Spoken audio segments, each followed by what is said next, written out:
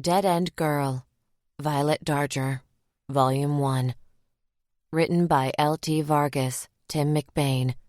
Narrated by Kate Marson. Prologue. Corduroy pants swished between Teresa's thighs as she crossed the parking lot. She had a headache. That drive-through headset gave her a headache every damn time. The band squeezed her skull like an old man trying to find a ripe cantaloupe in the produce department, pressing and pressing until her temples throbbed. When the headaches were really bad, she got the aura, and it was going to be a bad one tonight, she could already tell. By the time she got home, she'd be nauseous from the skull throb along with a stink of fryer grease clinging to her clothes and hair and skin. Sometimes she swore she could feel it permeating her pores. She placed a hand under the lid of the dumpster and lifted. The overhead lights in the parking lot glinted on the surface below. It looked like water, but it wasn't. It was oil.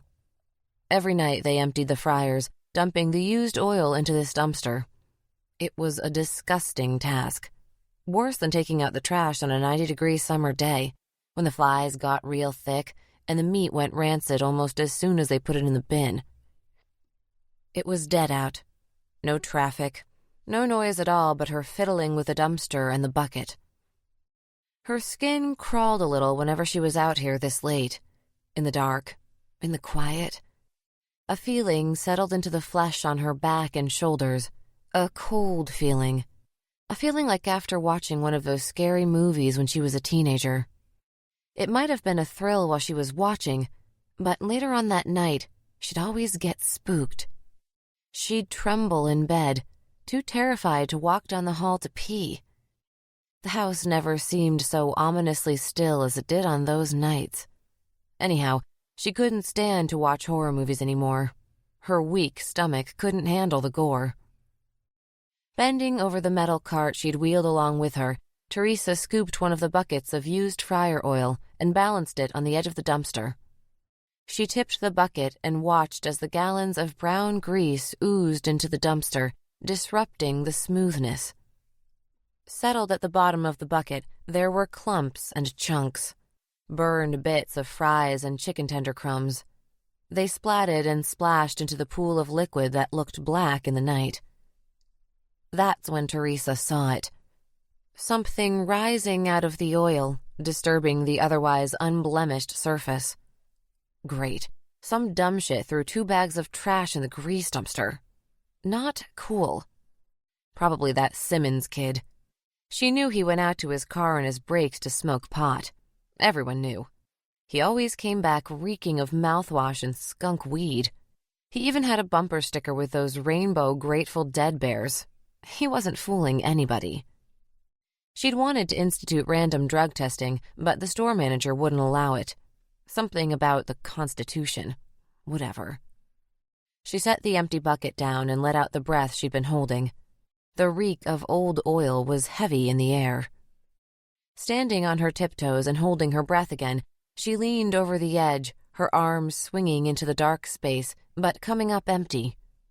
Damn. She hoisted herself up onto the side. With the edge of the dumpster jabbing her in the gut, she kicked one leg up onto the rim.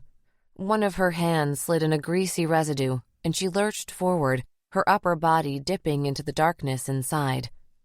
For a split second, she was certain she was going in, all the way in, neck deep into the foul muck. Her leg flailed behind her like a monkey's tail, struggling to regain her balance, and Teresa was able to catch herself at the last moment. Cheese and crackers, that was close. Too close. She imagined herself teetering over the lip, plunging into the dark pool. That would have been awful. She wiped her hand on her pants and peered into the inky interior. She wouldn't be able to reach the bags unless she got back up there, but she wasn't willing to risk taking a swim in a vat of grease. No way, no how. Cursing the Simmons kid under her breath, she strode back inside the restaurant. A few moments later, the back door swung open again, and she reappeared with a step stool from the walk-in freezer and a pair of tongs. The stool clattered onto the concrete. She shoved it as close to the dumpster as it would go with her foot, and it clanged against the metal. The sound reminded her of waves thumping against the side of a boat's hull. Climbing atop the step, she gripped the tongs in her fist. Hovering over the gaping mouth of the dumpster, she swung her arm out, reaching for the first garbage bag. It rustled under her touch, and she clamped the tongs onto the flimsy black plastic. Tugging it a few inches closer, she felt the grip lose purchase. The bag was no doubt coated with a film of oil, slippery as hell. Damn it all, she should have brought a pair of gloves. She clicked the tongs together in frustration, then redoubled her efforts. This time, the tongs got a nice big bite of the plastic, as well as whatever was inside the bag. Clenching her fingers around the handle, she hauled the bag closer. It was heavy. Probably the garbage inside was all sodden with oil by now. What a damn mess. She was going to end up driving home lubed up with the filth from head to toe. The plastic crinkled as she lifted the bag. It was really gosh damn heavy. Something inside the bag bonged against the metal as she dragged it up along the corner. She had it up on the lip of the dumpster now, and then she felt some resistance and a sort of stretching feeling, and then the pop as the plastic ripped, and then the garbage was tumbling out, half on the ground and half back into the grease with a sploosh. And there was an odd thud of something hitting the ground. It sounded kind of like dropping a head of lettuce or something. And then she looked down, and it wasn't a head of lettuce, but there was a head all right. A mannequin head, still connected to the torso, though there was a big crack along the neck. The arms and legs were gone, and just as she started to wonder why in the world someone would toss a broken mannequin into their grease dumpster, she realized it wasn't a mannequin at all. It was a body. A limbless woman. Her eyes closed, her skin as pale as bone, red flaps of meat exposed where each arm and leg should be. Teresa's breath hissed in her throat. She clambered down from the stool and scrabbled back in a crab walk, the corduroy seat of her pants dragging over the asphalt in jerks. She retreated without thought, a blind panic that bashed her shoulder blades first into the steel door twice before she realized what she was doing and got a hold of herself. Her eyes stayed fixed on the grisly scene, and one word reverberated in her mind. Gore. Chapter 1. The smell of solvent hung like a cloud over the workbench. She sprayed a cotton rag with hop solution, attached it to the cleaning rod, and forced it into the barrel of her Glock 22. When the white rag had turned gray with carbon powder, she traded it for a new scrap of cotton, sprayed, and started again. She'd done well on the range today, practicing with a QIT 99 target. She managed to score 96%, despite the fact that she hadn't shot in over a month. Well over the 80% required to pass her annual qualification test. She glanced over at the paper target riddled with bullet holes. Fat lot of good it did when she was stuck behind a desk most days. Lately, she'd begun to question her decision to leave her position as a victim specialist. Violet Darger had spent her first 4 years at the FBI in the Office for Victim Assistance before giving up her position to become an agent trainee. She knew her colleagues thought she was nuts for making the move. Victim specialist jobs were highly competitive. To give that up just to have to start over at the bottom of the special agent chain was something almost everyone had counseled against. Not that she'd ask for their advice. Impulsive was the word her former supervisor had used. That was almost 2 years ago now, and she'd brushed them off at the time. They didn't understand. She didn't expect them to. She moved on to the wire brush. She pushed the copper bristles through the barrel once, removed the brush tip, and then repeated the motion. A guy at a nearby table was using his wire brush as well, and he inserted it into the barrel and shimmied it back and forth. The sound of the wire fibers scraping against the inside of the barrel sent goosebumps scuttling over the flesh of her arms. Worse than nails on a chalkboard. Not because the sound was even so bad, but because she imagined the abrasive brush scratching the steel surface of the barrel, throwing off its accuracy micron by micron. She'd mentioned this fear once to the firearms instructor at Quantico. He'd laughed. "You need a chemistry refresher, Darger. Brush is made of copper. Barrel's made of steel. It won't scratch." Darger didn't care what he said, and she didn't bother trying to correct anyone else either, but the sound of it still set her teeth on edge. Her brush went into the barrel only one direction, the same direction the bullet traveled. Out, and only out. After another pass with a fresh cotton cloth, she ran her bore snake through the barrel.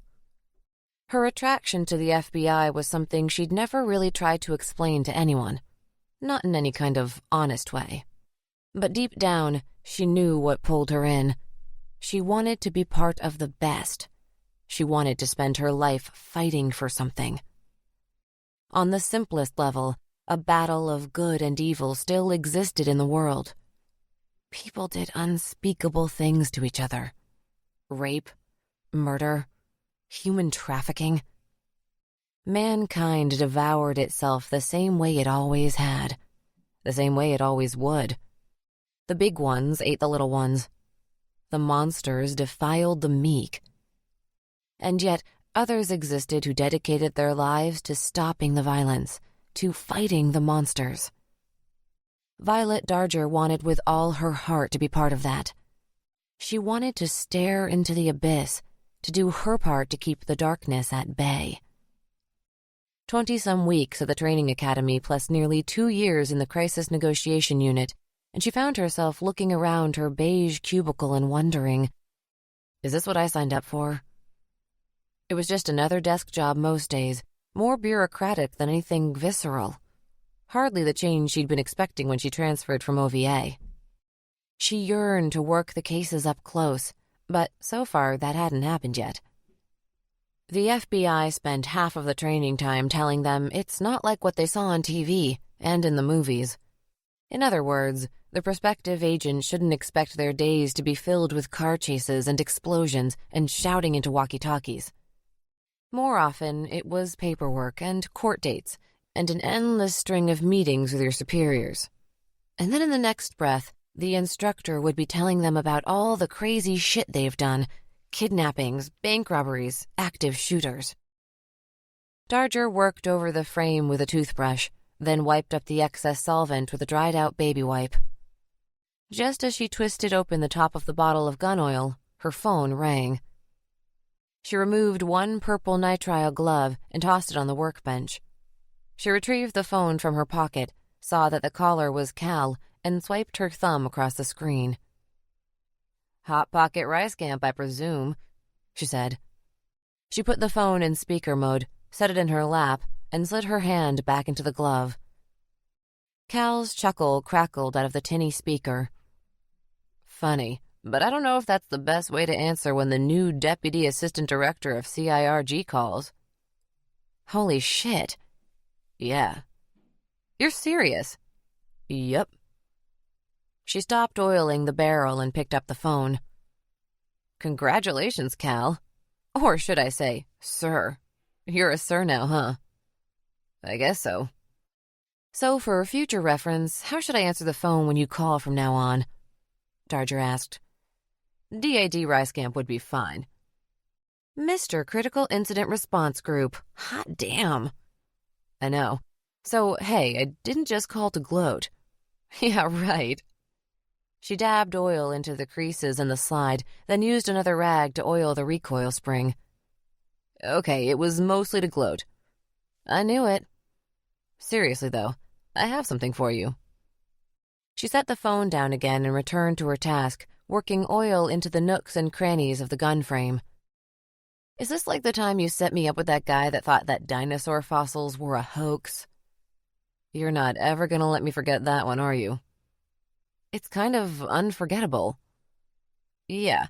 Well, we're consulting with the Athens County Sheriff's Department out in Ohio on a case of theirs." Darger snorted. Of course. He was going to try to send her out to some BFE resident agency to play sheriff's pet. Cal was still talking, ignoring her derisive sigh. Multiple cases, actually. The most recent victim was found in garbage bags in a Burger King dumpster, dismembered. I don't know if you've seen any of it in the news, but they think they have a serial murderer out there. They're calling the killings the trash bag murders or the doll parts murders. But if you're not interested, I can try to find someone else. The smirk on Darger's face vanished. Are you jerking me around? Nope, I'm dead serious. You know, people always complain about cronyism, she said, but I don't really see what's so bad about it. So listen, we already have an agent out there, and therein lies part of the problem. Guy's a real piece of work. How so? Oh, he's one of these BAU hotshots who thinks he's Christ returned. Still thinks it's 1982 and he's hunting Ted Bundy or something. Ted Bundy was arrested in 1978. Whatever, you know what I mean. He's the type that refuses to work with other agents, constantly submits reports late, if at all, and just generally drives guys like my new boss totally apeshit, Cal said. He had a habit of cracking his knuckles when he was stressed out, and while she couldn't hear it over the line, she still imagined him doing it while they talked. Victor Loshak, I'm sure you've heard of him, he added. A row of creases appeared on her forehead. Yeah, I've heard of him. Who hadn't? Was what she didn't say. She cleared her throat. So am I to take it that you want me to head out there and, what, report on his findings? Exactly. He hasn't touched base with the liaison in the resident agency out there in 3 days, so we're in the dark. That was disappointing. This was starting to sound a little more like a babysitting mission and a lot less like her profiling dream job. And look, I hope you don't think I'm just sending you out to the boonies to play nanny to some pain-in-the-ass old-timer. I didn't think that. She hoped he couldn't hear the smile in her voice. He knew her too well. The truth is, I'm just as interested in hearing your take, and I suspect the local law enforcement would feel the same. You and I both know that you're the best profiler in CNU. You were spot on with that active shooter in Phoenix. You saved lives. She frowned and said, He turned the gun on himself. I didn't do anything. What are you talking about? That was in your profile, that he'd take himself out. So we sat. Who knows what would have happened if we'd sent HRT in right away. He might have killed one of our guys. Might have killed another hostage. Cal said, Don't get humble on me, Darger. It doesn't suit you. There was a brief pause. Or are you trying to tell me you don't want this assignment? No, I want it, she said. Good. Then have your butt on a plane to Columbus tomorrow morning. I'll get a copy of the files ready for you before you head out. Darger was scribbling instructions for herself on a scrap of paper while Cal continued to talk. The way I see it, we're killing 2 birds with 1 stone. We're kept in the loop, and you get your foot in the door with BAU. I know the weirdo stuff is kind of your thing. The weirdo stuff? Nice. Cal chuckled. You know what I mean. What I'm trying to say is, I've gotten the impression that there are people that would love for him to be out of the behavioral analysis unit. All the talent in the world is worthless if he won't be part of the team. And he doesn't get reprimanded for, I don't know, not playing well with others? Yes and no. He has friends higher up in the chain, and like you said, cronyism is alive and well in the FBI. He's totally protected. For now.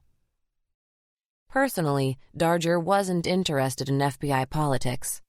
Actually, it was more than that. She detested it. But she kept her mouth shut and let Cal go on. Anyway, it was held back from the press, but there's a witness. A failed abduction. The girl, Peters is her name, I think, gave a full account. With your experience counseling victims and witnesses, I figure who better to talk to her. I'd start there and see what you come up with. The conversation ended, and Darger dabbed her finger at the touchscreen to hang up. She went back to cleaning her weapon, her lips curling at the corners but not quite smiling. The new assignment was good news, she thought, but she wasn't going to get excited about a one-off case like this. Of course, the rapid beating of her heart said otherwise. Chapter 2. By the time she arrived in Athens, she'd gone over the files. Cal had them waiting for her at the front desk of his new office, along with a ticket to Columbus departing the next morning, and a voucher for her rental car. She'd spent that evening acquainting herself with the crimes over a large cheese pizza and garlic bread from Giovanni's. 3 girls, all from the Athens and Hocking County areas, kidnapped, murdered, dismembered, and dumped in public places. The first victim, Crystal Monroe, was found in an empty lot next to a roller rink, her body wrapped in black plastic garbage bags. Crystal was from the poor side of town. She shared a trailer with 2 other girls. The 3 of them had all worked at the same strip club, a seedy joint that was well known to have girls who would do more than just take off their clothes. Despite the fact that Crystal had recently left her job at the club to enroll in classes at the local community college, police still initially suspected her murder was the byproduct of a trick gone wrong. It wasn't until a second girl went missing that the media started speculating about a serial killer. Local law enforcement had no interest in the sensationalist murmurs from the press and denied any connection between the 2 girls. But when Katie Seidel's body was discovered a few days later, mutilated in a strikingly similar fashion to Crystal Monroe, they were forced to reconsider the serial killer angle. Less than a month later, a 3rd girl named Sierra Peters was abducted. She was able to fight off her attacker and escape. Police suspected the man that tried to abduct her was the same man that had killed Crystal and Katie. Then, nearly a week ago, the body of Fiona Worthington was found, also in trash bags, this time in the dumpster of a Burger King. Fiona was a 27-year-old graduate student at Ohio University in Athens. Her parents lived nearby, her father being an English professor at the university. She was everything the first 3 girls were not: upper middle class, photogenic, and well-educated. The kind of victim the media always had a hard-on for. Indeed, the 3rd body started a media shitstorm, and that was when the local authorities called in the FBI. The tires bumped over a railroad crossing, and Deputy Donaldson aimed a finger at a rectangular brick building. The structure looked dark, half the windows were broken, and the sign out front read, BIAM HOEACECO. That there is the former Brigham Shoelace Factory. It was a major blow to the local economy when that place closed down. Now I know just what you're thinking. Who would imagine you'd need a whole factory just to make shoelaces? Well, you'd be surprised. That place was the backbone of this town. Darger grunted agreement. They passed another crumbling brick carcass, and the deputy nodded toward it. Used to manufacture washing machines over there. They ship these jobs off to China or wherever and then send us back this crap that lasts 2 years before it falls apart, so we constantly have to go buy new crap to replace it. Right. My parents gave me a toaster oven as a graduation gift when I went off to college. Lasted me 26 years before I decided it was looking a little hairy. Figured I'd get something that looked of this century. So I go out to Walmart and get me a slick-looking Black & Decker. Same exact brand I had before, mind you. Piece of crap burns out in 8 months. And the real kicker? I would have just gone back to the old one, but I already donated it to the Sally Am. I even went around looking for it. No dice. Darger clenched her jaw, felt the muscles ripple. She wanted more than anything to be alone with the file and the crime scenes and her thoughts. She didn't need someone else's rambling observations gunking up the works. But Donaldson was a talker. She knew that the second he waddled out of his office to shake her hand and went off on a tirade about the ongoing embarrassment that is the Bengals secondary. What she was most worried about was that they'd get to the crime scene and he'd really go off, spewing out his own pet theories. That was the last thing she wanted. In her opinion, there was more than one way to contaminate the crime scene, and one of them was with talk. She'd seen it plenty of times. Cops are on the scene. Someone says, "Looks like the husband did it." and based on the numbers, maybe it's not a bad guess for a shot in the dark. But that kind of guesswork often led to tunnel vision, no matter anyone's best intentions. Suddenly, people were looking specifically for evidence that backs up the narrative they've already accepted, excluding anything that didn't fit. As a rule, agents working on profiles made an effort to maintain the purity of their own assessments. Darger wanted to get a feel for things without outside opinions. She had explicitly skipped over anything in the file that leaned toward analysis. She wanted only the facts. It was also one of the reasons she wanted to visit the crime scenes before meeting with Agent Loshak. She wondered again if she was overstepping. No one had specifically told her to work up a profile, and based on all she'd heard, she didn't figure Loshak would be too keen on the idea. A pothole in the road rattled Darger out of her thoughts. She realized the deputy had stopped the running commentary somewhere a few miles back. She had a sense that her silence was becoming awkward. She forced herself to say something. "How long have you been with the sheriff's department?"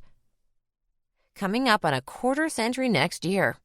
And I don't mind telling you I've never seen anything like this. We usually have a few cases of arson every year, and then there are the sexual assaults, the drug-related crimes, the domestic disturbances, but we've only had 10 murders in county in the last decade or so. Until now, of course." "Wow," Darger said. "I guess that's why you called us in." "Absolutely. If it were up to me, I'd hand the whole thing off to the FBI. This is, well, it's not what I imagined when I signed up for the force." Donaldson took his eyes off the road to glance at her. "I'm assuming you've read the book," he said. "The book?" "The one Agent Loshak wrote. Killer Instincts." "Oh, right. Of course." He shook his head. "I got it out from the library after I heard it was him who was coming down to help out. Figured it wouldn't hurt to do my homework, so to speak. But I couldn't do it. Couldn't get through it." He suddenly looked more serious. "No offense." One of Darger's eyebrows quirked upward. "None taken. It wasn't the writing, mind you, but the content. Crap gives me nightmares. I can't imagine getting in the heads of these sickos. I mean, I just don't want to know."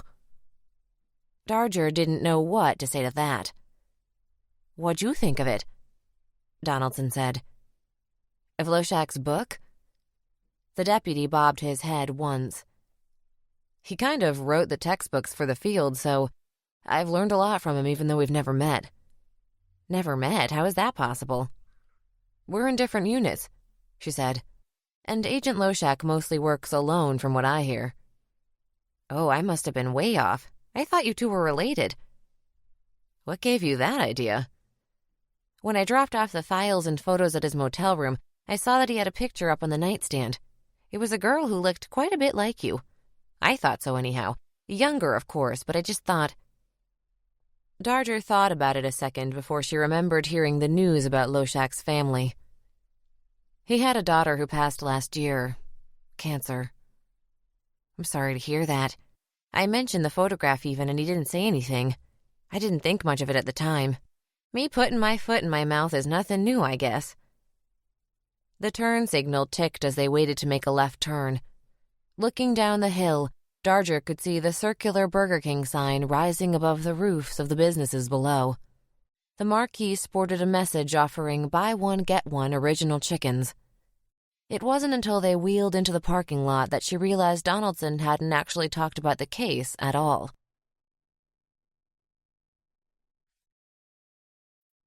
Chapter 3.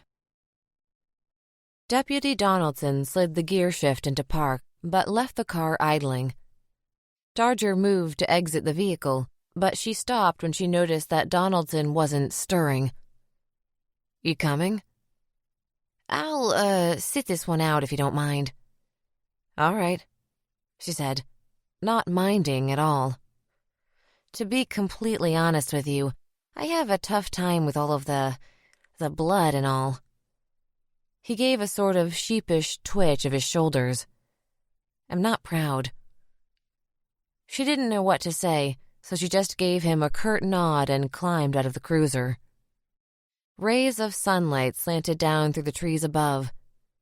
She took a breath, the charred smell of flame-boiled burgers filling her nostrils. Pretty gross. Something about the idea of meat and murder in close proximity to one another made her a little queasy.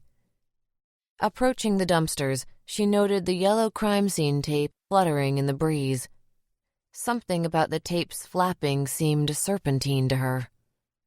She paused just shy of the dumpster itself. This was it. This was where a Burger King employee lived out a nightmare. Spilling a garbage bag of human remains onto the asphalt, blood and grease oozing in all directions. Darger closed her eyes and saw the crime scene photos in her head. Deep gouges pocked the torso, ranging from small slits showing red to gaping pits trailing off into the black of shadows. 14 stab wounds, if she remembered the autopsy findings correctly. The angry slash across the neck went a step beyond the worst of the stab wounds, so deep it had nearly taken the head clean off. Had decapitation been his intent? She paged through the files until she reached the medical examiner's report. They found marks indicative of sawing in addition to the slash across the neck that served as the fatal wound. Maybe.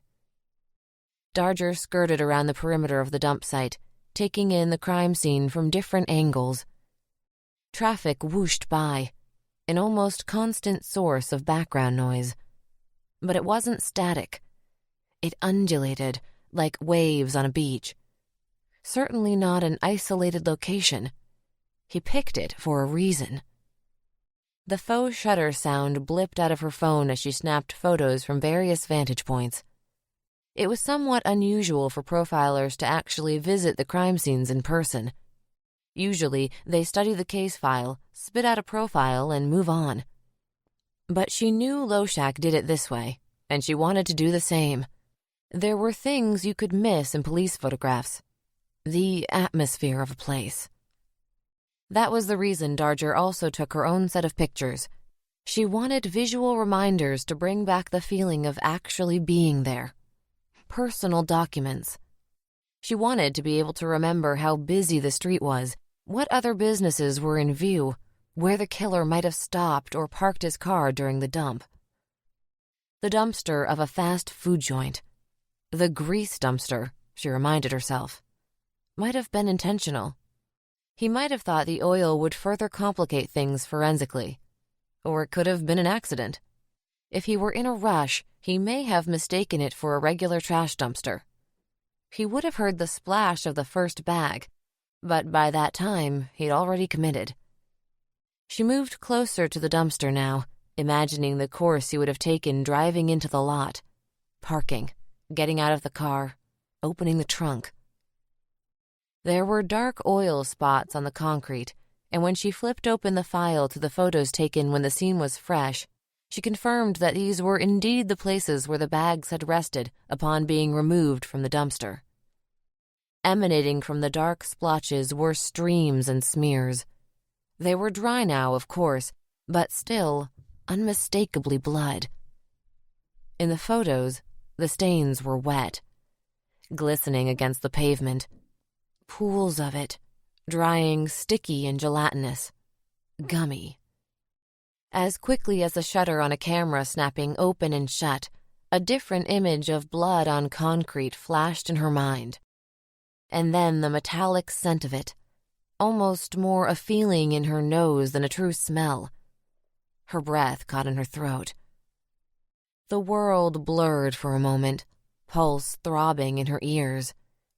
She tasted stomach acid at the back of her tongue. She crouched in front of the smears on the pavement and closed her eyes. From where the deputy sat in his car, it would just look like she was getting a closer look. But the truth was, she was a bit concerned she might faint. Darger wouldn't let it happen. She took a long, deep breath, and her mind flicked into an exercise to center herself. My name is Violet Darger. I was born on April 13th. I am standing in the parking lot of a Burger King. Today is Friday. It is sunny out, barely a cloud in the sky. By the end, her breathing had slowed. Her pulse still thrummed in her chest, and her hands felt clammy, but she no longer felt like she was going to throw up or pass out, at least. The exercise worked. It always did. For now, anyway. Violet took out her phone again and snapped a few photos of the stains. Looking at them through the lens of the camera helped calm her a little more. She felt once removed from the scene. She flicked backward in the file. The first 2 dump sites were entirely out in the open, no attempt at concealment. Did the move to a dumpster suggest he was ashamed of this one? Maybe something went wrong and he was trying to cover it up. Darger scribbled these questions on her notepad, then paused to chew on a fingernail. Based on the lack of rigor mortis and the state of decomposition, the medical examiner estimated the time of death to be around 48 to 72 hours before she was discovered. She'd been missing around 72 hours. How long had she been in the oil? Violet squinted, trying to remember the interview notes with Teresa Riley, the Burger King manager. The one who had found the body. She flipped through the file and confirmed that Ms. Riley stated that oil is deposited into the dumpster once a day after the store closes. That would suggest that the body was dumped the night before it was discovered, sometime after 11 p.m. Although there was a suggestion by Ms. Riley that the oil may not have been changed then. Violet ran her finger under the letters of the interview transcript as she read. Detective Luck. So the dumpster would have been opened by one of your staff last night around the same time. Riley. Well, now, I didn't close last night, and sometimes the grease don't get changed, you see. Not when I'm here, of course. I make sure those fryers are cleaned out every night. But no one really likes to do it, so I know sometimes they aren't doing it. I know it, because I come in the next day and there's a smell, you know? The oil gets a bad smell if you don't... Okay, but generally the oil gets dumped every night, is that right? They're supposed to, yeah. The misspelling of Ms. Riley's name by the transcription program irked Violet. It was a computer mistake, she knew, but one that could have been quickly and easily fixed by whoever finalized the transcript. She didn't allow for such errors in her own paperwork, and she didn't like it from others. If they couldn't be bothered to correct a simple spelling, what else were they missing? She clicked and unclicked her pen and refocused on the task at hand. It wasn't the time to get sidetracked by minutia. So in theory, the body was in the dumpster for less than 24 hours. That would mean the girl would have been dead for something like 48 hours before the dump. That was consistent with the findings for the other victims. The evidence suggested he was spending a lot more time with them after they were dead than he did while they were alive. Of course, there were other possibilities. If the oil didn't get dumped the night before, for example. She remembered another one of Ms. Riley's lines from her transcript. Sometimes I feel like I'm the only one holding this place together, you know? I'm the only one that cares. These kids, they don't care. They don't actually give a crap about doing a good job. And you know, some of them are marijuana smokers. I know because I smell it on them. Violet tapped her pen against the file and walked around the dumpster. So it was possible the body had been in the dumpster for more than one day, but 3? She thought not. She looked at the photo of the garbage bags again, the crumpled black plastic with a sheen of oily residue. One torn, one intact. Bags for trash. And wasn't that what these girls were to him? Human garbage? Disposable pieces of flesh and bone. Just here for him to consume and then throw out when he's finished. She doubted he was trying to say that explicitly. He likely chose the bags for the sake of convenience. The word echoed in her head. Convenience. She glanced at the Burger King sign towering above and thought about the significance of the body being dumped at what one might consider a mecca of convenience. Your way, right away. In the next series of photos in the file, the body was more clearly visible. At first glance, it really did look like an assortment of doll parts. Close-up shots taken after a destructive toddler had his way with Barbie doll. But upon closer inspection, the gruesome details became more clear. The stark white of protruding bone against a backdrop of torn red flesh.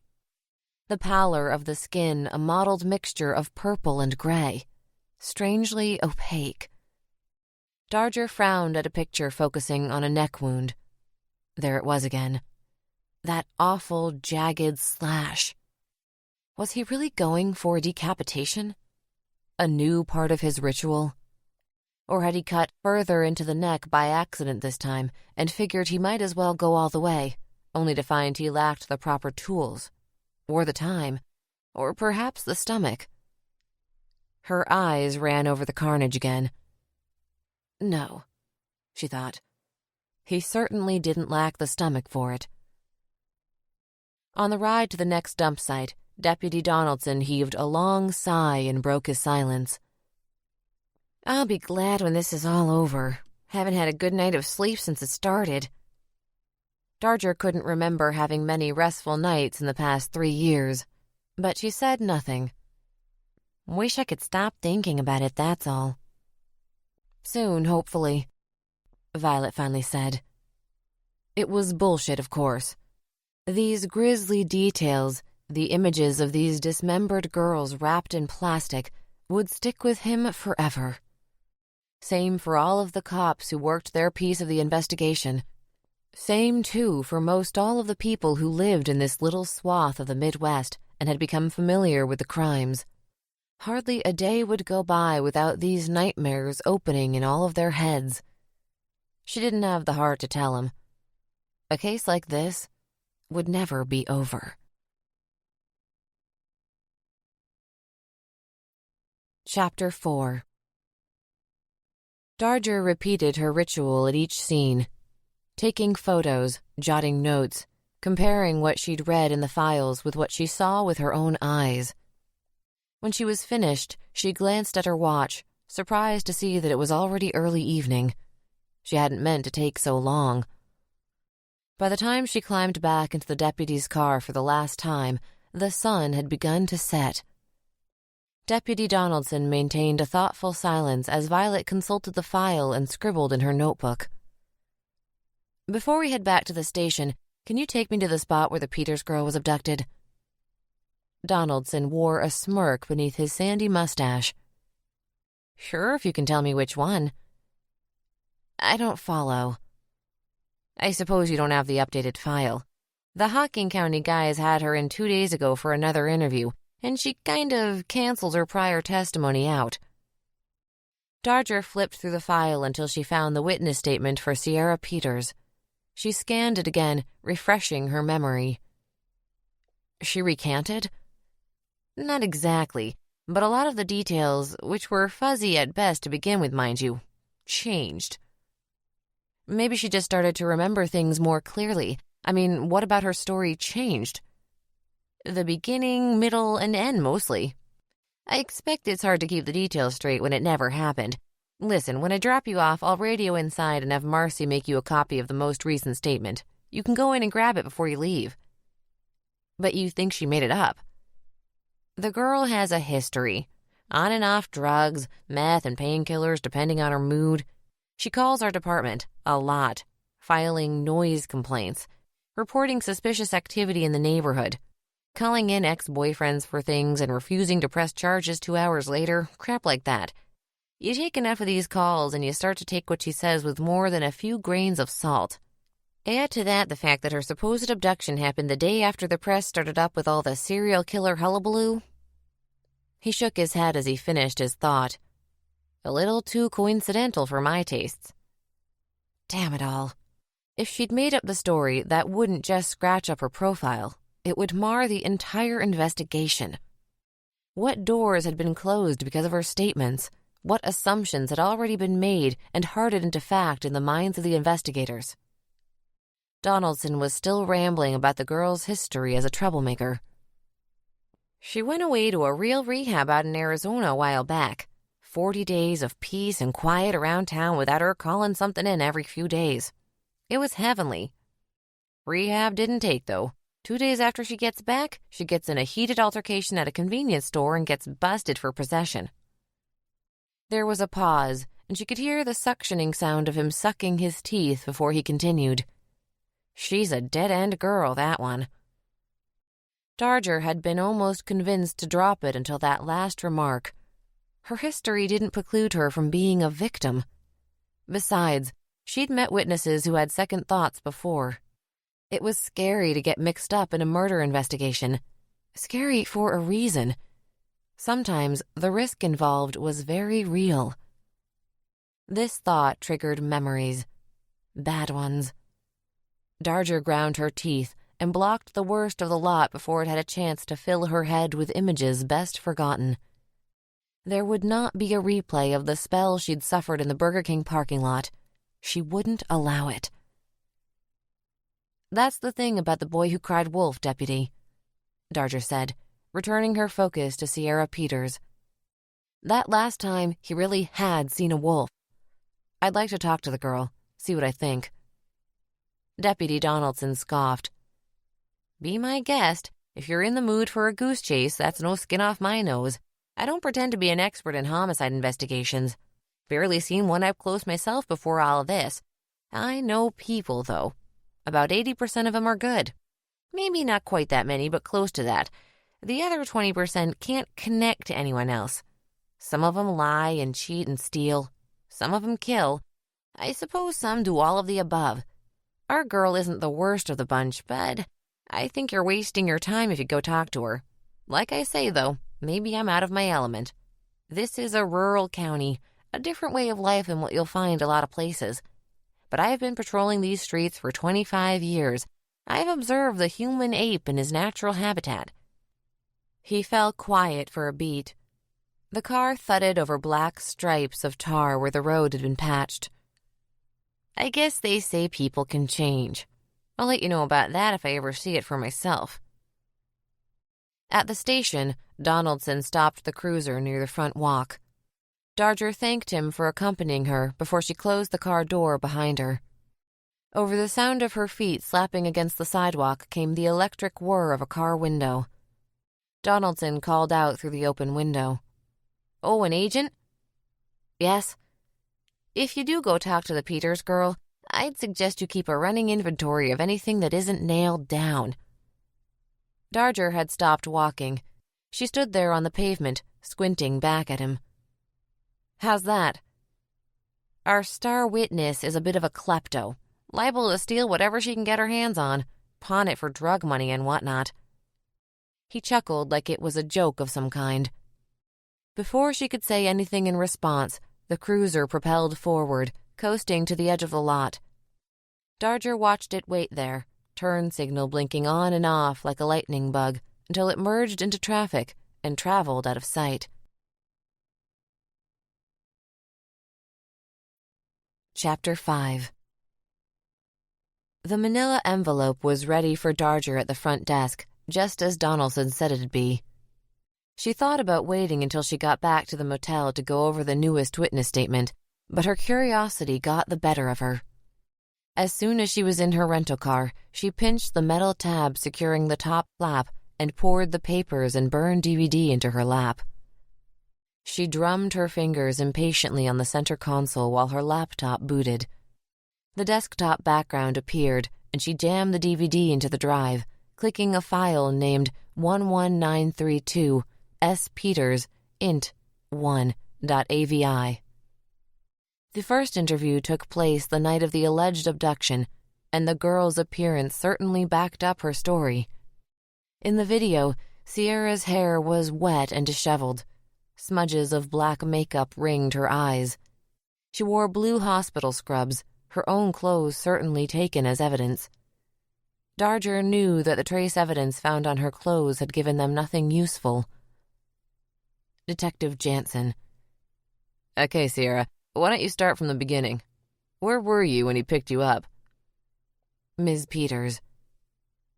I was on Vine Street, Savarino's. Savarino's, the Italian place? Sierra nodded. Can you answer yes or no? Yes. So you're on Vine Street near Savarino's, and what were you doing there? Walking. Walking, right. Where to? Where from? Huh? Well, you weren't just out walking for your health at 2 a.m., were you?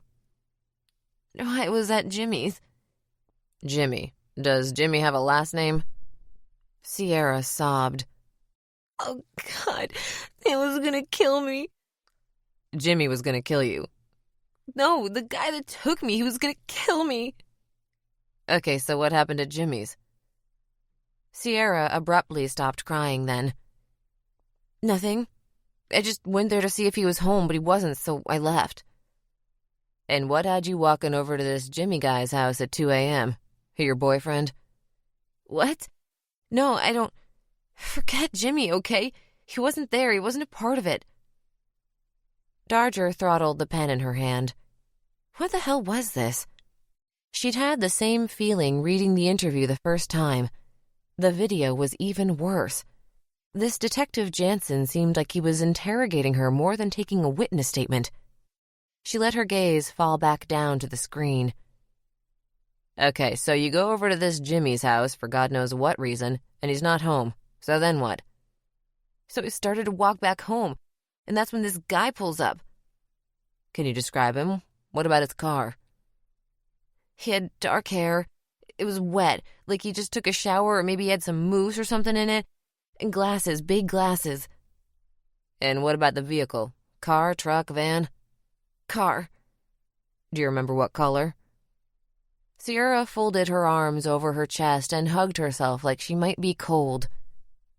It was dark. The car was dark, or it was too dark to see the color? Sierra shook her head, seeming confused. Both? I mean, it was dark outside, but the car was dark too.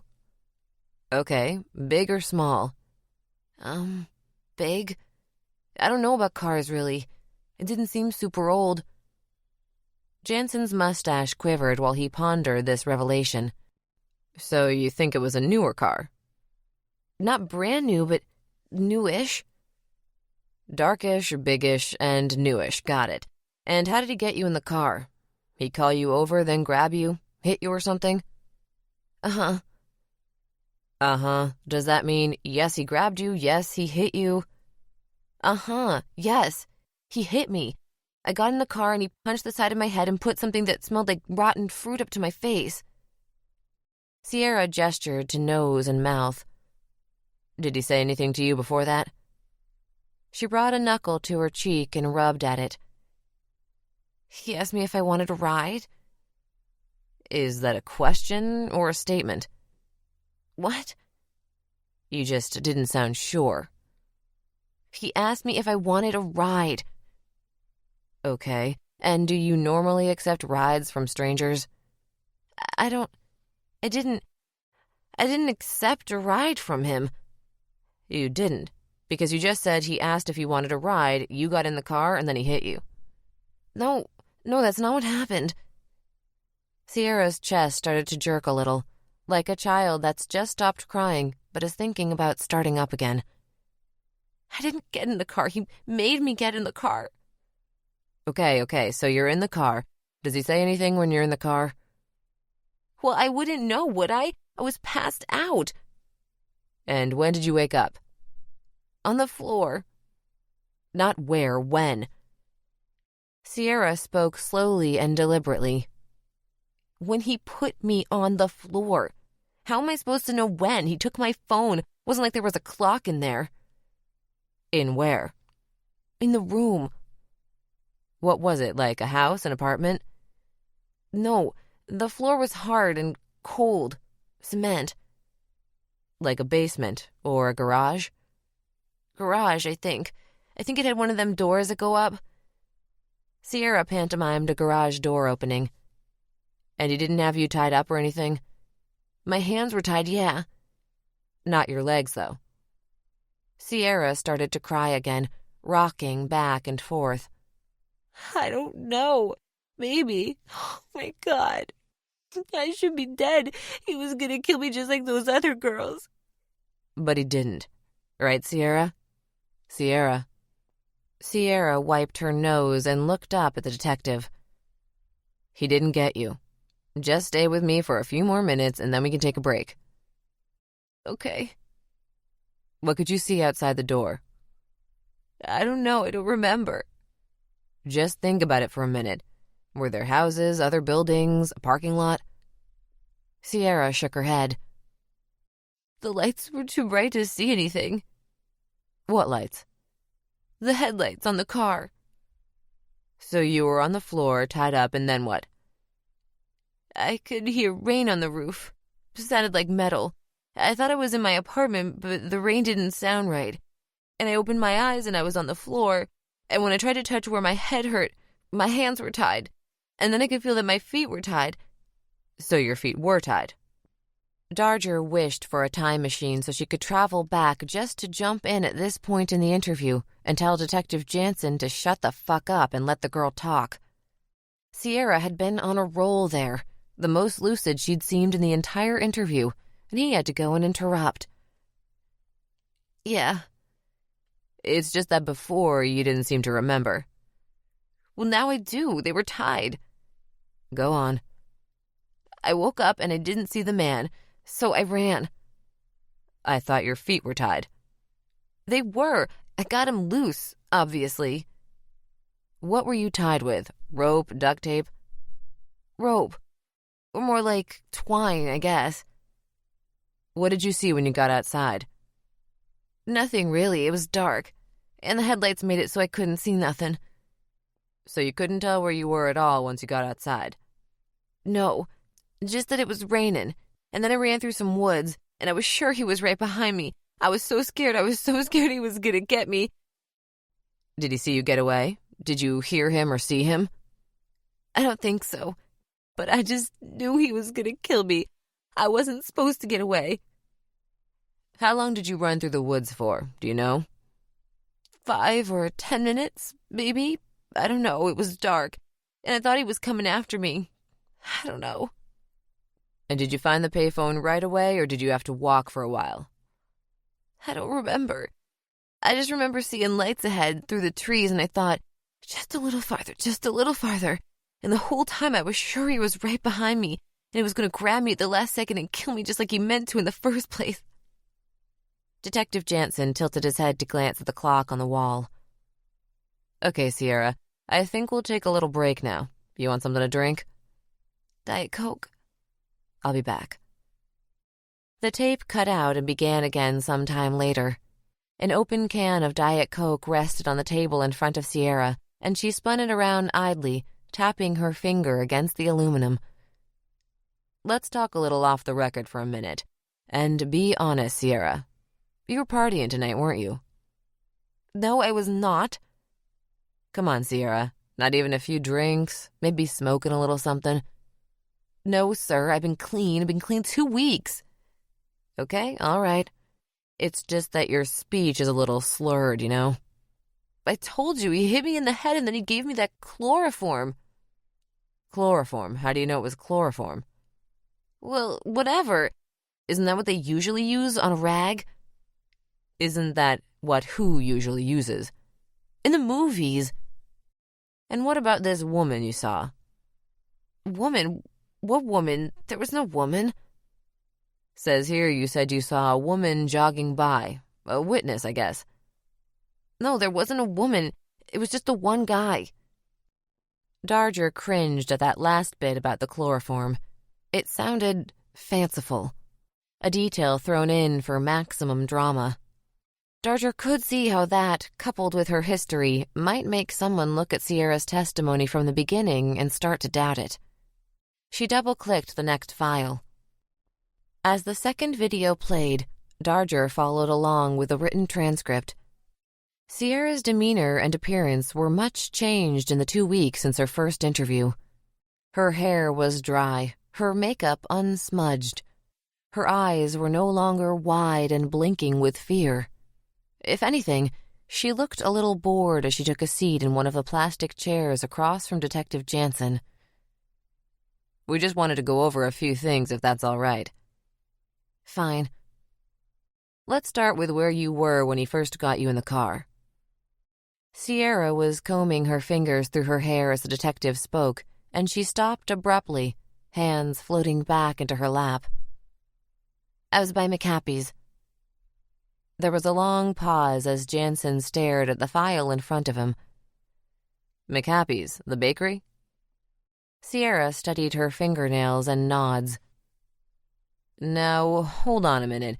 Last time you said you were on Vine Street, near Savarino's, visiting someone named Jimmy. Sierra's head shook from side to side. She didn't look confused or baffled by Jansen's statements. She seemed utterly calm. No, that was wrong. I said it wrong. I was at Jimmy's, but earlier, way earlier. When the guy got me, I was by McHappy's. Jansen crossed his arms over his gut with one fist over his mouth. He stared at Sierra for several seconds before moving on. Okay, let's talk about how he got you in the car, shall we? Sierra shrugged. There was some confusion last time we talked about whether or not he offered you a ride. Did he offer you a ride? Yes. And you got in the car with him, and that's when he hit you? No, I kept walking. I'm not an idiot. I didn't get in the car with no stranger. So he pulls the car up to you as you're walking, asks if you want a ride, and you just keep walking? Uh-huh. And then what? He stopped and got out, or what? Sierra crossed and uncrossed her legs. Yes. And you didn't run then? Huh? I'm just saying, some stranger asks you if you want a ride. Probably creeped you out a little, right? I guess. And then when you say no, he doesn't drive off. He keeps right along with you, stops the car, gets out.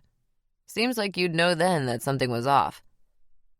Well, I mean, it would make more sense, for example, if he had kept on driving and maybe, I don't know, pulled into an alley or something down the street, waited for you to pass, and then grabbed you. Yeah, well, that's what happened. It is. Sierra nodded. Yeah, he went into a parking lot up ahead of where I was walking, only I didn't see him, and that's when he got me. He came up behind me and grabbed my hair and put the rag over my mouth, and then I passed out. Last time you said he hit you on the side of the head. Yeah, he hit me too. Jansen licked his lips and glanced at the camera. Darger tapped her pen against the screen through the next section, as if that might speed things up. Jansen and Sierra were stuck rehashing the vague details about the man in the car. Caucasian male, hair dark and wet, big glasses, car dark sedan. And you woke up where? In the room. It echoed funny. Echoed? Yeah, like the way his feet scraped against the ground. The ground, like dirt? I guess. Before you said the floor was cement. A line of wrinkles arranged themselves across Sierra's forehead. Her eyes squinted and closed, and then she shook her head. I don't remember for sure. What about the door? Before you said you remembered a door like on a garage. Sierra blinked 4 times, eyes fastened on the tabletop in front of her. Finally, she spoke again. Yeah, I think so. So maybe a shed instead of a garage? Maybe. It's hard to remember. And is there anything else you can think of? Sierra scratched her eyebrow. No. Jansen flipped the folder on the table closed and stood, moving to the door and opening it. I can go? Yeah, you're done. Talking with you has been ever so helpful. Jansen made no attempt to disguise his indifference. Sierra rose from the molded plastic chair and left the room. Darger was about to close the video player when she heard something. She rewound the video and increased the volume on the computer. It was Sierra's voice again, softer now that she was away from the microphone in the interview room. She had to put the speakers at full volume to hear it. Wait, I think... Detective Jansen was still standing in the doorway. He rested his fists on his hips. I think there was a pool nearby. A pool? Why is that? I don't know, a feeling, I guess. And you just remember this now? I just got a flash of it in my head. A pool, then. Got it. Thank you for coming in. The screen went to black. Darger frowned over the paper transcript. That last section wasn't even on it. She rewound the last bit of the interview and replayed it. Then she leaned over and grabbed the file from where it rested in the passenger seat. She flipped open to one of the autopsy reports, skimming. She jabbed a finger at the page. Her eyes glittered like a cat stalking a bird. Gotcha. Chapter 6. Her motel room featured lush carpeting the color and texture of moss, and she thought the quilted floral bedspreads draped over the mattresses clashed with the moss quite well. All red and green and ancient, like Freddy Krueger himself did the interior decorating circa 1984. The room had that stale smell Darger associated with all motel rooms, must and industrial cleaners, and just a hint of old cigarette smoke from years gone by. The bed spring squeaked as she dropped her suitcase on the nearer bed. She poked her head in the bathroom just long enough to see her reflection in the harsh fluorescent light, and that pretty much completed the tour. Her palms went clammy again. She was nervous about meeting Agent Loshak. Better to get it over with then, she thought. She marched out the door and down the concrete catwalk that gave access to the second-floor rooms. She paused in front of the neighboring room, fist poised to knock. She hesitated. The door suddenly seemed intimidating. Agent Loshak wouldn't be happy to have another agent sent out here to check on him. Less than another agent, maybe. A glorified babysitter. She steeled herself for combat. Her knuckles rapped against the door. 1, 2, 3. A grunt answered from inside the room, then the squeak of a creaky subfloor, and then silence. Darger figured Loshak was watching her through the peephole, and she made an effort to look official, standing straight and tall with her chin lifted slightly. Finally, she heard the clatter of the door being unlocked. The knob turned, and a pair of red-rimmed eyes, surrounded by pale flesh, peered back at her through the crack. Despite the sickly pallor, there was something striking in his gaze. A wry look.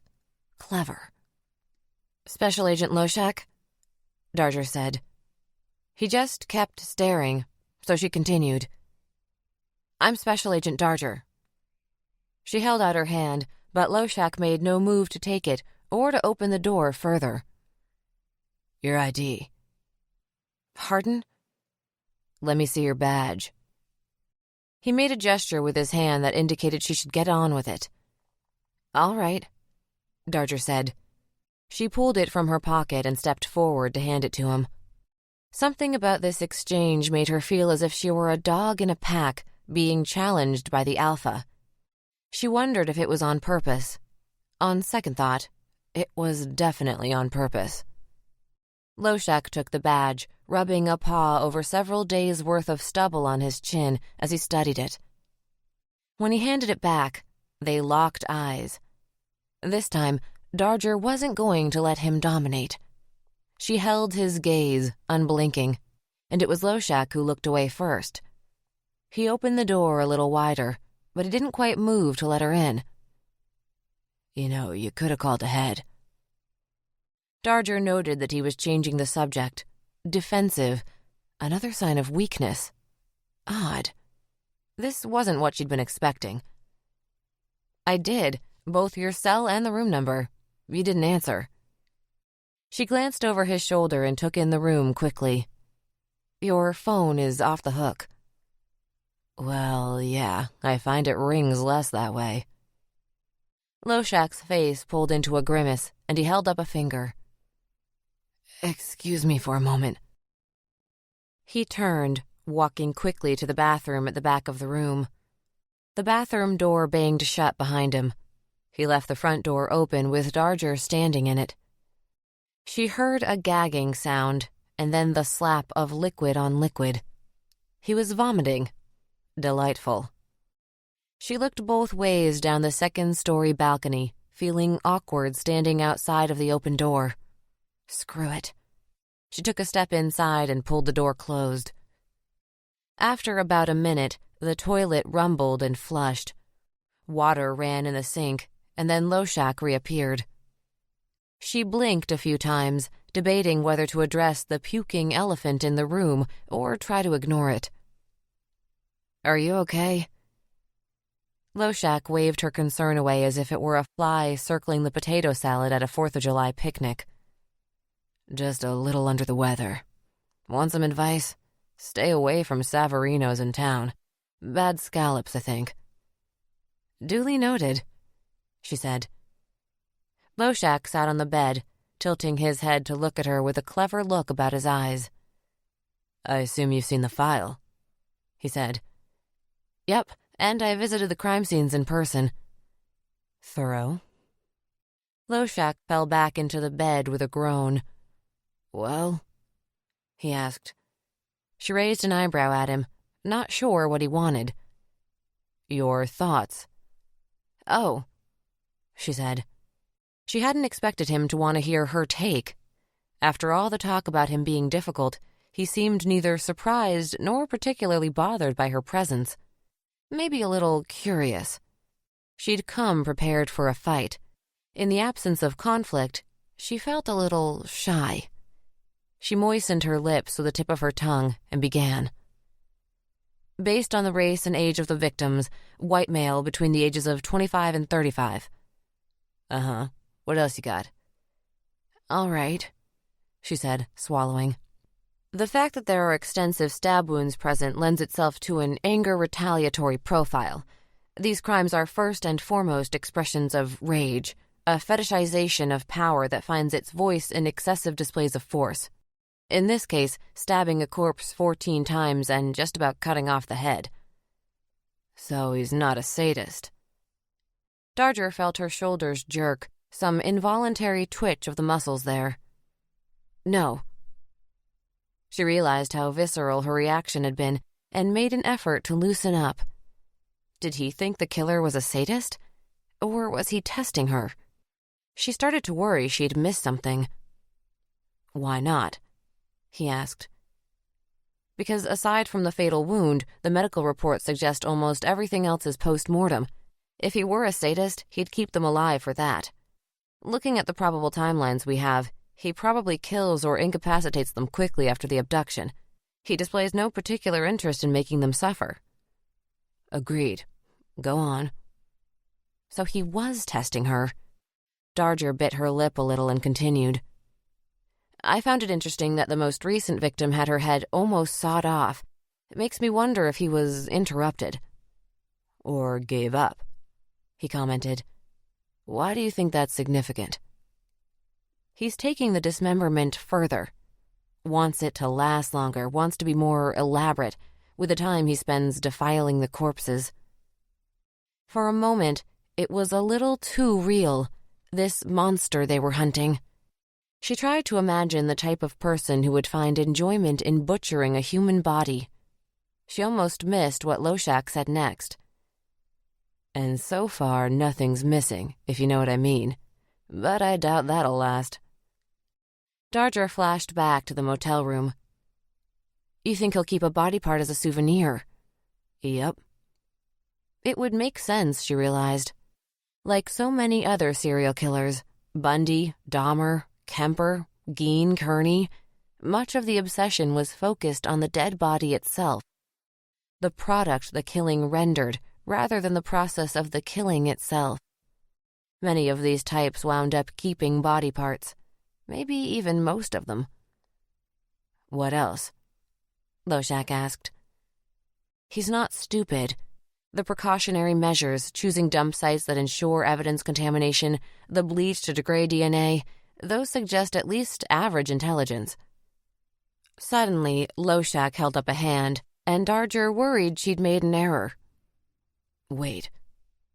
Again he got up and made for the bathroom. When he returned, he fell back onto the bed with a sigh. "Okay, continue." "Are you sure?" she asked. We can do this later." He ignored her. "You don't think the public dump sites might suggest that he's a dum-dum? I mean, there are an infinite number of places out in the woods he could dump them. Places where they might never be found." "It's risky, yes," Darger said. "But it's clearly calculated. It's a territorial display. These are his trophies, and he wants everyone to see them. He's brazen enough to do it. Confident enough that he thinks it won't get him caught. He likes taunting us." "Us?" "Society at large. He's a loner. He feels persecuted, like society is shutting him out, keeping him down. Dumping the bodies in public places is a way to direct the rage at everyone." Loshak nodded. "That's pretty good, actually. You know, the lower intelligence, disorganized types are less apt to move the bodies. If they make any attempt to conceal their crimes, it's usually near the scene, and a poor attempt. A shallow grave, shoved under a porch, or in their basement. They do the bare minimum, like a kid who spills grape juice on mommy's white couch and covers it with a pillow. They know they have to hide it, they just don't put a lot of time and effort into planning it. I guess they can't." A sound like sandpaper on wood came from Loshak's face as he rubbed at his unshaven cheeks. "But this guy, he cleans up, bags them, puts them in his car, drives around. And then, instead of going where no one would find them, he dumps them right out in the open, where everyone will see. He covets the attention." Loshak rolled onto his side, propping his chin up with a fist, and fixed his gaze on Darger, those lines smiling around his eyes again. "But this is supposed to be your profile. Go ahead." And now the meat of it, she thought. I would expect him to have had a traumatic home life with a domineering maternal figure who likely abused him, physically and mentally, mother, stepmother, or grandmother, possibly foster care. That trauma created and reinforced a narrative of him being worthless. He's conflicted in his feelings about women. He's attracted to them, but he hates that the attraction gives them power over him. He's intensely afraid of rejection. He's convinced, in fact, that almost any woman would reject him, and that idea is what fuels his rage. He has a totally warped sense of self.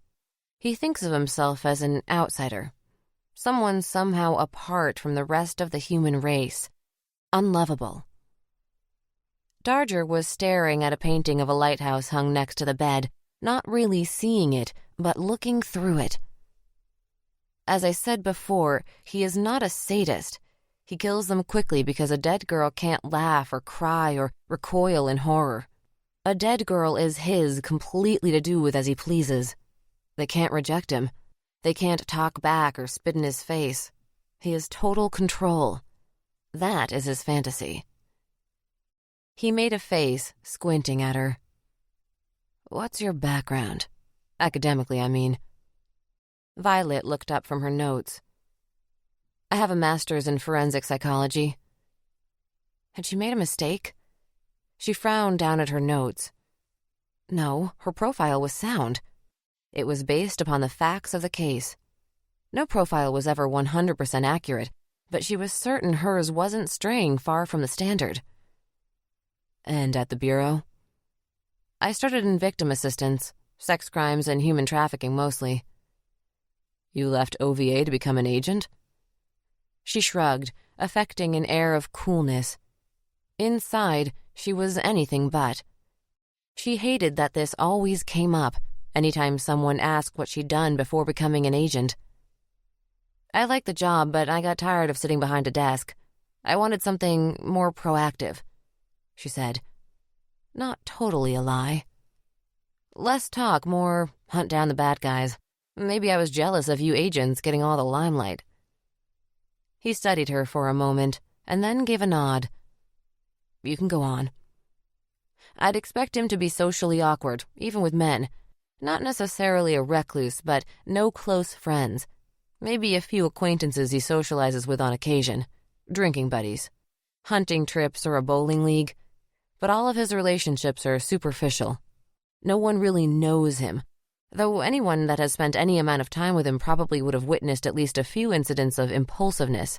Outbursts of anger, violent behavior, These events would be perceived by his peers as out of character, especially because his so-called normal demeanor is usually extremely controlled. Paper rustled as Darger brushed a page out of the way. Military experience is possible. The power and respect would appeal to him. If so, it likely ended in dishonorable discharge as he fails to get along with authority figures. He probably works a menial job that he considers beneath him and... Loshak interrupted a third time to go vomit. When he came back this time, Violet couldn't ignore it any longer. "Have you seen a doctor?" "For food poisoning? It'll resolve itself." Loshak laid an arm over his eyes, possibly an attempt to block out the light from the bedside lamp. "And how long has this so-called food poisoning been going on? Quantico has been trying to get in touch with you for a few days. Foodborne illnesses generally run their course in 24 hours. He peeked at her from under his arm. "You didn't mention you were an MD." "I'm not." "Then don't worry about it." There it was, a touch of the prickly disposition she'd anticipated. Still, she'd expected him to push back more, to challenge her. Maybe it was the sickness keeping him docile. "Now, what's your take on his method of collection?" "Collection?" she repeated, not sure what he meant. "How he chooses the girls, how he takes them." "Oh," she said. "I guess that depends on what we think of the interviews with Sierra Peters." "Pretend we don't have a supposed witness. What would you guess based on the rest of the profile?" Violet scratched at the back of her head. She was winging it now. Most of her profile had been put together as she walked the crime scenes, and at that point she'd been taking the legitimacy of Sierra's story for granted. The ground beneath her feet suddenly felt less solid. "This is based on gut instinct more than fact." "Every profile is, don't you think?" he asked. "I guess." Violet chewed a fingernail. "There are two options, really," Loshak said. "Is it random? He sees a girl walking down the street and just grabs her? Or does he watch them a while, figure out their patterns, wait till they're alone?" "I don't think it's random." "Me neither," he agreed. Loshak crossed one ankle over the other. "And what about getting them in the car?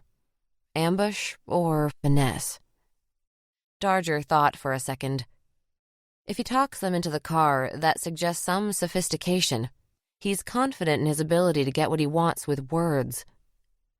She thought of Ted Bundy and Charles Sobrage, charming and conning women to get close. Ed Kemper made himself seem unimposing and dorky to disarm women, despite the fact that he was 6'9" and 300 pounds. But if he threatens them with a weapon, or maybe drugs them before they know what's happening, that's different. Forcing someone into a car, even if he incapacitates them or points a gun at them, is still risky on his part. Some of them are bound to scream or try to put up a fight. It could be that he gets off on the use of force, or he might just lack the confidence to try subtler means. "If." You said "if" before both scenarios. Which is it? She sighed. "My gut says he does something to catch them off guard. A con of some kind. Maybe he's able to talk some of them into the car.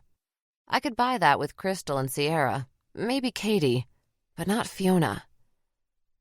Loshak pinched the bridge of his nose and fell silent for a moment. Darger wondered if he was going to throw up again. When a minute passed by with no further expulsions or conversation, Darger cleared her throat. "Speaking of Sierra Peters, what do you think of her statements?" Loshak grunted. "Hard to say. She contradicts herself so many times, makes it almost impossible to decide what might be true. I'm disposed to ignore all of it for the time being. It's a shame, too. Having a failed abduction attempt could have been a real boon. That's what got Bundy caught. The first time, anyway." "Even with what she said about the pool?" Darger asked. "The what?" "Have you seen the video of the second interview? Or only the transcript?" Loshak lifted his head, frowning at her. "The transcript. You got video?" Darger held up a finger, I'll be right back." She hurried next door, grabbing her laptop bag from the bed. In the mirror over her motel room's dresser, she noticed the manic, gleeful look on her face. Violet reminded herself that 3 girls were dead. She'd do well to curb her enthusiasm. Back in Loshak's room, she skipped to the end of the video and cranked the volume. "I think there was a pool nearby." "A pool? Why is that?" "I don't know, a feeling, I guess." "And you just remember this now?" "I just got a flash of it in my head." "Well, I'll be goddamned," Loshak said. "I'm assuming the fact that they found traces of bleach on the bodies was held back from the media." Loshak bobbed his head once. "Then she's telling the truth," Darger said, her voice coming out a bit more excited than she'd intended. So much for curbing her enthusiasm. What are the odds she just randomly guessed that? She didn't smell a pool. She smelled the bleach he dumps on them. Loshak was still staring at the screen, the blue-tinted light from the TV reflected in the wetness of his eyes. "Maybe." "What do you mean, maybe?" "I'm not disagreeing with you," he said. "I'm just saying she didn't specifically say she smelled it." Darger chewed her lip again. "What?" Loshak said. "What if that's why he took Fiona Worthington? Sierra was who he really wanted, but she got away. He was angry, impulsive, lashing out. And he happens to see Fiona jogging by. That could be why she doesn't fit the victim profile as well." Loshak pondered the ceiling for a while. "It's possible. But your theory relies heavily on a girl known for telling stories." "That's why I want to talk to her," Darger said. "I think I might know why she changed her story." This finally snapped Loshak out of his trance. He ruffled a hand through his hair again and snorted, half amused. "Just what every junkie wants, right? A house call from a federal agent." Chapter 7. Their task tonight may be to watch for a serial killer, but all McAdoo wanted, for the moment, was to open his damn snack cake. The wrapper on the honey bun crinkled as Officer Dan McAdoo's pudgy fingers worked at it. He grit his teeth, pulled with all his might. The oblong food item quivered in the open space between his hands, but the plastic sleeve wouldn't budge. "Piece of shit thing," he muttered under his breath. He swiped the back of his hand at his brow. Despite the night's chill pressing at the windows, it was warm in the car. Stuffy. He took a breath and went back to it. The bun shifted in his hands, hammy palms mashing the icing to the plastic as he tried again.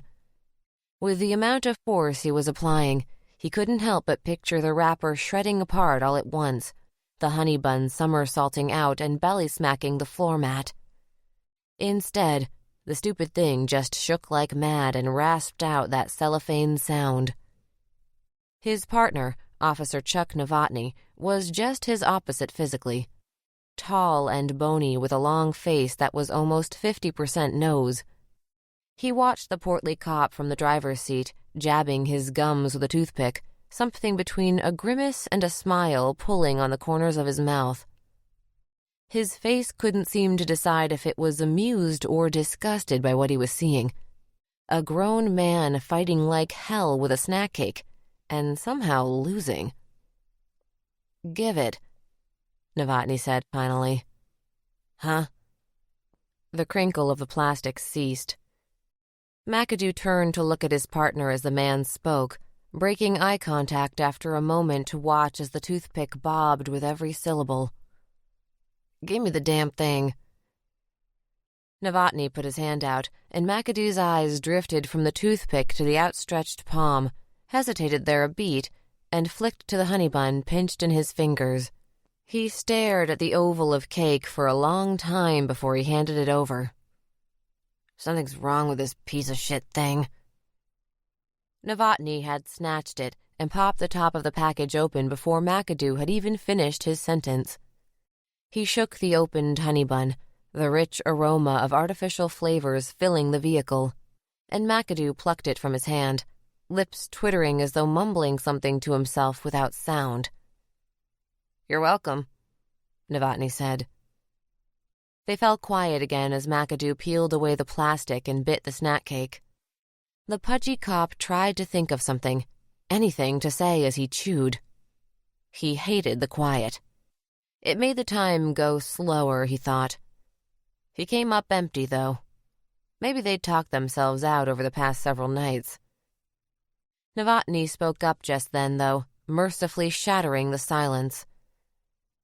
"Tonight's stakeout was brought to you by the Federal Bureau of Investigation," he said. McAdoo chuckled. They both knew that they were out here because of Loshak. The agent had impressed upon the chief how certain he was that the perpetrator would return to one of the dump sites. Apparently, these sickos did that on a regular basis. So here they were, bored. Constantly either too hot or too cold, shoving junk food into their mouth holes all night. They'd set up shop in the parking lot of an apartment complex across the street from the Burger King where the most recent body had been found. They were tucked back in the shadows pretty good, their car nestled among the sedans and minivans of the people who lived in the building, but they had a clear view. Both officers sported plainclothes, of course, and they sat in Novotny's Mustang rather than their standard cruiser. McAdoo decided to wear his holster since that wouldn't blow their cover so long as he stayed in the car, but he found himself unable to get comfortable with the gun in these bucket seats. Everything was so much smaller and more narrow than what he was used to in the cruiser. It didn't make much sense to him, but no matter which way he shifted, the gun kept digging into his hip. Novotny switched out his toothpick, replacing it with a wad of skull from the hockey puck-sized can he'd removed from his breast pocket. With the tobacco secured in his bulging lip, he lifted the binoculars to his face, and McAdoo followed his gaze. They looked at the Burger King across the street. The image of that bloody bag of body parts flashed in the portly cop's head, but the lot was empty. Dark. "See anything?" McAdoo said, his mouth full of snack cake. "Nope." "Think I'll come back?" McAdoo tried to sound nonchalant as he asked, but he was pretty sure his chalant was showing nevertheless. "FBI people sure seem to think you will," Novotny said with a shrug. McAdoo stopped himself short of asking, "What if they're wrong?" It would have been a silly thing to say, he knew. Between the two of them, Novotny and McAdoo had worked 11 years at the Athens Police Department. Neither of them had witnessed a homicide scene in real life before all of this, let alone worked a serial murder case. Special Agent Loshak knew more about violent crime than he would in 10 or 20 lifetimes working this jurisdiction. "So they really do that?" McAdoo said after a lull. "Go back to the scene, I mean. That's like a thing." "Oh, yeah," Novotny said, bringing the binoculars down to his lap. "Ted Bundy used to go back up into the mountains to his dump sites and sleep with the dismembered bodies." McAdoo paused mid-chew, suddenly less interested in the second half of his honey bun. "For real?" "Yep. Used to jerk off into their mouths and stuff. He had problems." "Yeah, I guess so. Where was that at? Somewhere way out west, right?" "Washington State. Utah, Colorado, a couple in Florida, too. Maybe 3. "Yeah, so pretty far from here." Novotny's head swiveled to face his partner, and he locked eyes with him. "You think it doesn't happen around here? Ohio had one of the first famous serial murder cases, the Cleveland torso murders." McAdoo's mouth suddenly seemed very dry. "Torso." Novotny tilted his head and squinted, narrowed eyes still focused on his partner. "Yeah, torso. Please tell me you're not asking what a torso is." "No, I didn't know if that's what you said or—" "I said torso murders. Cleveland, Ohio. 12 vagrant victims. Dude beheaded them while they were still alive, then cut off the arms and legs and dumped them. They never found about half of the heads, as a matter of fact. I think he emasculated some of the male victims, too. Cut their junk right off. Snip, snip. Novotny scissored his index and middle fingers a few times as he finished his thought, chuckling a little at his sound effect. A sigh escaped McAdoo's nostrils like he'd sprung an air leak. Jesus, man, who would do something like that? Don't know. They never caught the guy. Investigation dragged on for years. The honey bun sank as McAdoo let his forearms fall to rest on his legs. What the hell were they talking about? What the hell were they doing out here at all? This is so morbid. Remember when our job was handing out fix-it tickets for people with busted-out taillights? The fat one said. Now we're staking out a goddamn serial murder scene. A goddamn Burger King where they found a goddamn dismembered girl in a garbage bag. Novotny lifted a styrofoam coffee cup to his face and spit tobacco juice into it, nodding as he did it. Yep, I remember it well. But someone has to do the job, my friend. Some psycho wants to hack up a bunch of girls and shove the pieces into garbage bags. Well, someone has to stop them. That's the police, right? And that's us. We'll get this piece of shit. They were quiet for a while. McAdoo watched the shadows over the empty Burger King lot. The lights inside the building were on for anti-theft purposes, of course, but the big orange and red sign held dark. He could picture the killer swathed in half-light, struggling to get the bloody bag over the lip of the dumpster. His shoulders quivered a little when he thought of it. But those feds, Novotny said, interrupting the vision. They ain't real police. Always remember that. McAdoo thought about this notion, couldn't make much sense of it. What do you mean? He said. I mean, we're the ones pounding the pavement, knocking on doors, sitting out at a damn Burger King at 2 a.m. for Christ's sake. We're the soldiers, you know? We're the ones doing the real job. Those FBI people, they're eggheads. Cracking psychology books, writing term papers and shit. They mean well. Maybe they even help part of the time. But they ain't the real thing. Bureaucrats won't stop this monster. All the paperwork in the world won't stop him. The police will. Again he dipped his head and spurted brown juice into the styrofoam spittoon, licked his lips. A rebuttal tingled on the tip of McAdoo's tongue. He didn't agree with his partner. At all. The police around here were in way over their heads with the doll parts case, and anyone who wasn't thankful for the FBI's help was a fool. He almost said so, but he hesitated a beat too long.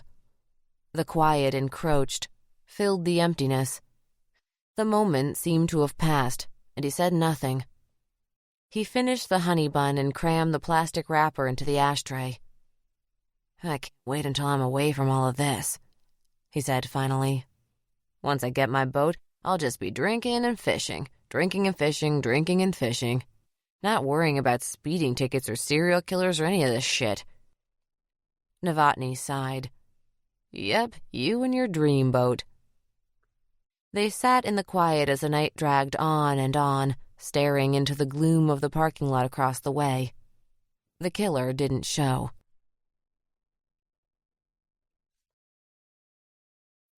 Chapter 8.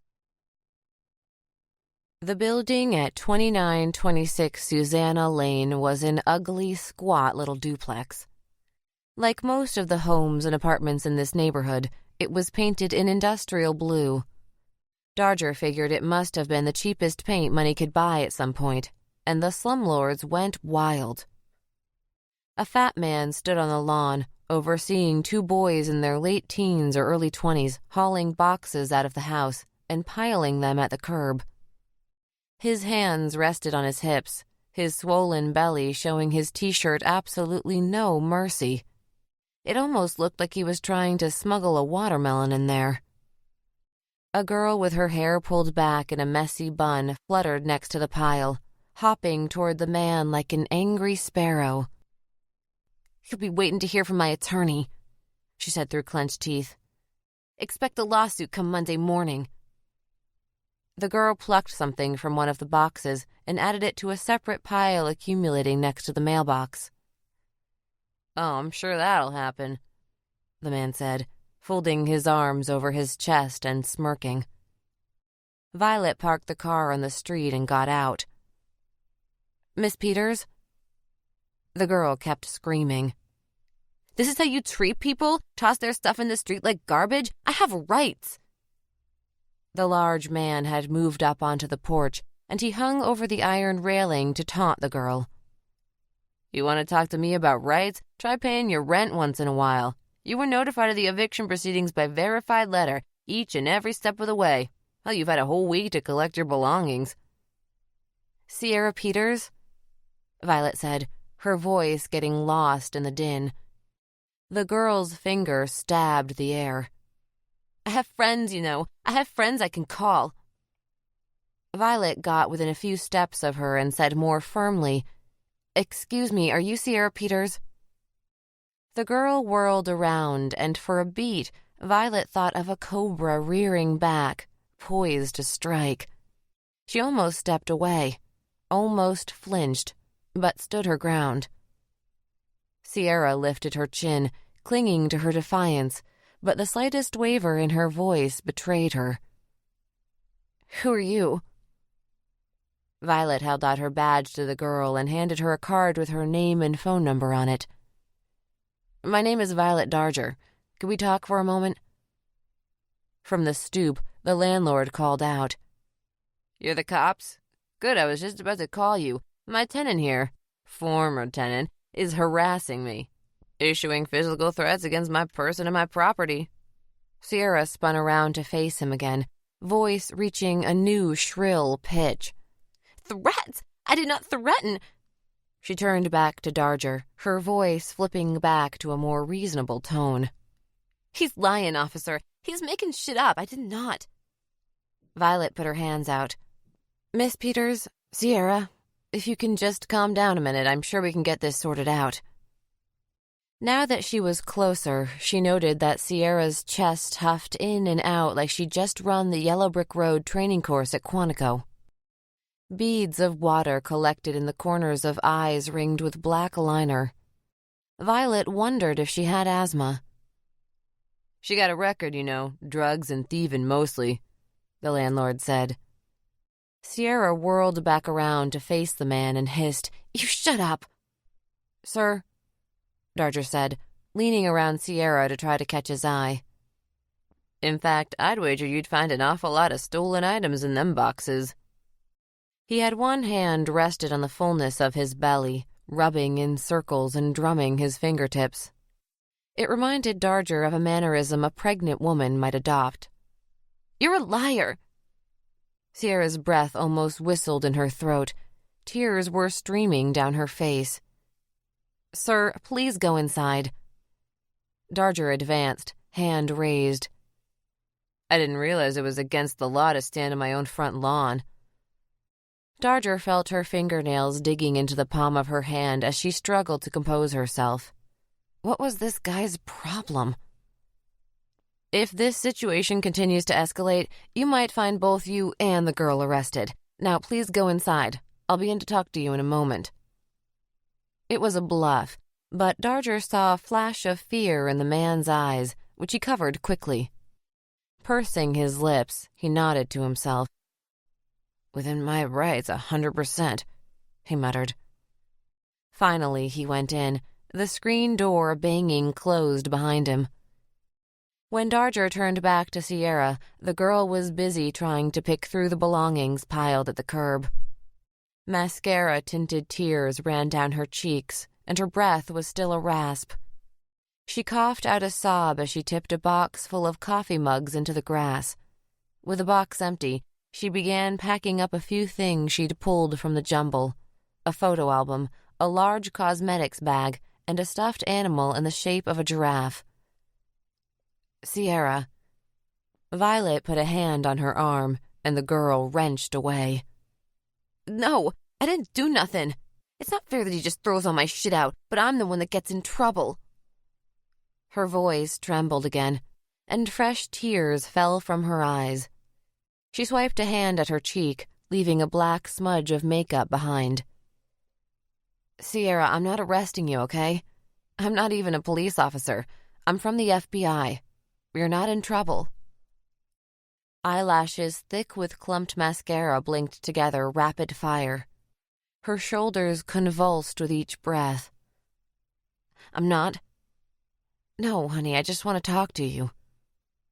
Violet was patting her back now and talking in a soothing tone.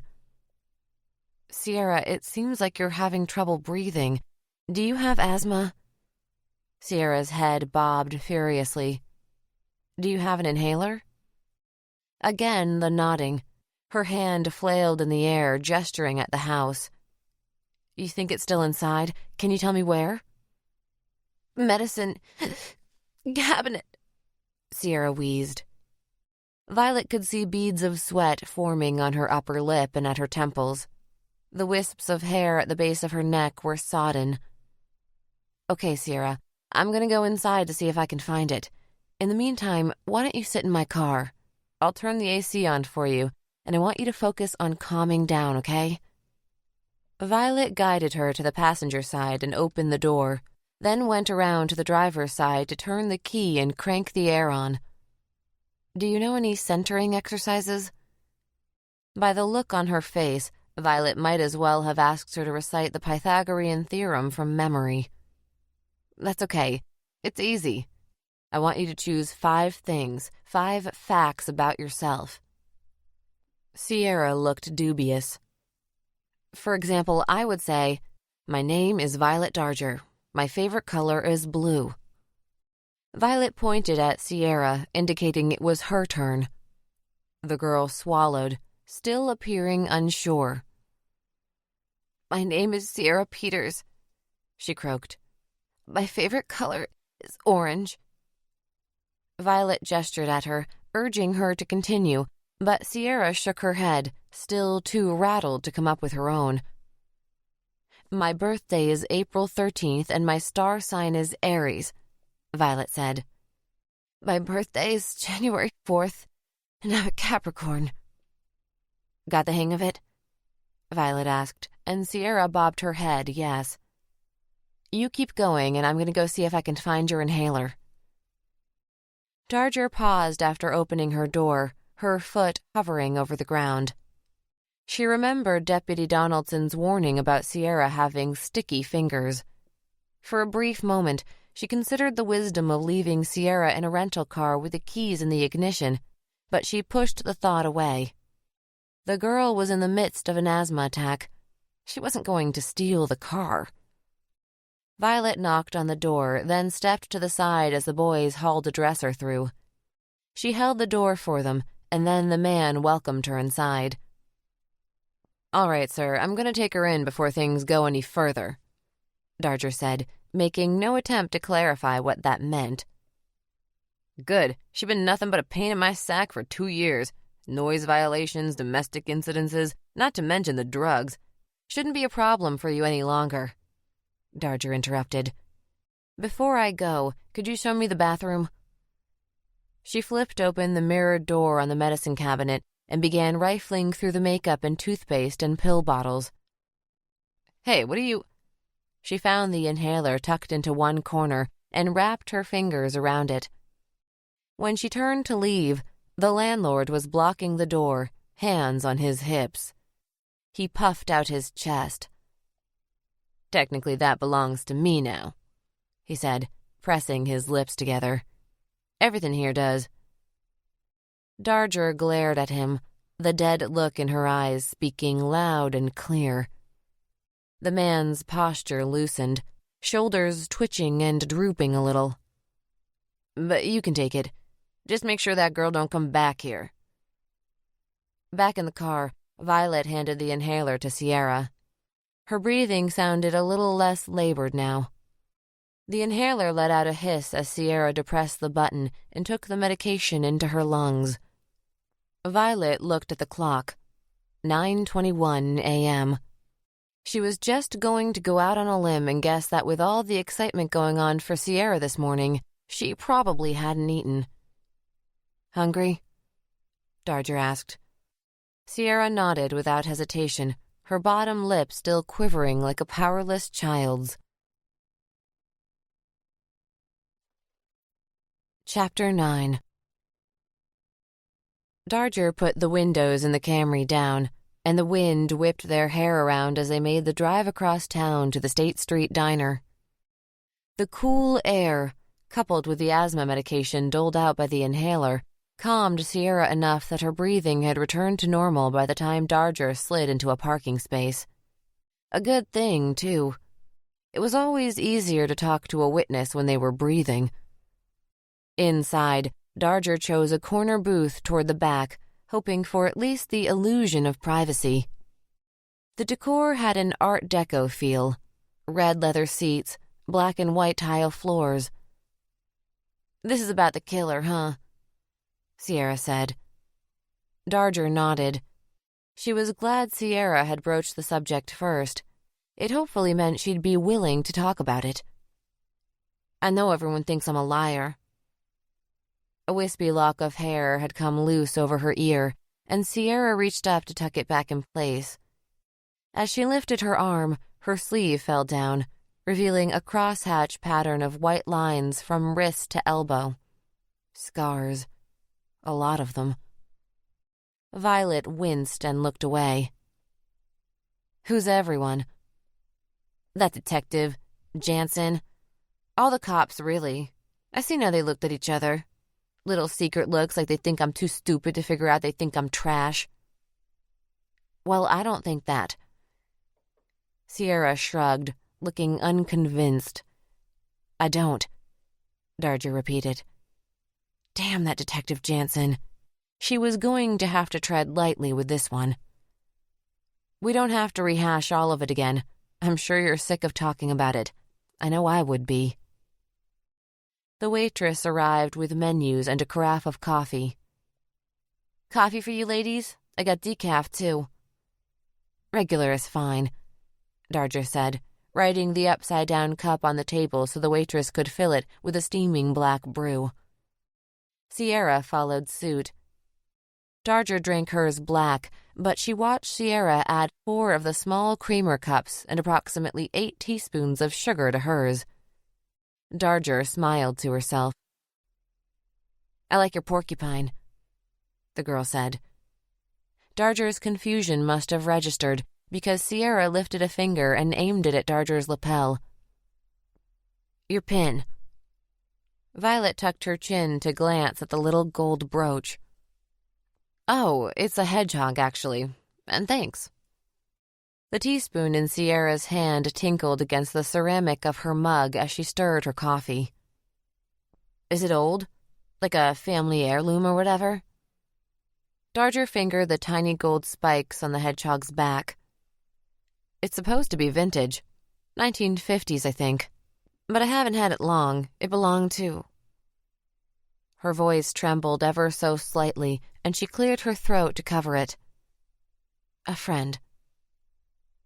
Sierra tapped her spoon against the cup, then laid it to rest on a napkin. Coffee bled over the papery surface. "I've got this ring," Sierra said, extending her hand. "It was my grandma's. My dad's ma. Supposed to be moonstone, I think." The stone was an oval of milky white set in a claw of sterling silver. A simple leaf pattern adorned the band. "It's very pretty," Violet said. Sierra wiggled her fingers, admiring the stone. "Supposedly moonstones enhance your psychic abilities, if you believe in that kind of thing." "Do you?" Violet asked. The girl pursed her lips.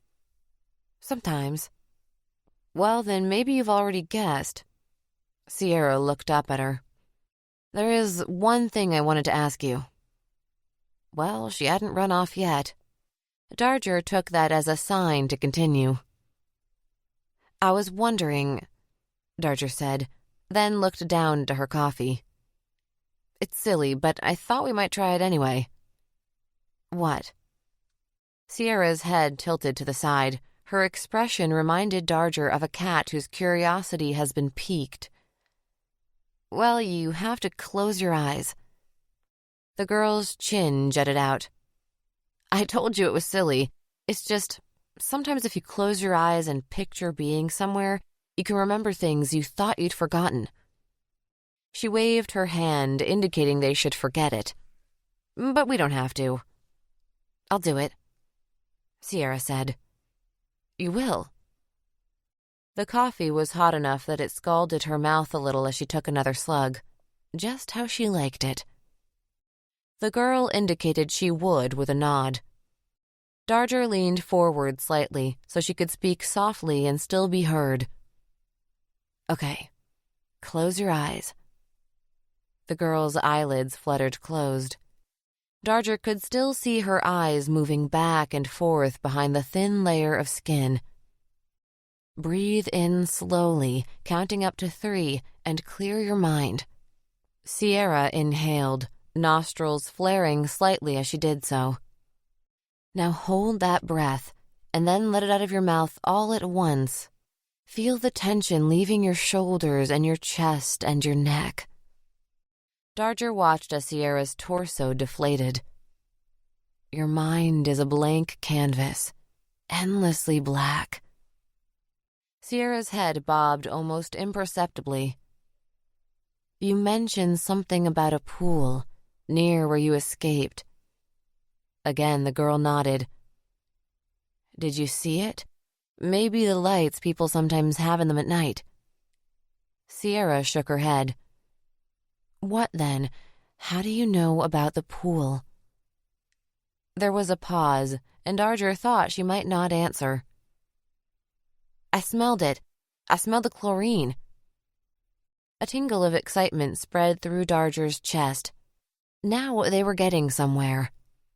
Good. Okay, let's go back. Back to when he first took you. It's late, 2 a.m. It's dark except for the streetlights. There aren't many people out. You're walking down Vine Street. Are you heading toward the university or away from it? Darger held her breath. Away, Sierra said. Darger bit her lip, forcing herself to continue.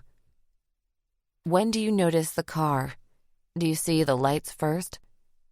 No, Sierra said, shaking her head. I hear the engine. Is it loud, a broken muffler? There was a clatter of dishes and silverware as their waitress cleared away the dishes from a nearby table. Darger watched her slip the cash tip into her apron pocket and move on. Luckily, the distraction hadn't seemed to rattle Sierra, who still sat with her eyes closed. No, normal sounding. But I hear him coming, and he pulls a little ahead of me before he stops. You can see the back of the car? Yes. What about the license plate? There's a pause. Sierra's forehead wrinkled. No, it's too dark. Is there anything else, anything about the car you can think of? Sierra's shoulders rose and fell with her breath. I don't think so. Violet tapped the top of Sierra's hand. That's okay. Thank you for trying. You did good. That's it? Sierra said, her tone sounding disappointed. Darger leaned forward. Hey, you remembered that you smelled chlorine, right? That's something. Sierra rubbed the palms of her hands over the tops of her thighs. Doesn't seem like much, though. It's more than you realize. You never know what small detail might turn out to mean something big, Darger said, and she couldn't stop the corner of her lip from turning up. Sierra had already told her quite a bit, more than she probably even realized. She hadn't corrected Darger when she started the narrative on Vine Street, walking away from campus. That was from Sierra's original statement. In her second interview, she'd insisted she was several miles away, near McHappy's bakery. But secondly, confirming that she had indeed smelled chlorine, smelled bleach, proved for Darger that Sierra had been taken by the same man who had killed the other girls.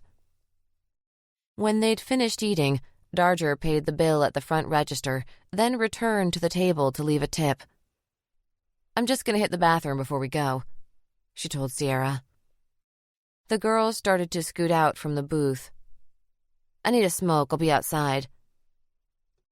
The diner's ladies' room reeked of cinnamon-scented Glade, and the water pressure was such that everything in a 3-foot radius of the faucet got sprayed when Darger turned the sink on. She made a fruitless attempt at blocking the spray with an outstretched hand before turning the water off.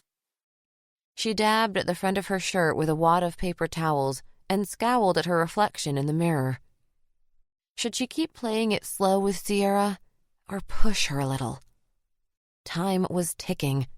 It was very possible another girl could go missing in the next few days. Then again, she might scare the girl off and lose the best lead they had. As she passed by their table on the way to the door, Darger noticed that while the $5 bill she'd left was gone, the dishes hadn't been cleared away. "Bit of a klepto," Deputy Donaldson had said. Darger sighed, removed another bill from her wallet, and tucked it under the pepper shaker. She'd made her decision. Or maybe Sierra had made it for her. Tendrils of smoke spilled from Sierra's nostrils. She was leaned casually on the hood of Darger's rental, not looking the least bit guilty for stealing the tip. Darger wondered if she should give her the benefit of the doubt. After all, the waitress may have grabbed the money and intended to return for the dishes. But Darger thought not. They got in, buckled their seatbelts, and Darger steered them onto the street. Sierra sat up a little straighter when they turned onto Vine Street. "I haven't been this way since," she said, and trailed off. This was good, Darger thought. Very good. She slowed the car down a bit. "You said you heard him first. Can you show me where you were when you heard the engine?" Sierra's eyes were wide now. "Sierra, stop the car." "What?" Sierra undid her seatbelt, and then she was wrestling with the door, trying to open it, but the lock was engaged. "Sierra, wait, I just want to know what really happened." But she wasn't stopping. She'd found the unlock button and pressed it, and now she was yanking the handle, opening the door. Darger brought the car to a halt, her seatbelt going taut across her chest at the sudden stop. Sierra scrambled out of the front seat, then went to the back to get her things. "You tricked me." "I didn't mean to trick you." Violet put the car in park and started to get out. "Just hold on a second, please." "No way. You all think I'm a liar, but you all are the liars." She slammed the door and started to run down the sidewalk. "Sierra, wait." Darger scrambled back into the car to follow. "Leave me alone." Sierra screamed back at her, then jogged up a side street marked one way. "Shit," Darger muttered, and sped around the block. By the time she'd found a way onto the street, there was no sign of Sierra. Darger did a few more loops, hoping to catch a glimpse of her, but it was no use. The girl was gone. Having nowhere else to go, Darger returned to her hotel room. She took off her boots and paced over the green shag carpet, periodically moving to the window to gaze through the glass before pacing some more. She'd knocked on Loshak's door, but he hadn't answered. She didn't know if he wasn't in or if he was still recuperating from his illness. In either case, it was probably better that he wasn't answering. She'd wanted to impress him, and somehow she thought that scaring off their best witness wasn't going to do that. Fuck. If she'd just been patient. But no. No, she had to push. And she'd pushed because she'd been annoyed about Sierra stealing the tip if she was being honest with herself. Stupid. She didn't want to sit around moping in her room, but she had nothing else to do and nowhere in particular to go in this unfamiliar town, so she decided to take a walk. Clear her thoughts. It was a nice enough day that it almost didn't matter that the motel wasn't located in the most picturesque spot. Across the street was a gravel-paved lot shared by 2 different used car lots. She knew the Hocking River was somewhere off to her left, but she couldn't see it through the trees. Violet had progressed nearly a mile down the road and was passing the squeaky clean car wash when her phone rang. "Hello?" Special Agent Darger. Darger stopped walking and held very still. Sierra? I didn't know who else to call, Sierra said, then started to cry. It's okay, what's wrong? Can you come pick me up? Darger scribbled the address on her hand with a ballpoint pen from her pocket. Stay right where you are, okay? I'll be there in 10 minutes. When she pulled up to the house, Sierra was sitting on the curb smoking a cigarette. Her makeup was smeared again, and her possessions were set in a neat pile next to where she sat.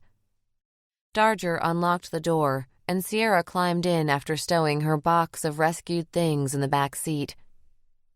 Did something happen? Sometimes you think people are your friends, but... Sierra said, wiping at her cheek. No one cares. That's not true, Sierra. I care. It wasn't just a platitude either. Violet had spent the early part of her career counseling girls a lot like Sierra. Girls with addiction and untreated mental illness. Girls with a history of trauma and abuse. Girls that felt lost and unloved. She tried to avoid making spur-of-the-moment diagnoses, but she suspected Sierra may have borderline personality disorder. It would fit with her wildly shifting moods, her chaotic relationships, her impulsiveness. And the scars Darger had noticed at the restaurant. It would explain those, too. People suffering from BPD were often cutters. But Sierra wasn't listening, and when Violet got a look at her pupils, she could tell she was high. Sierra? I need to use your phone. Darger handed over the phone. Sierra sniffled as she dialed. Mom, she said after a moment. Listen, I need to ask you something. Yeah, but... The next thing Darger knew, Sierra was shouting into the phone. No, that's not true. She backed down a little, her tone coming out more of a whine. You're not listening to me. Why do you always take his word for it? There was a pause, followed by more screaming. Fine, take his side, I don't care. I hate you. Her fingers gripped the phone so hard that her knuckles were white, and Darger worried for a moment that she was going to smash it against the dash. Sierra. The girl blinked at her, and Darger thought she might be so angry and so high that she'd actually forgotten where she was and who she was with. The tears returned. This isn't fair. I was doing good. I tried really hard. Then all this stuff happened. I give up. Violet reached out and squeezed her shoulder. Look, my room has an extra bed. Why don't you stay with me for the night? Everything else can wait until tomorrow. Chapter 10. Sierra told her where the good pizza was in town, and they stopped at Angelo's on the way back to the hotel. While she waited for the order, Darger went to the liquor store next door and grabbed 2 six-packs. They arrived back at the room and dove into the beer and pizza, half with mushrooms for Violet and half with pepperoni and extra banana peppers for Sierra. Darger turned the TV on for background noise, and time moved in fast speed as 3/4 of the pizza disappeared, along with several beers. It felt good to not talk, to not think, to just funnel food and drink into her face. The girl was right about Angelo's, too. Tasty. Carbon dioxide hissed as Darger twisted the cap off her 3rd beer. Sierra was on her 4th. Violet tipped the bottle back and took a slug, wondering at the ethics of getting drunk with a witness. Oh well. Sierra looked over at her. Huh? Nothing, just talking to myself. Sierra stared at her for a moment, then grinned. You're wasted. I am not. A snorting sort of laugh came out of Sierra's nose. Yeah, you are. Lightweight. You're the one that sounds a little tipsy with that Miss Piggy laugh over there. Sierra was in the midst of taking another drink from her beer, and a fine mist sprayed out of her mouth as she laughed again. "Miss Piggy?" White foam oozed from the top of her beer bottle, and she quickly held it to her mouth so she could slurp it before it dribbled on the bedspread. After that, she sat still a moment. "You're not like all them other cops." "I'm not a cop, really." "FBI, whatever. Once a cop, always a cop," Sierra said, smirking to herself. "Pretty much." "But you weren't?" Sierra asked. "A cop before, I mean." Violet shook her head, suddenly somber. Sierra had pushed her sleeves up, and she'd caught another glimpse of her scars. That, coupled with this line of questioning, had her mind going to all the places she'd been trying to avoid lately. Violet's gaze strayed to the window. Between the parted curtains, she could see the orange sodium glow of the streetlights shining on the cars in the parking lot. Blood on pavement looked black under those lights, she knew. Black blood and the tangy, acrid smell of spent gunpowder. "Agent Darger?" Darger's head snapped up. "What did you do before this?" Another swig of beer washed the bad taste from her mouth. "I was a victim specialist. Still FBI, but sort of like a counselor or a therapist." A moth fluttered at the window, wings beating against the glass before it moved on. Violet stared down the open mouth of her beer bottle. Tiny bubbles broke on the golden surface below. "I was 17 the first time I got drunk. I was at my best friend's graduation party. She had a big family, and there was plenty of booze to go around, of course. We waited until after the party, when almost everyone had gone home, and we snuck outside to the coolers and snagged some leftover Boone's Farm, sangria. Tasted like grape juice and piss." Sierra snickered. "I used to love the strawberry daiquiri flavor." "We each had our own bottle," Violet continued. "And at first we only took one sip, and then we waited. We kept saying, 'I don't feel anything.' And then we'd take another sip, and pretty soon we'd each drink half a bottle." "I bet you felt something then." Violet's lips stretched into a smile. "My friend stood up to pee and almost fell over. She hadn't even taken a step or anything. And that set me off giggling. I thought she was faking it until I tried to stand up too. I stumbled sideways and took out a table lamp." They both laughed. "It wasn't long before it all caught up to us, and we were running for the door so we could go puke in the backyard so her parents wouldn't hear." Darger tilted her head back and sucked down the last dregs. "Haven't touched that stuff since. Even real sangria makes me a little queasy." "I don't remember the first time I got drunk for real," Sierra said, running a finger along the wallpaper and frowning. "But I do remember the first time I drank a beer. It was me and my neighbor, Kylie. We swiped a can of Bud Light from my mom's fridge, and one of her cigarettes, too. And then we crept out to the woods behind our houses, and we practiced holding the beer and cigarette in the same hand the way our moms did." She grabbed a pen from the bedside table and demonstrated. "I don't think we even drank half of the beer. We thought it was disgusting. Same with the cigarette. We didn't inhale or nothing, just held the smoke in our mouths." Sierra had that faraway smile people got when remembering fond times from their childhoods. "How old were you?" Violet asked. Sierra chewed her lip. 9, I think, maybe 10. "Young," Darger said. "I guess so. It was so innocent, though, you know? We didn't know what we were doing. It was just a game. Playing grown-up."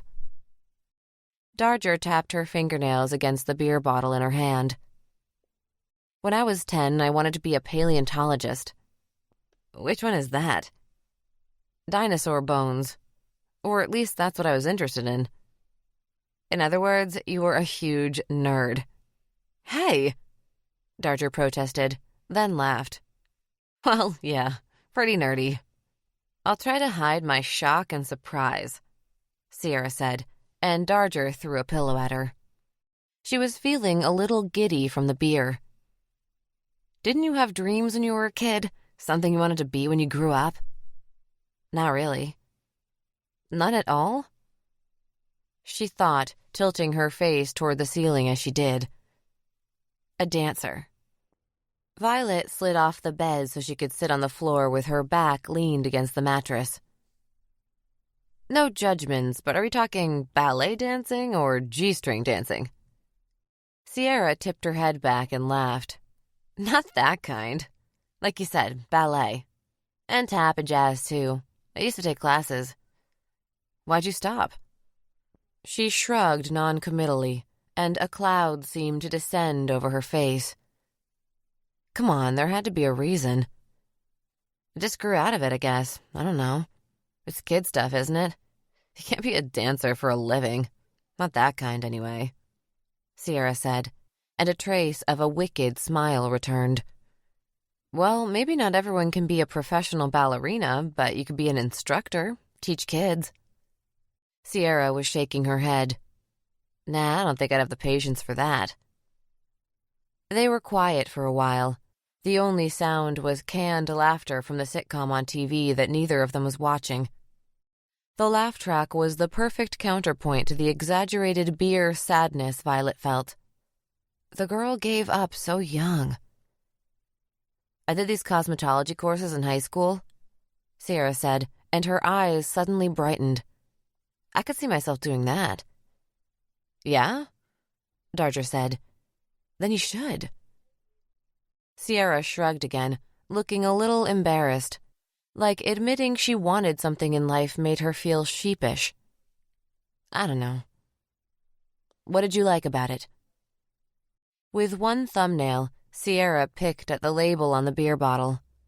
The scratching noise was the only sound for a while. We used to go to this old folks' home, Sierra said. We'd practice on the ladies there, do their hair and makeup, give them manis and petties. Those old ladies always looked so happy when we were done. Violet pulled her knees to her chest and rested her chin on top, watching the girl. Sounds like it made you pretty happy, too. Yeah, Sierra said. Yeah, it did. They had settled into a strange comfort with one another by then. They flipped through the channels, pausing once on the shopping channel where some sort of strange boob cushion was being advertised. Sierra laughed so hard she rolled off the bed. Darger was surprised to realize she was actually having a good time. It was not what she'd expected when she'd first invited Sierra to stay with her. When she considered bringing up anything about the case, she felt a twinge of guilt. Not only because she didn't want Sierra to think that had been the reason she'd offered to help her, but maybe because it had been at the forefront of Violet's mind when she'd made the suggestion. Violet didn't realize she was chewing on her nails until Sierra's hand latched around her wrist. Damn, girl, you need a manicure. Oh, yeah, bad habit, Darger said, studying the jagged edges. Sierra bounced off the bed and went over to the pile of possessions she'd scavenged from her eviction. When she came back to the bed, she had the little train case in her hands. The top unfolded, revealing 2 shelves with around a dozen compartments each. There were eyeshadows and lip pencils and brushes and sponges. Sierra reached for an emery board and a pair of nail scissors. You were serious? Uh-huh. Her open palm beckoned. She started with the scissors, evening out the broken edges and trimming a few hangnails. After that, a few sweeps of the file rounded what meager tips Darger hadn't already chewed off. Massaging a dollop of conditioning cream into each fingertip, Sierra clicked her tongue. You need that stuff they have for dogs. A breathy laugh puffed out of Darger's nostrils. What? It's like sour apple or something, supposed to keep them from chewing. Violet laughed. That might work, but I'd probably just develop a taste for sour apple fingernails. With a large wooden Q-tip, Sierra did battle with Darger's ragged cuticles, prodding and poking them into submission. A calmness came over the girl as she worked, a focus Violet hadn't seen before. Another specialty goop came out, and Sierra began massaging her hands and forearms. Darger let her eyes fall closed. Now I just need a lounge chair on a tropical beach and a cute cabana boy to bring me a margarita. Tell him to bring me one, too, Sierra said, chuckling. Darger lifted her free hand and gestured to the imaginary cabana boy. Make that 2 margaritas, Butch. When it came time for the polish, Sierra selected a bottle of nail polish in a very loud shade of blue. A metal BB rattled against the glass as Sierra shook the lacquer, and Darger eyed it dubiously. Are we sure about this color? Yes, we are sure about it. It's just so blue, Darger said. The blue of a tropical ocean. Does it come with a cabana boy named Butch? It's called Cerulean Sea, and it is very in right now. Sierra fixed her with a stare. You're the one that said I should follow my dreams. And that involves painting my nails the color of cotton candy. Cotton candy is pink. Pink! Hey, there's an idea. A nice traditional shade. Let me do them in Cerulean Sea, and if you hate it, we can take it off. Darger surrendered her left hand, still clutching a beer in her right. When she finished, Darger admired the glossy enamel. The girl had done a good job, and the color, while not necessarily something Darger would have chosen on her own, wasn't quite as garish as she'd expected. See? Darger wiggled her fingers. You do good work. Thanks, Sierra said, beaming. She bent over her own hand, applying the same blue shade to her fingertips. Her face was placid, as tranquil as a tropical lagoon that the nail polish was named for. Darger swallowed, worrying she might ruin what rapport she'd achieved so far. Maybe she should wait. But again, the tick-tock of the clock counting down to the next victim demanded she do it now. Finished with her first hand, Sierra screwed the top back on the bottle and waited for the polish to dry before she did the other. She blew on the nails and reached for the pizza box with her dry hand. So this Jimmy guy you were talking about earlier, Darger said, even though Sierra hadn't actually mentioned him. Is he your boyfriend or what? God, no, Sierra said, too quickly, and Violet realized there was almost certainly some kind of history there. She'd only intended to use the boyfriend angle as a segue. Friend with benefits, then? A slice of now cold pizza hovered in front of Sierra's mouth, and she almost choked on the bite she'd just taken. Probably what he thinks, she said. And he's someone that can get certain things that people might want, am I right? Sierra's eyes flicked up to meet hers for a moment, then focused back on her pizza. She pinched a piece of pepperoni between her fingers and pulled it free, depositing it in her mouth. I guess you could say that. Is that why you're protecting him? Sierra's jaw moved up and down. Sierra. Violet's tone was gentle but insistent. I don't know. Because no one's interested in whatever goes on at Jimmy's house. At least I'm not. All I care about is catching the guy who took you. If he's the same guy who killed those girls, Sierra, he's going to do it again. Soon. You know it and I know it. The chewing stopped. A faraway look entered the girl's eyes. Darger thought she could see tears forming, but she wasn't certain. I know. The girl's voice was barely a whisper. Violet didn't dare move. She held very still, and very quietly she spoke. So tell me what happened. She had been at Jimmy's for most of the day, getting high, watching TV, playing video games. Mostly him and his friends play, and I just watch. I'm not really into that stuff. At around 2 a.m., she left Jimmy's to go home. You were going to walk home? It's kind of a hike, isn't it? Sierra shrugged. Jimmy wouldn't give me a ride, and he said I couldn't stay because he had to get up early the next morning, so what was I supposed to do? Violet tried to think if she'd ever met any drug dealer that had to get up early in the morning. More likely, she was too naive or in too much denial to recognize when she was being blown off. She'd only gone about a block when she heard the car, and that was where Sierra's story got interesting. Sierra said, and then seemed to stop herself. Violet waited. The last thing she wanted to do was interrupt. After a long pause, Sierra started again. He stopped the car and Again, her words faltered, and Sierra covered her face with her hands. Sierra, Violet said softly, I'm not going to judge you. I'm only interested in finding the man who tried to kill you. I need to make sure he never hurts anyone else, and I need your help to do that. I know, but what if it was my fault a little bit? What if I got into the car with him? That doesn't make it your fault. Is that what happened? An almost imperceptible nod of Sierra's head told her it was. What did he say to you? He asked if I wanted to party. Darger could almost hear Jansen's accusatory tone in her head. Do you make it a habit of getting into cars with strange men like that? A sniffle escaped the girl's hands, and Violet scooted closer so she could rub Sierra's back.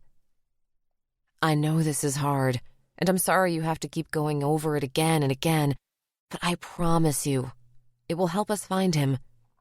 You're the key, Sierra. The girl took her hands away at that, wiping at her cheek with the collar of her t-shirt. Violet leaned over and snatched a tissue from the box near the bed, and then handed it to Sierra. What do you mean? Darger licked her lips and tried to figure out how to explain it. In most homicides, the way we solve it is by tying the murderer to the victim.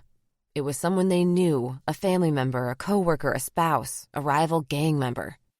We can usually narrow things down by determining whether or not it was a crime of passion or something that seemed planned. If it was a crime of passion, a husband catches a wife in an affair, or two people have an argument and one pulls a gun, then we knew where to start looking. Likewise, if it seems planned, then we start checking out people who would have benefited from the death, whether it's about money or drugs or a custody disagreement. But serial killers don't fit into the normal way of solving a homicide, and usually that means we have to get lucky, or clever, or both. In this case, I think it's both. We got lucky, Darger said, pointing at herself, because you were clever enough to escape. Now she aimed her finger at Sierra. I still don't see how it helps that much. Sierra, believe me, this? She waved her phone in the air, which had been recording their talk. This whole conversation is everything. We are going to find him because of you, because of the things you've told me here tonight. I know it. Sierra had stopped crying now. She looked down at the wadded-up tissue in her fist. Do you think you can tell me what happened after you got in the car? Sierra's head went up and down. The story from there on out was similar to what she'd told Jansen. Almost as soon as she got in and closed the door, he hit her on the side of the head and clapped a rag over her mouth.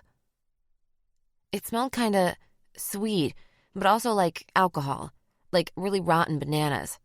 But it made my nose so cold. She woke sometime later on a cold floor. She still wasn't certain about it being a garage or not. When she got to the part about running into the woods, Darger stopped her. How long do you think you ran through the woods? Sierra scratched under her chin. I don't know. It seemed like a long time. An hour, maybe 2. Darger knew from the timeline that it couldn't have been 2 hours. Sierra was picked up around 2 a.m., and her 911 call was noted in the file as occurring at 3:16 a.m. An hour was possible. Then again, it could have been more like 15 minutes and felt like much longer in the dark, terrified, with her brain addled from chloroform. Suddenly, the girl's back straightened. I threw up. In the woods? I don't know. Maybe. Or maybe in his car? I just know that when I was talking to the 911 operator, I could taste it in my mouth. She made a face, the memory of the taste eliciting fresh disgust. Could you see the payphone you used when you first came out of the woods? Sierra shook her head. No, the first thing I saw was lights. Way up high, street lights. And maybe the lights on a billboard? It's all kind of blurry. Once I saw the road, I kept walking along the edge of the woods until I saw a place with a phone.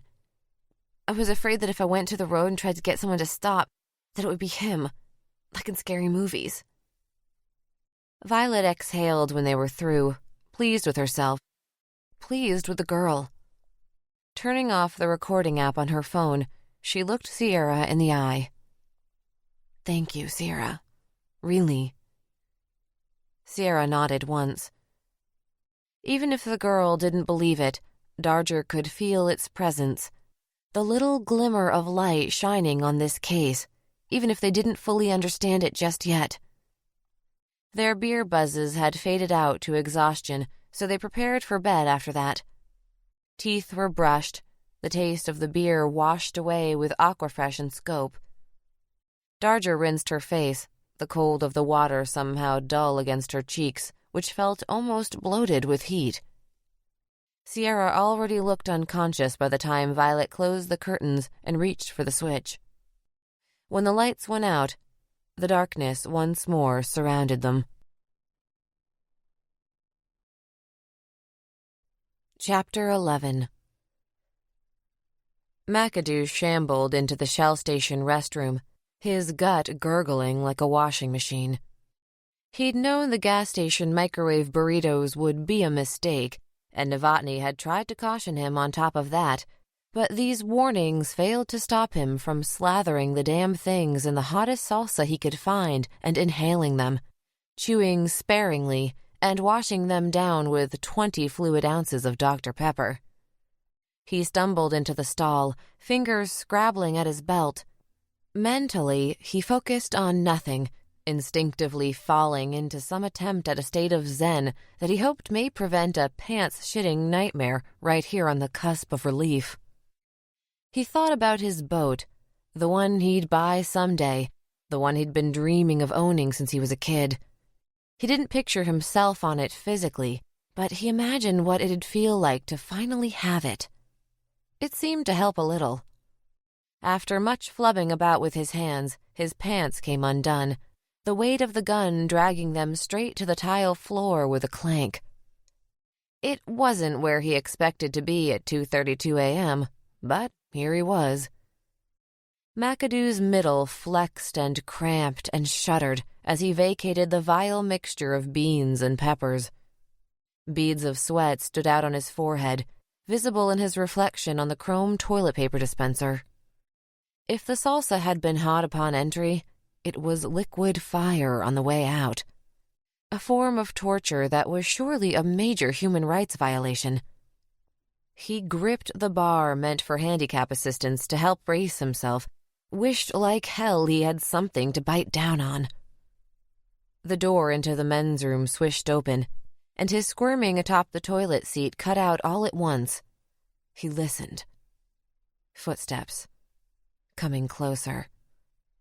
The door swished again, closing this time. Silence. Someone was in here with him. Someone holding perfectly still on the other side of the stall door. He tried to stop himself from considering it, but it was too late. Could it be the trash bag killer?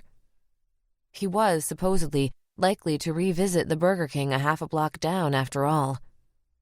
His eyes snapped to the holstered handgun resting on the bathroom floor. Jesus. Anyone could peek under the stall door and see straight away that he was essentially unarmed. It'd take him a beat to get hold of the weapon and unsnap the button on the leather strap to free it from its sheath. More than enough time for a damn psychopath to end him in some grotesque fashion. Blood beat through his temples, seconds trickling past like hours. He thought about his options, coming up with 3. He could either go to scoop the gun now, he could try to say something, Or he could opt for the church mouse method and sit here as quietly as possible. Each came with risks and rewards. He had no damn idea which to go for. Think, McAdoo, think. His gut convulsed endlessly, oblivious to the life and death situation transpiring around it. Stupid gut. His lips parted, seemingly of their own accord. That settled it. He'd say something. That's what he'd do. The urinal flushed. A hiss and spray that caught him off guard killed the words in his throat. "You all right in there?" a voice said. It took him a second to realize that it was Novotny. Of course. "Yeah," McAdoo said, his voice cracking a little. "Yeah, I'm fine." "Okay. Seems like it's taken a long time is all." "Yeah, well, it might be a while yet. My belly kinda rejected those burritos. Violently. Like how you said it would." "'Kay. Hey, listen, I want to apologize for the horrendous smell I'm creating in here. I know it's especially hard for you on account of that tremendous nose of yours." In the ensuing scuff of shoes on tile, he couldn't tell whether Novotny had laughed or not. Then he heard water in the sink, and the door swished opened and closed once more. It almost seemed funny now, how scared he'd been just seconds ago. Almost. Having stared into a garbage bag full of human limbs recently, he guessed it didn't take much to frighten him. Too many damn serial killer stories from Novotny lately, too. Between the two of them, maybe being terrified was understandable. Jesus, this was all so morbid. McAdoo's gut lurched again. He looked at his watch. It was 2:36 a.m. He did a little mental math. Figured he'd be lucky to be out of here by 3. Shortly after he finally exited the gas station restroom, McAdoo fell asleep in the car, his chin slumped down onto his chest, little snuffling sounds coming out of his mouth and nose on occasion. Novotny didn't wake him. There'd be no point in it, he thought. He could watch the Burger King parking lot on his own, and he didn't mind being the one to actually do the job. McAdoo was good company, a good sidekick and a great guy. But Novotny simply felt most comfortable doing things himself and knowing they were done right. Felt better with the responsibility in his grip alone. It wasn't out of selfishness, just a genuine sense that things were simpler and more efficient when he carried the load. He had always been that way, maybe. He was an all-state football player as a freshman and sophomore in high school. In fact, he still held the Division V record for kickoff returns for touchdowns, both single season and career. He wasn't big, just 5'8", 165 pounds at his brawniest, but he could run away from everyone. One of those little water bug types nobody could hit cleanly. All the big schools came calling after the regional quarterfinal game when he returned 2 kicks and a punt for TDs. Even the wide receivers coach from Ohio State came around a couple times that summer. Novotny's grades were in sad shape. Even with 2 years to work on it, he was unlikely to qualify for the NCAA minimum standards, but all the coaches told him that was no problem. A year in a prep school or a junior college would get everything straight academically, and he was gifted enough to be worth the wait, they all said. Every door in the world was wide open. For a little while. He tore up his knee in the first game of his junior year, however. No one even touched him. He just pushed off wrong, making a cut to get out and cover a back in the flat. He knew it was bad right away. The pop in his knee reminded him of a cork jettisoned from a bottle by a spray of champagne.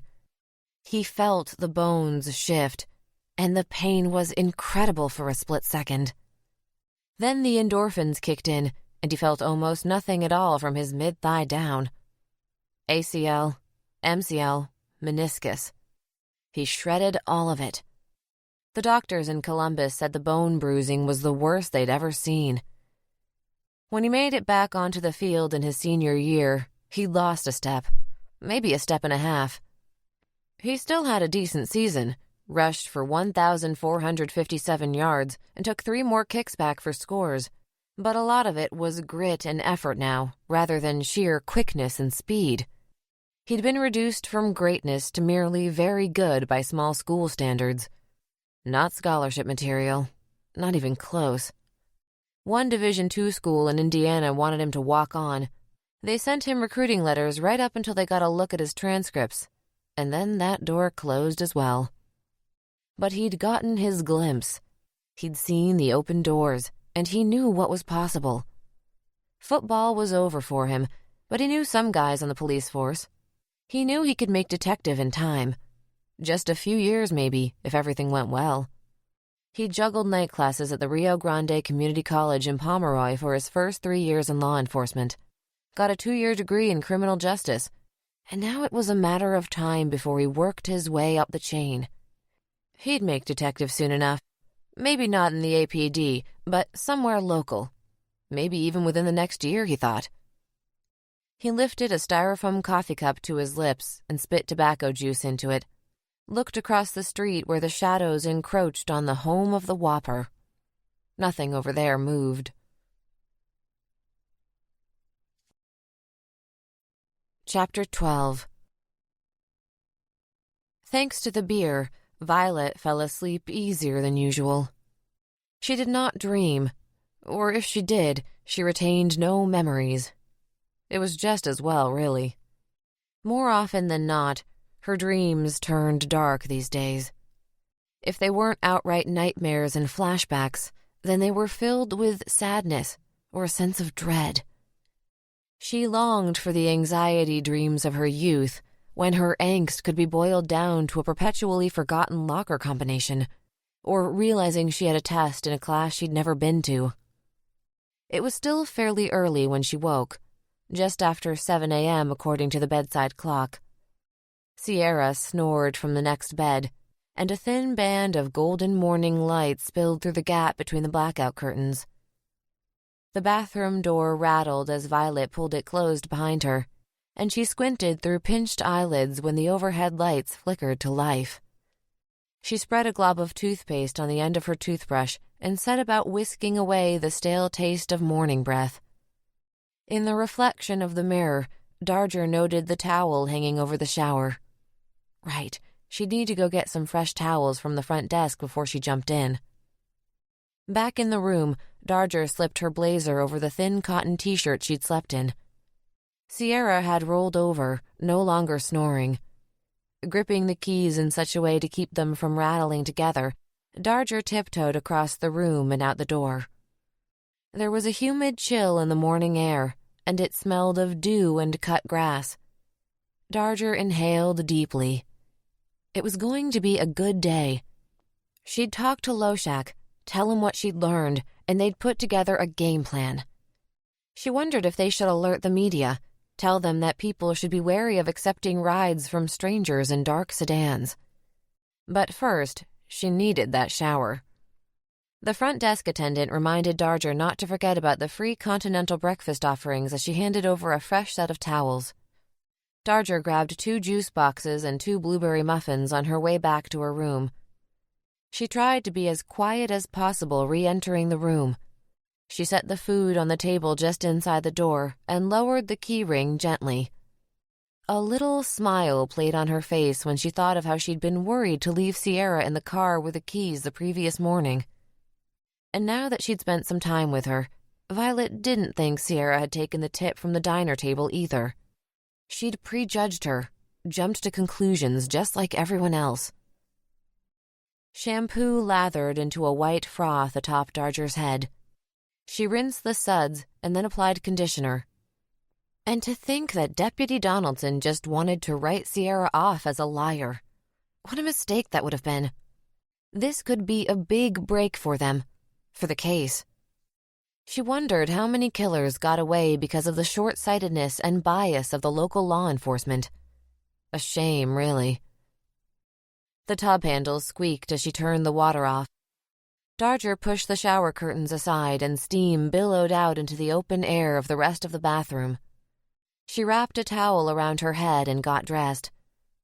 After drying her hair and applying a bit of makeup, Darger flipped off the bathroom light and opened the door. The room felt a little cold after standing in the post-shower humidity for so long, but Darger barely noticed. What she did notice was that both beds were now empty. She took a step forward. Probably Sierra was just off to one corner, looking for a bit of extra privacy while she got dressed. Darger leaned around the wall. No Sierra. No nothing. "Sierra?" she said stupidly. She knew she was alone. She could feel it. That was when her eyes noted that her purse was on the end of her bed. Violet didn't remember putting it there. Knew she hadn't put it there, in fact. The bag was tipped on its side, a packet of travel-sized tissues and a tin of breath mints pulled out. Maybe Sierra just needed a tissue. Sure, but there was a box on the nightstand. Well, she just hadn't seen it, right? Darger's eyes darted over to the table near the door. Her keys were gone. She lurched forward, then stopped. Wait, slow down. She could have run out to get a change of clothes or something else from the car. Sierra would have checked the purse for the keys before she spotted them on the table. It was fine. Everything was fine. Violet forced herself to walk slowly to the window. One hand lifted the drapes out of the way so she could get an unobstructed view of the parking lot below. When she saw the empty parking space where her Camry had been, her head fell forward, clunking against the glass. The smooth surface was cool on her shower-warmed skin. Shit. Chapter 13. She waited, giving Sierra a chance to... What? Change her mind? To prove once and for all that Darger was just as prejudicial as the local cops when Sierra poked her head back into the room with fresh coffee? Right. She'd just popped out to grab something better than the swill offered with a continental breakfast in the lobby.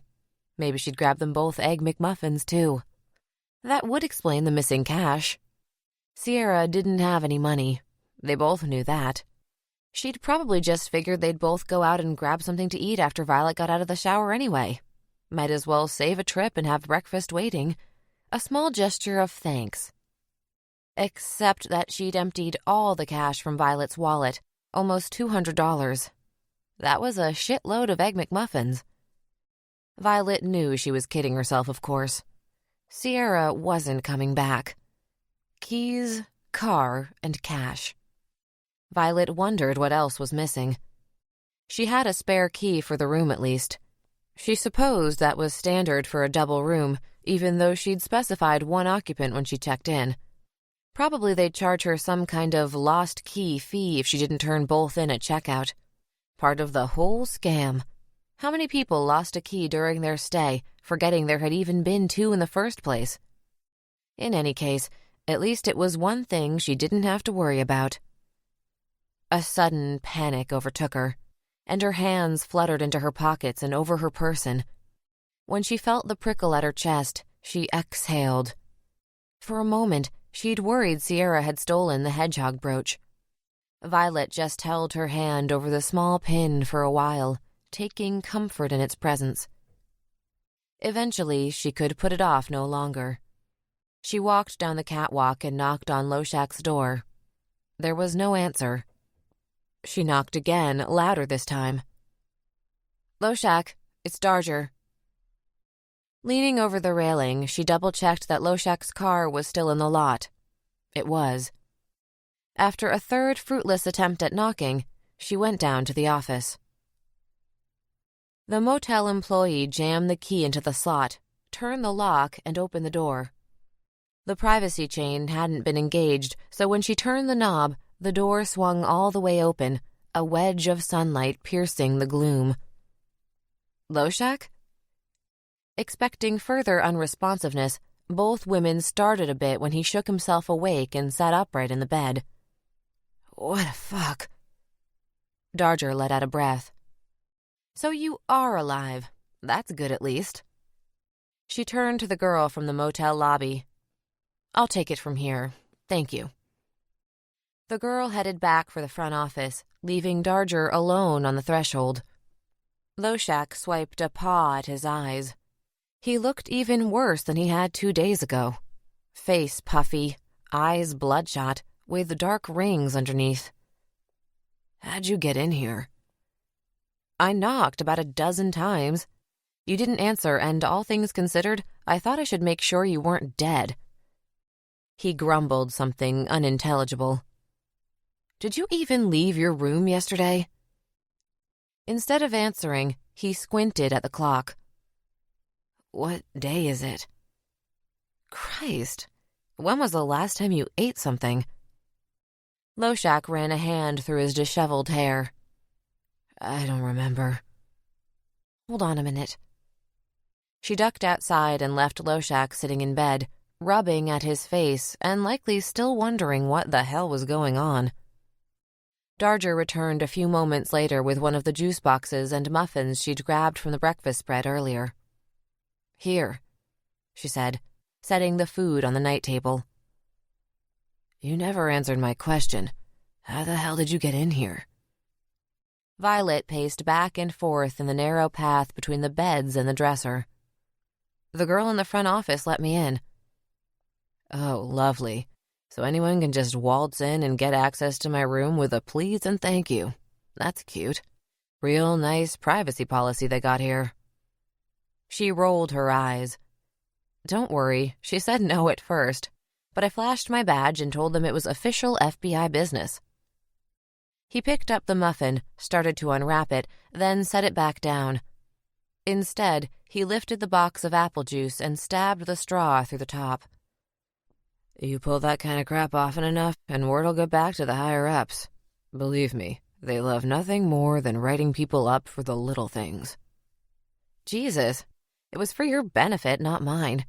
I was worried you might have died in here," she said. "Uh-huh. So why do you look like a house cat that just spotted a bird on the other side of the window?" "What?" He waved a hand at her. "You're all keyed up, pacing around like a caged beast." She halted, falling back into a chair against the wall, started to pick at her nails, and stopped herself. "Well, we do have a little problem." "Oh?" She made eye contact with Loshak briefly, but broke it in favor of staring at her boots while she spoke. "I went to talk to the Peters girl, and things actually went well. She told me everything." Between sips of apple juice, Loshak glanced up at her. "Yeah, and? How's this a problem? Sounds like good news to me." Darger had an urge to cover her face with her hands. Like maybe if she had something to hide behind, it would make it easier to say. She forced herself to sit up straight. She would walk tall and proud to the firing squad. But even with all of her noble intent, her voice pronounced the words just above a murmur. "She stole my car." Loshak practically spat out the mouthful of juice. "Pardon?" "The Peters girl stole my car." Loshak's lips pulled into a strange grimace, and it was a moment before she realized that he was trying his damnedest not to smile. "And how did you manage that?" "How is this my fault? Like I'm supposed to know she's dumb enough to steal from a federal agent. Everything was going fine. Great, actually. I think you'll be very interested in hearing what she told me, but she stole your car." Violet grunted. "And all the cash I had in my wallet." Loshak finally lost his composure and started to laugh. If she was honest with herself, there was a tiny part of her that wanted to laugh too. If it had been someone else, she imagined she would have found it highly amusing. But it wasn't someone else, it was her. That lump was back in her throat. After the time she'd spent with Sierra, Violet had actually come to feel an affection for her. It was something she thought was mutual. Violet didn't really care about the money, and the car wasn't even hers. What bothered her was the betrayal. That's what it felt like, anyway. "Are you done?" she asked. Loshak wiped tears from his cheeks and let out one last chuckle. Phew, I think I'm starting to feel a little better. The smile faded, replaced by a more sober expression. You didn't leave your gun in the car, did you? That's a letter of censure right there. No, she said. I'm not a complete idiot. And I assume you've reported the theft? Not yet. Better call it in, Loshak said. Given her familiarity with the local authorities, I'd bet they have a pretty good idea of where she might be. They'll probably be kind enough to keep it off the books, to avoid any embarrassment. On your part, of course. But they'll still give you hell for it. Oh, goody, she muttered as she got at her phone. The tires of Loshak's car bumped over the lines of tar marking several years' worth of road repairs. Damn Loshak if he hadn't been right. When she got Deputy Donaldson on the phone, her luck that it couldn't have been any other deputy, he managed a bit more self-control than Loshak. He didn't have to set down the phone to compose himself after rolling on the floor in laughter, at least. But the smirk on his face still came over the line loud and clear, as did the implicit tone of, I told you so, though he never uttered the actual words. I'll have someone swing by her former residence, though she'd be awful stupid to go back there. Then again, she's awful stupid to steal from a Fed, so... I was actually thinking I'd go check on my own if you don't mind, Darger said. And if one of your guys happens to find her before I do, could you give me a call and maybe let me handle it? I'm not pressing charges. We need her on our side. You still think so, even after this? Yes, she said, though she'd started to doubt things a little. Well, I don't mind telling you that I think you're letting this girl take you for a ride, literally. This play on words finally got a legitimate chuckle out of him. Violet was halfway to Sierra's last known address when it suddenly occurred to her that she was headed in the wrong direction. If she were an addict suddenly in possession of $200, she wouldn't go home. She'd go to her dealer. Chapter 14. The rhythmic rumble of a bass line rattled the screen door on the front of the little bungalow. Darger felt the boom of it in her ribcage as she lifted her fist to knock on the front door. Someone had the subwoofer on their stereo cranked to 11, and she had a pretty good feeling that someone was named Jimmy. The interior door opened, just wide enough for a man's face to peep out at her. Who are you? Gaunt lines ran down from high cheekbones. He wore a black beanie and a single tuft of facial hair jutting out from just below his bottom lip. Violet did her best to seem unimposing. Is Sierra here?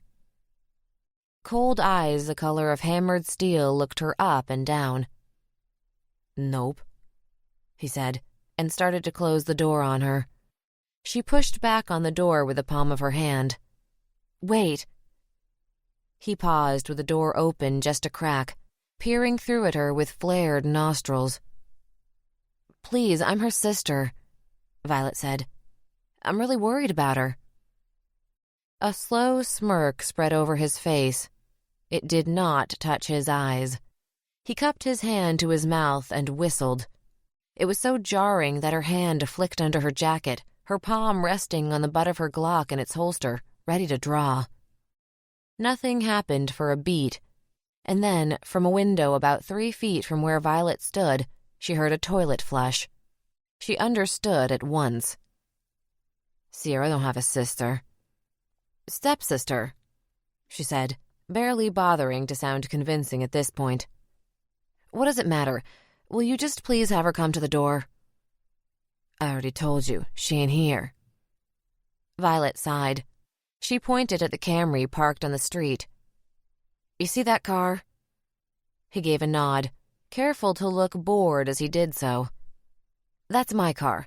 Sierra She stopped herself from saying stole. Sierra took it, so I know she's here. Listen, lady cop, your stepsister's story is real cute, but I ain't buying it. But all that is like mood or whatever, because like I said, Sierra ain't here. With a roll of her eyes, Darger pulled her badge from her jacket. The toilet flushed again. I'm not a cop. FBI. Even better. All right, look, tell her she's not in trouble. No one here is in trouble. I just need to talk to her. She doesn't even have to come outside. I'll stay on this side and she can stay on that side. He frowned and appeared thoughtful, stroking his chin theatrically. Don't you gotta be smart to be in the FBI? Sure, why? Because you're either deaf or dumb, bitch. I already told you 3 times that she ain't here. Violet bit back her anger. The bass continued to pulse from within the house, and Darger felt her heartbeat thudding along with it. Again, the sound of the toilet flushing came from the window. Listen, you little shit. I don't care about whatever your friend is flushing in there. She dabbed a finger at the nearby bathroom window. But if you don't get Sierra out here, I will care. I'll care a whole lot. I'll get a warrant and tear this shithole apart. I'll snake the goddamn drains if I have to. I've seen your rap sheet. We'd only need to turn up a single pill for you to be back in county lockup. Or you could just let me talk to Sierra. It was a bluff, of course. Nothing he was doing fell under federal jurisdiction, and she wasn't sure the sheriff would play along if she wanted to push it, especially as far as any drain snaking. Not that Jimmy knew any of that. His grip tightened on the door, knuckles going white. How about this? How about you get the fuck off my property until you got a warrant, or I'll call the fucking cops myself and report you for harassment. Darger clenched her teeth, pissed at herself that she'd lost her temper. She should have known it wouldn't get her anywhere with a guy like Jimmy Congdon. Then again, maybe nothing would have. As she turned and started to walk away, he called out, You think she didn't warn me you were coming? She'd come up here sniveling and crying about how she didn't tell you nothing. Not that there's anything to tell, mind you. She's all, Please, Jimmy, don't be mad at me. He did the last bit in a mocking falsetto that she supposed was his attempt at impersonating Sierra. Violet whirled back around and narrowed her eyes. So she is here. Was. Past tense and shit. And that's all I'm telling you. She was here and she left. And now you can do the same. Later, lady cop.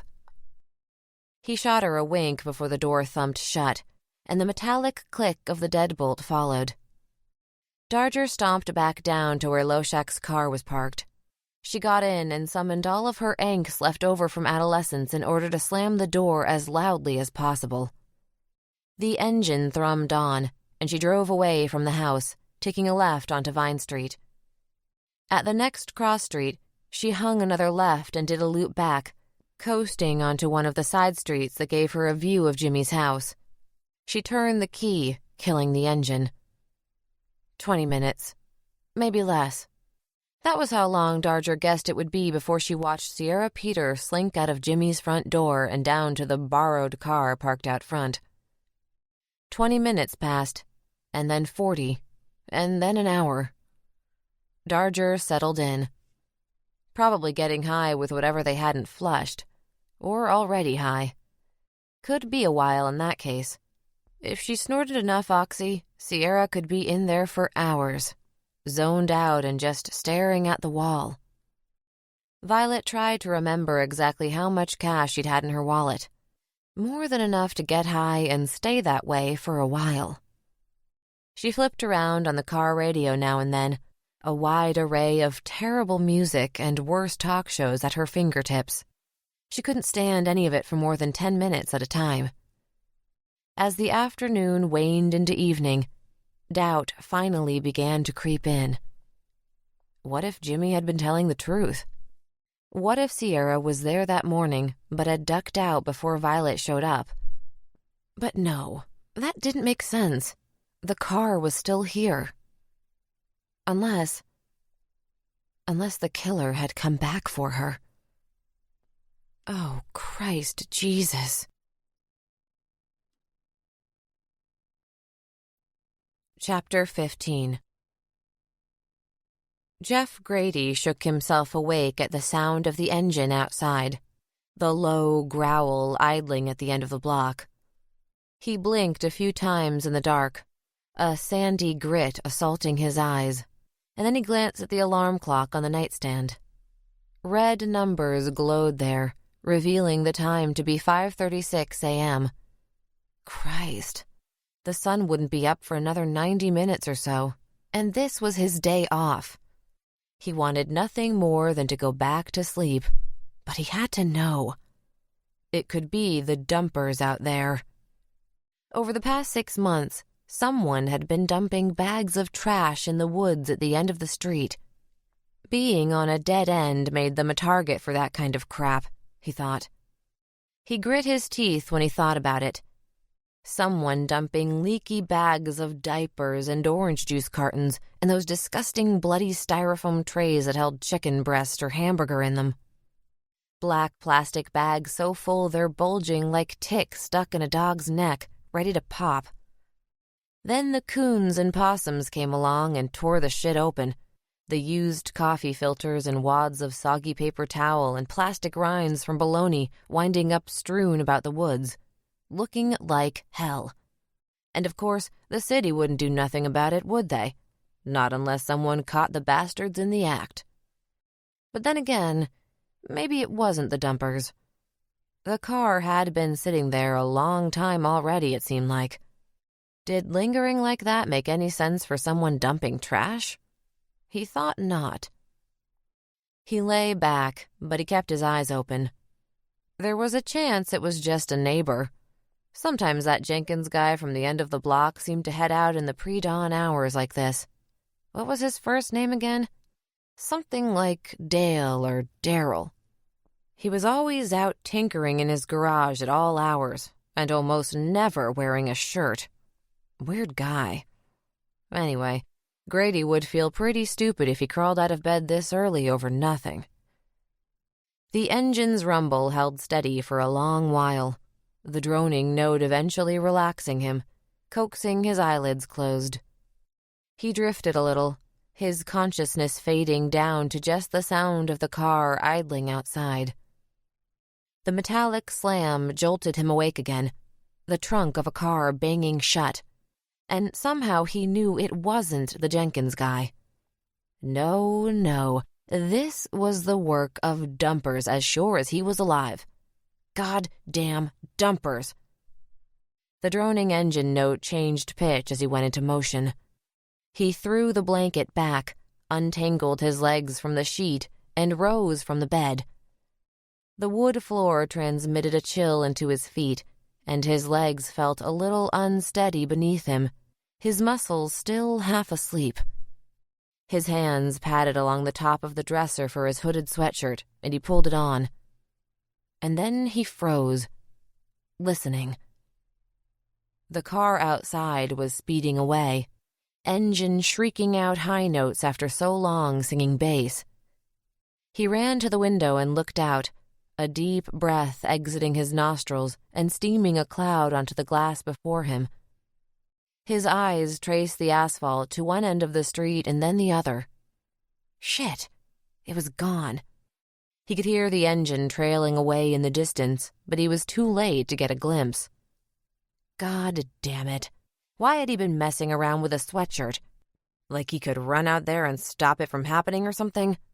Some kind of anti-dumper superhero or some goddamn thing. Why didn't he just look out and try to see who it was like a normal person? Maybe he wouldn't have been able to make out a license plate number in the dark, but he could at least get a make and model. Maybe even get a look at the driver for a police sketch or something. Idiot. He looked one more time, eyes swiveling to the outlet end of the street and finding nothing at all. No traffic. Not a single light on in any window on the block, at least from his vantage point. He pivoted to look at the dead-end side. Nothing there either. But wait. There was something there. He could see what looked like black plastic tangled in the brush, flapping a little in the breeze. A garbage bag, maybe. And there was a pale bulk near that, just under the dead-end sign. Whatever it was, it lay just beyond the perimeter of the last streetlight, swathed in the darkness. That, combined with the tall grass, made it hard to make out. He looked at the alarm clock again. 5:41 a.m. Only a few minutes had passed. His gaze fell upon the bed.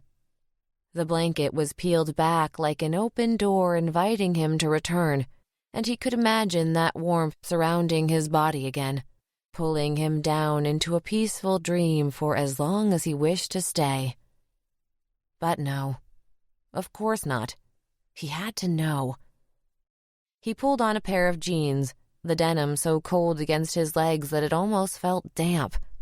His skin bunched into goose pimples, all tight and weird, his scrotum shriveling something awful. And this was supposed to be his damn day off. He dug around in the junk drawer in the kitchen until he found the little flashlight, and then he headed out, sliding the hood up over his head as he crossed the threshold. The air felt heavy, and the grass glistened with frost. He made sure to stay on the sidewalk to avoid the wet, stepping into the street and walking the diagonal line toward his destination. Now that the sound of the car had faded entirely, it was impossibly still out here. It felt a little wrong to be moving about in these dark morning hours, like he was violating some agreed-upon morning sanctity. The wind picked up for a moment, and he could hear that plastic flailing again, rattling the branches of a bush. It did look like a garbage bag, and it was wound up in the brush pretty good. The mass below it was still shrouded, but whatever it was almost glowed a little. Something creamy white reflecting back a purple radiance in this muted light, he thought. He licked his lips. That crawling skin tightened him up all over again, but it wasn't from the cold this time. Something wasn't right. When he got close, he clicked on the light. The flashlight was about the size of a cigar, but the LED bulb packed the illumination of something much bigger. A shaft of bright white light shot out of the tiny tube, and he swung the circle toward that bulk on the ground. The dead-end sign reflected its glare back at him as he swung it past, beaming yellow and black. It stung like smoke getting in his eyes. When he saw the foot, he stopped in his tracks. The light shook, the image flickering in a strobe effect for a beat. Jesus. A foot. A human foot. Attached to a leg that disappeared into the weeds about mid-calf. It had to be a mannequin, right? The little scuff of dirt wrapping around the ankle gave it a realistic feel, almost like a patina, but it couldn't be real, could it? And then the newspaper stories flashed in his head. Those cut-up girls in garbage bags dumped around the county. Oh, Jesus. He stood there a moment, knowing his next move would in some sense define his life in a way that would always be known only to him. A private memory he would turn over and over in his brain, trying to decipher exactly what it meant about who he was for good or ill. He wanted to run back into the house and call the police. Let them deal with it. But he couldn't do that now. He had to know. He licked his lips again, and then he shuffled forward into the darkness, his breath coiling steam out of his mouth and nostrils. He pointed the beam a little further, and the light danced over that pale bulk, the foot muted in the gray shadows in the foreground. The other foot came into view just beyond the first, milk white, not dirty like the other. His heart pattered like a hummingbird flittering away in his chest. He could hear the blood pounding in his ears, could feel his breath sticking in his throat. But he didn't stop walking this time. He had to see it before he could think about anything else.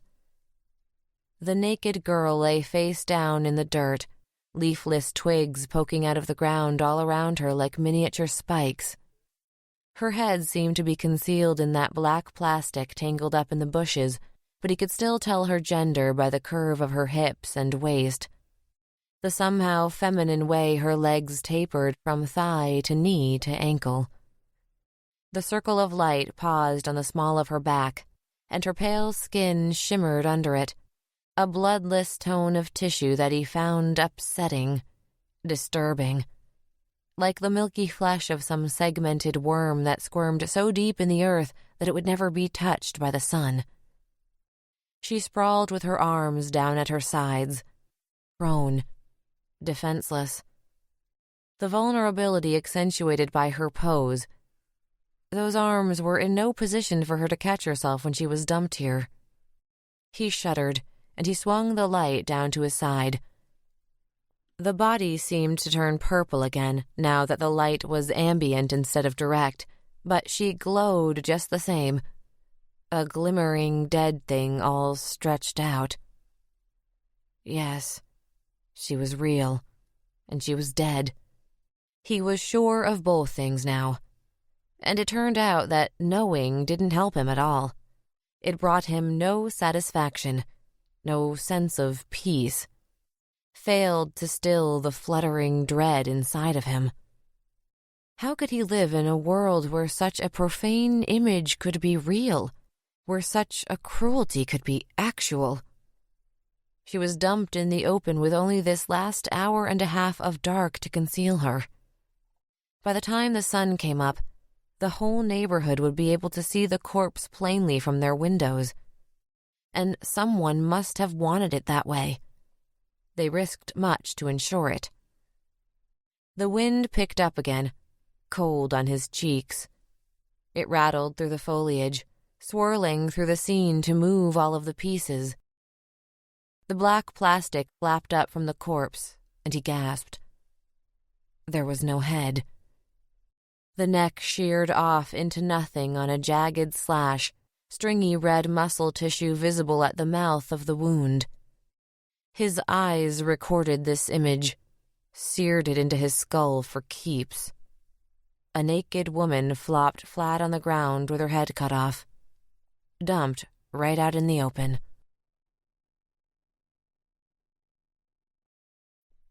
Chapter 16.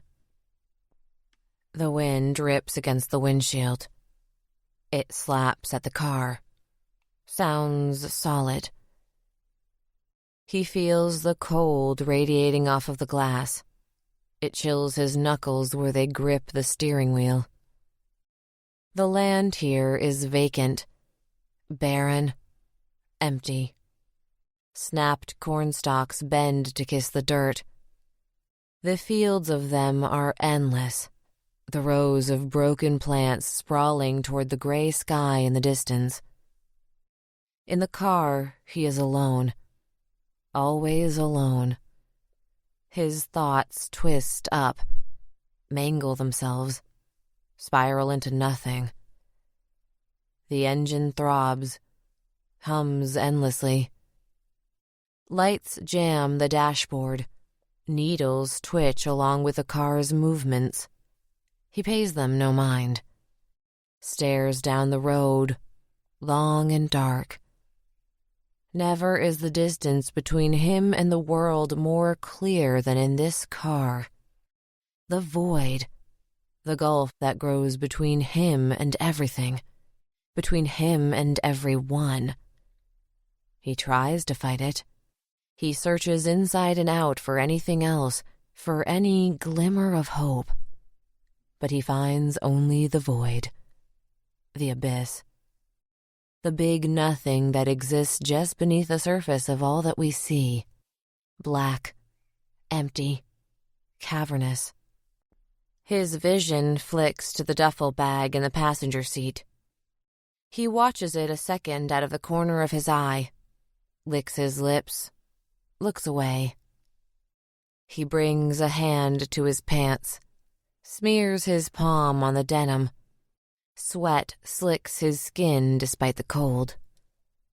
He tries to think of what to say to her, but he can't. Not yet. It's not right. Maybe it never will be. He grits his teeth, grinds his foot into the accelerator. The car lurches, The needles on the dash shudder. He feels his lower back lift a little out of his seat for a moment before it resettles. His eyelids flutter. His lips pop open. Breath explodes out of him in a hiss. There is no other movement for miles. Nothing. No one. It is always empty out here. Always gray. And when he's alone, his wound opens up. A kind of hurt he doesn't understand, can barely comprehend. It's always there, he knows, but it only comes clear when he makes this drive, this high-speed burn to and from the city. The isolation lays bare the damage. The cold and lonesome drive sharpens his focus on this injury. But not now. He can't now. He concentrates to slow his breathing, feels the blood glug along in his neck, the pulse decelerating. He can't let the rage all the way in. Not now. He has to go to work. Soon. His eyes stay fastened to the horizon, and he sees the city take shape there. The specks at the edge of the world grow, the buildings pointing their tips at the heavens. Part of him is disappointed to see this, disappointed to know that the real world exists on the other end of this empty road. And yet, a calm comes back to him as he watches the buildings expand. The numb of daily life returns. The wound is tucked away and forgotten, like the tools in the glove compartment, like what he has in the duffel bag. Chapter 17. The first sensation Darger noticed was that she was freezing. The air seemed especially frigid as she inhaled, and a little moist. Had she left the air conditioner on? And that odor, why did it smell like fake lemons and sour milk? She straightened her neck, and aching pain shot from her shoulder up to her ear. Her eyes snapped open, and she blinked half a dozen times against the bright sunlight streaming in through the windshield before she remembered where she was and what she was doing. The clock on the dash read 6:08 a.m. She must have fallen asleep sometime last night. The last thing she remembered, it had been around 2 a.m. Drowsiness had started to take hold, and she told herself, just another half hour. Apparently, somewhere in that 30 minutes, she dozed off. Rubbing her eyes and then waiting for the blurriness to clear, she noted that her rental car was still parked in front of Jimmy the drug dealer's house. Maybe Sierra was still inside, but Darger was starting to feel more and more concern that she wasn't. After a brief moment of panic the previous afternoon, she'd ruled out the possibility of Sierra being taken again. It was just too risky, returning to the same location, grabbing her in broad daylight. No, he wasn't that impulsive. And yet, the longer the car sat in front of Jimmy's, the more Darger began to admit that Sierra was long gone. It made more sense than her keeping the car, really. She wouldn't have any reason to think Darger wouldn't call the cops, and Sierra was a smart enough girl to know that being caught with the car would be much worse for her. Better to ditch it and move on. Reluctantly, Darger started the engine of Loshak's car, slid the gear shift into drive, and pulled away from the curb. When she arrived back at the motel, she noticed that Loshak's curtains were wide open. She grabbed 2 cups of coffee from the free breakfast table before trudging up the steps. She knocked lightly at Loshak's door, and he answered quickly, almost as if he'd been waiting. "Sorry, I didn't mean to keep it overnight," she said, tossing him his keys. He caught them with one hand. The styrofoam cup she handed over more gingerly. "Christ, you just got back? They find your car?" "I found it." "All by yourself, good for you." He peeked out the window. "Where is it?" "Still sitting outside the dealer's house." Why didn't you call one of Donaldson's guys and have them help you drive it back? Because I still don't have the keys. Loshak tried to mask his smirk by sipping at the coffee, but she wasn't so easily fooled. I'm glad that everyone is getting so much amusement from this. So you found the car. What else is bothering you? Pardon? You seem on edge. There's a serial killer on the loose, and a witness stole my car. She frowned into the steaming brown liquid. Also, I think this is decaf. Darger set the cup down and shoved her hands in her pockets. Why shouldn't I be on edge? I'm just saying, seems like something else is eating at you. Violet peered through the gap in the plaid curtains. She didn't want to say it out loud. Saying it out loud would make it more real somehow. Superstitious thinking, she knew, but also one that held a lot of power to the human mind. She knew that from her years of victim counseling. People often feel that if they never utter the words, they can make them go away. Bury them deep enough, and it's like they never existed. It wasn't true, of course, but that didn't stop her from doing it anyway. She was only human, after all. I'm gonna go take a shower, maybe try to grab a quick nap. She rolled her head around in a circle and flexed her shoulders. I fell asleep in the car and really jacked up my neck. She hadn't even finished undressing for her shower when she got the call. It was Donaldson. Assuming a patrol from his department found her car, she interrupted. I'm guessing your guys found the car, but it's too late. She's moved on. What? Or did you find her? She felt an odd mix of dread and hope. If they'd picked up Sierra, maybe she could go down to the station and get her to talk. On the other hand, if they were holding her, she'd have every reason not to talk. There was an uncomfortable silence, and she was about to ask if Donaldson was still there when she heard the rustle of his breath in the receiver. I guess it depends on which her you're referring to, ma'am. Sorry, I don't follow. We've got another body. Athens PD got the call 20 minutes ago, and I thought you ought to know. By the time she reached the balcony, Loshak was already locking the door of his room. He still looked a little under the weather, and she resisted an impulse to ask if he was feeling up to a field trip. It would only piss him off, she figured. Instead, she kept her mouth shut and followed when he spoke. We can take my car. Chapter 18. The parking lot at the airport bustles. Cars and trucks and vans shamble in and out, a line of them forming at the toll booth. The Buick zigs and zags through the rows of vehicles, eventually parking under a sign that reads "Employees Only" in red letters. He hesitates a moment in the strange silence that the engine's rumble had occupied for so long, squirms a little in his seat, swallows, his throat clicking. He places a hand on the duffel bag. He swears he feels a jolt of electricity, a pulse rippling into his palm as contact is made. But he leaves his hand there for a long moment and feels nothing more. He doesn't want to, but he plucks his fingers from the nylon canvas. He turns from the bag, shoulders squared to the driver's side window. Again, he pauses. He lets his gaze fall through the glass to the steel door that stands between him and that other world.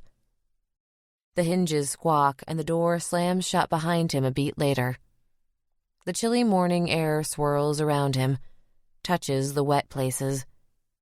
His thumb depresses the button on the key fob. A series of clicks issue behind him. He wills himself to not look back at the duffel bag resting on the passenger seat. His fingers touch the cold steel, wrap themselves around the door handle. He steps through into the office.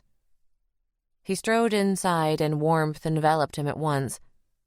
As he walked the few paces over the perforated welcome mat to make his way behind the counter, A kind of reality he couldn't quite remember in the car snapped back into place. People. This was what it was like to be around people. The muscles in his chest and jaw went strangely slack. Some tension he hadn't quite been aware of relieved all at once, and a tingle pricked along his scalp, his head going light, going faint. The sudden shift away from isolation was disorienting to an alarming degree, filled him with some sense of teetering just on the edge of things, on the edge of reality itself, poised to make that final plunge into madness. He thought it was a little like a bout of vertigo, the change in atmosphere negating his feel for direction and place. For the moment, he was nowhere. No solid ground beneath his feet. He straddled the crack between two worlds, 1 foot in each. It was impossible, overwhelming and strange, but it was happening. And yet this crazed feeling came with a swell of pride. He thought it likely that it was a state most people couldn't handle, that something this jarring would break weaker minds, shatter them like broken mirrors, but not his. This was the one way his mind was strong. He was used to weird shit. Movement to the right caught his eye. Lucas nodded a greeting from where he worked the drive-through window, making change for an elderly black man in a Lexus SUV. As far as coworkers went, Lucas was all right. A slender, quiet guy who mostly kept to himself. His teeth were all rotten from drinking Coca-Cola all night, every night to keep himself awake during third shift. A gravelly voice spoke up from behind him. "Hey, all right, it's the Ripper. On time and everything for once." Meaty hands squeezed at the trapezius muscles on each side of his neck. Laughter hissed, and Kurt could feel breath and flecks of spit spattering his neck. This was Chip, the boss. Portly, balding, obnoxious. "Morning, Chip," Kurt said. He turned to face the man, but his gaze fell to the ground to avoid eye contact. "And top of the morning to you, good sir. You have a big weekend, Ripper? Get into any trouble?" Ripper was the nickname Chip had come up with. Kurt Van Riper was used to it. His eyes darted over the floor as he searched for an answer, taking in the ankles of Chip's ridiculous distressed jeans. His boss always stood with his legs just more than shoulder-width apart, like some kind of superhero, and he could just make out the hulking torso above them. A sheet of fat swaddled a broad chest and shoulders, bolting a gut onto what must have once been a heavily muscled physique. "Not really," Kurt said finally. "That's too bad. Me, when I was your age, I was out there tearing it up, man. That's what this life is all about. Carpe diem and whatnot." "Yeah." Now Chip shifted his position, the width of his stance tightening a little, hips rotating that beefy torso so it was no longer facing Kurt straight on. "So listen," the boss said. "I know you hate it, but we've got you over in the second booth today." They both turned to look across the asphalt drive. The lonesome booth's windows stood dark for now. It was an aluminum and glass structure, 3 foot by 4 foot. Cramped. Tiny. The furnace wasn't fully functional either. On a chilly day like today, it was warmer than being outside, but not by much. Kurt always felt trapped in there, encased in glass on 4 sides like he was on display in the meat department. Everyone complained about having to work the booth, though. Working the window in the office building, like Lucas was now, wasn't so bad. It provided access to the bathroom, break room, fridge, etc.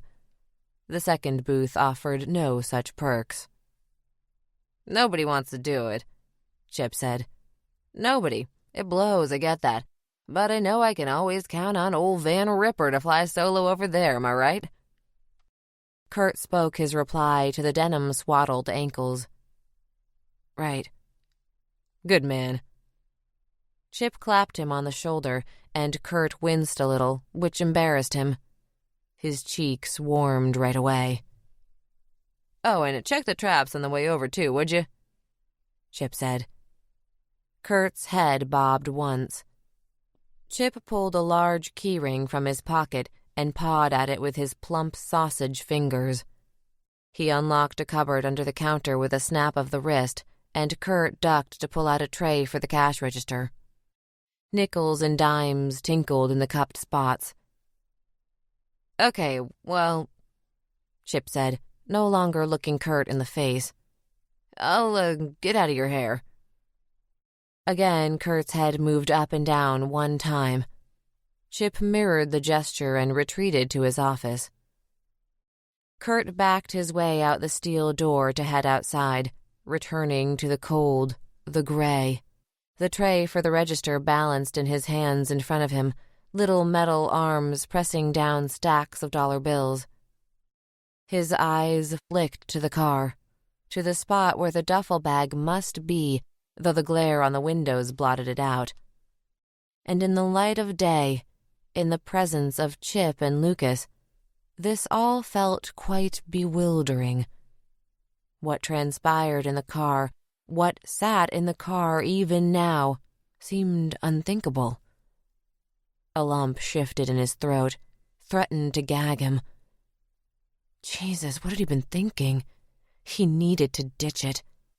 As soon as he got out of here, he'd dump it somewhere. Toss it over the bridge into the river, maybe, bag and all. He had to be rid of the whole lot of it. He sidled between two cars in the drive-through line to draw near to the tiny booth, stooping a second to check the live mousetraps along the curve there. Rats occupied both, the hunchbacked creatures recoiling a little as he drew near, scrabbling with no place to go, those disgusting pink tails dragging along behind them like tiny segmented hot dogs. Unlike the humans forced to work it, the rodents seemed to love the little booth. They nestled in the insulation in the walls, chewed the wires that connected it to the office, shat little black pellets everywhere. Hence the traps they'd set on the concrete around it. Anyway, he wasn't the only one trapped in the little box today. He stood, moved to the door, struggling to unlock it without spilling the tray of coins everywhere, but he managed it. Again, reality seemed to shift as he stepped into the new space. The air was dry in this tiny building, and it smelled vaguely of mildew and rat shit. He set up the register, the tray of money disappearing into its little shelf like it had never existed. After that, he sat, holding totally motionless for a beat. He looked at the grid pattern formed in the wire that ran through the safety glass surrounding him. Chicken wire or something like it, he thought. A perfect cage indeed. He flipped on the wall unit furnace and the green light overhead so drivers would know the booth was open. He gazed across the lane to the other window. Lucas had been replaced, third shift now complete. A feminine figure lurked there now, slightly obscured by the glare and the touch of fog clouding the glass, but after a second he could make her out. It was Candace. She wasn't like the others.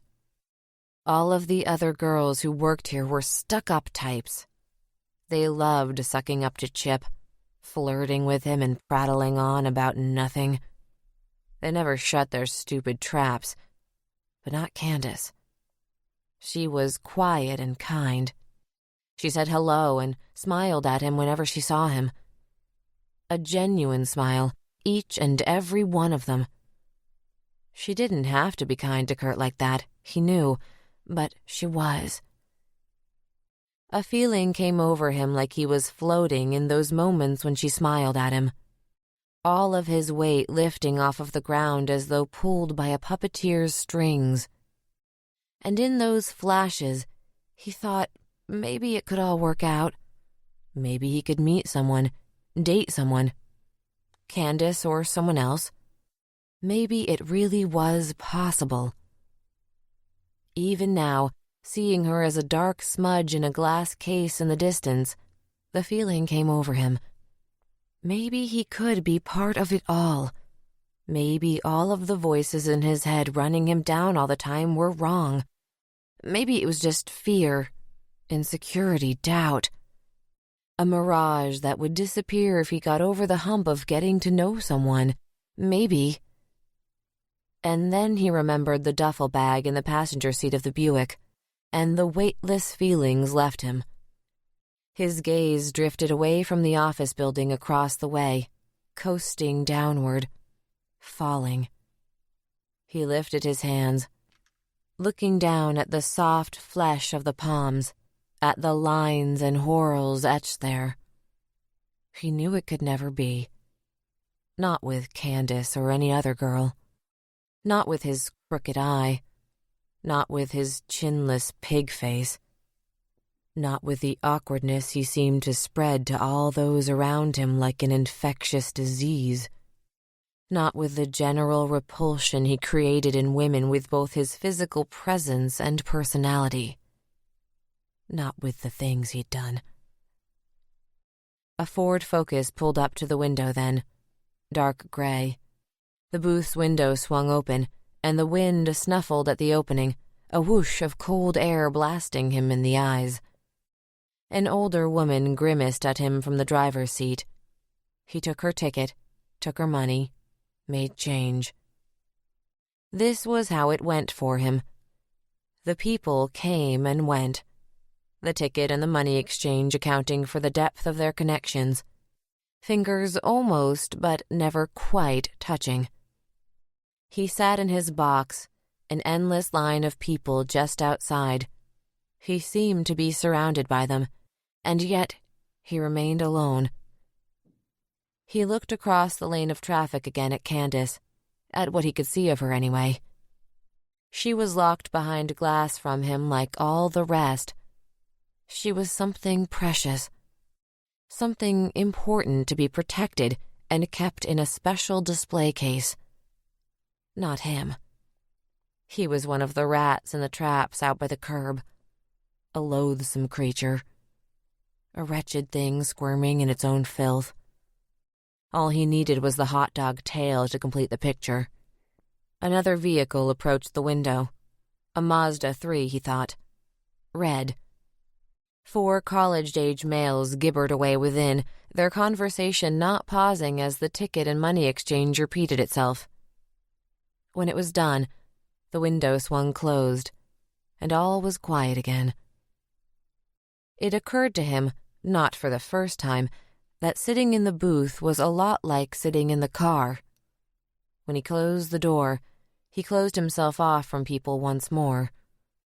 All of humanity was locked behind glass from his vantage point. His isolation was complete. The feel of it, the feel of the void, would come back to him little by little.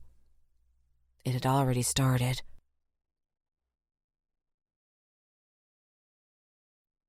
Chapter 19.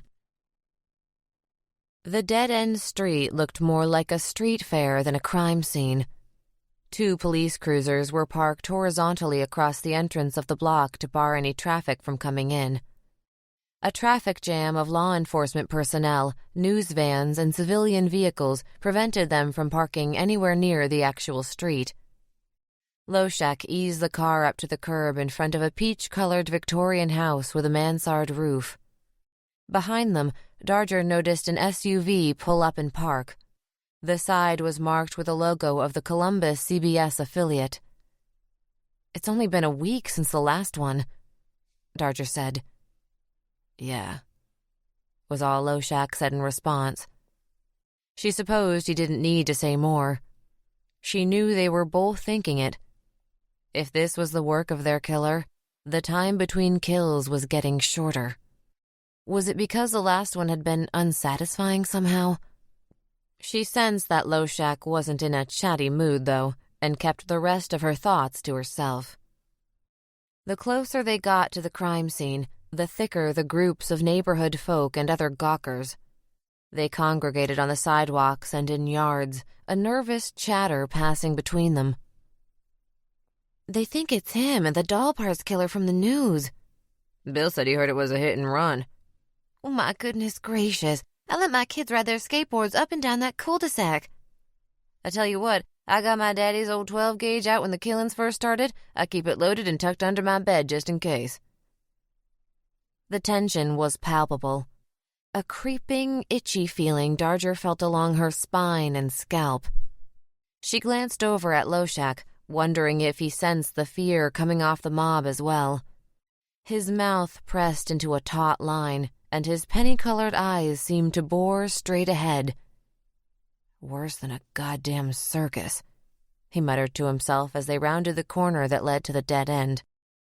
The bustle thinned a bit as the line of yellow crime scene tape came into view. A group of uniformed officers were doing their best to keep anyone unauthorized as far as possible from the line. One of the boys in blue approached, ready to tell them to scram when a familiar voice called out, "They're okay, Pat, let him through." Donaldson pinched the brim of his hat at them as they passed. A white and yellow tent had been erected at the end of the street. It functioned as much to keep the media from sticking their cameras where they didn't belong as it did to cut down on foreign contamination. Swarming around the tent were more police and crime scene techs, all decked out in white protective suits, another layer to prevent evidence contamination. The polyester fabric shuddered, and then the flap opened. A tall man in one of the white suits stepped out. He removed the blue gloves on his hands and the respirator-style dust mask over his mouth, but he left his hairnet in place. Adjusting the belt at his waist that held a walkie-talkie and some other gear, he looked up and saw them coming. He raised one hand in a greeting. "Agent Loshak, I don't mind saying that I'm glad you're here." "Of course," Loshak said, then tilted his head in her direction. "This is my colleague, Special Agent Violet Darger. Darger, this is Detective Luck." He pulled off the hairnet, revealing a head of thick brown hair parted to one side and styled with a generous amount of mousse or pomade. Some product that kept it looking wet anyway. "Casey," he said, extending his hand. She shook it briefly, looking into his brown eyes. Right, Luck. The one with the sloppy interview transcripts. Too bad he wasn't as fussy about his paperwork as he clearly was about his hair. "Are your guys getting video of the gawkers?" she said. "There's a chance he's watching this right now." "Roger that. I have 3 officers sweeping the crowd for witnesses, all outfitted with body cams." Darger nodded approval. "We can go in as soon as the techs are done. I'm trying to limit the number of people in the tent at one time. Better to not trample it any more than we have to." He pulled a phone from his belt and tapped the screen. "While we wait, I can give you a quick rundown of how she was found." The call came in at 5:57 a.m. from one of the local residents, a Mr. Jeff Grady. "Lives in the mint green number right over there." Luck waved a hand toward a Cape Cod house with a well-manicured row of shrubs along the front walk. "Apparently, people dumping at the dead end is a recurring issue. Not bodies, of course, usually trash. A few larger household items, too. An old fridge, a dryer, a couple sofas. Some people just can't be bothered to wait for the citywide bulk trash day, is how he put it. So he hears the sound of a car engine, followed by the slam of a trunk. He gets up, figuring he'll take a peek, maybe snag the plate numbers in case they are dumpers. That's his word. The guy seems like a real busybody, if you know what I mean." "So did he?" Darger asked, impatient to know whether he'd gotten a number off the car. "What's that?" "The plates. Did he get the license plate number?" "Oh," Luck said. "No, ma'am, that's a negative. By the time he got to the window, the car had sped off. He decided he ought to take a closer look and then came up here and found her." Voices murmured from inside the tent. "Coroner already came and went. He put time of death sometime in the last 24 hours or so." That got Darger's attention, and Loshak's too. "Are you sure it's one of his?" Loshak had been mostly silent until now, but Violet knew he was thinking what she was. 24 hours wasn't long enough for their guy. "Oh, yeah," Luck said, and his face went a little gray. "I have no doubt about that." The tent rustled again, and a man and woman, both clad in protective suits and carrying bins filled with evidence bags, filed out. "We're all set, Detective." "Thanks, Gertie." Now it was Darger and Loshak's turn to don the white outfits. Detective Luck handed each of them a bunny suit. Elastic snapped and zippers whirred. Darger made sure to keep her phone in her hand so she'd be able to get some photos of her own. Loshak ducked under the door flap first, and Darger made to follow when Luck caught her by the forearm. Her first thought was that he wasn't going to let her take any pictures. He'd use the excuse that they don't want to risk anything being leaked to the media, but that was bullshit. It was territorial nonsense. Her lips parted. She was going to fight him on this. But he pointed a finger at her feet before she got a word out. "Forgot your booties, ma'am." Violet looked down at her boots, noting that Luck's feet were wrapped in fluffy-looking blue baggies that looked very much like the hairnets they were both wearing. "Shit, right," she said, bending and grabbing two of the disposable shoe covers from a box next to the one filled with gloves. "Sorry." "Not a problem, ma'am." When she'd secured the booties, Luck held the flap out of the way for her. "After you." She scooted into the interior of the tent. With the lack of direct light, it was gloomy inside, and Darger squinted while her eyes adjusted to the dimness. Already the ripe smell of decay was making itself known, and she could hear the buzzing of flies. The girl was slightly northeast of center in the tent, sprawled in such a way that was almost inherently unnatural. Limbs akimbo, joints resting at awkward angles, shoulders frozen in an uncomfortable stoop. The corpse looked like a marionette dropped in a heap by a careless child. She was belly down and nude. The settling of blood after death had stained her back in a mottled pattern. That meant she'd spent a stretch of time on her back post-mortem before she was dumped here. There was always an initial shock when seeing a body. Any body, whether the person died by violent means or not.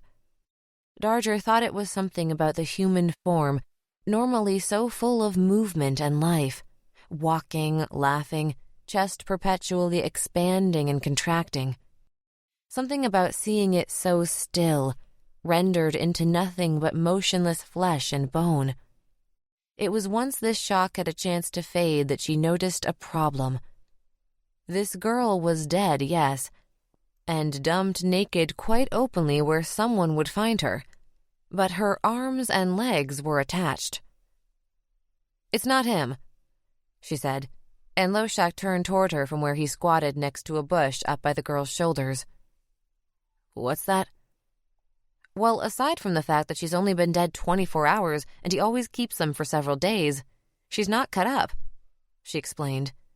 "It's not right. I don't think he's capable of straying that far from his routine at this point. It doesn't make sense." Loshak had a pencil in his hand, and he used it to prod at something that was covering the girl's head. Darger hadn't recognized it in the low light. She'd thought it was part of the bush, but it was a black garbage bag tangled in the branches of the undergrowth. She was about to point out that a garbage bag wasn't exactly an unusual item when it came to dumping bodies, when the plastic crinkled, rising under Loshak's pencil, revealing the horror of the raw stump at the end of the neck.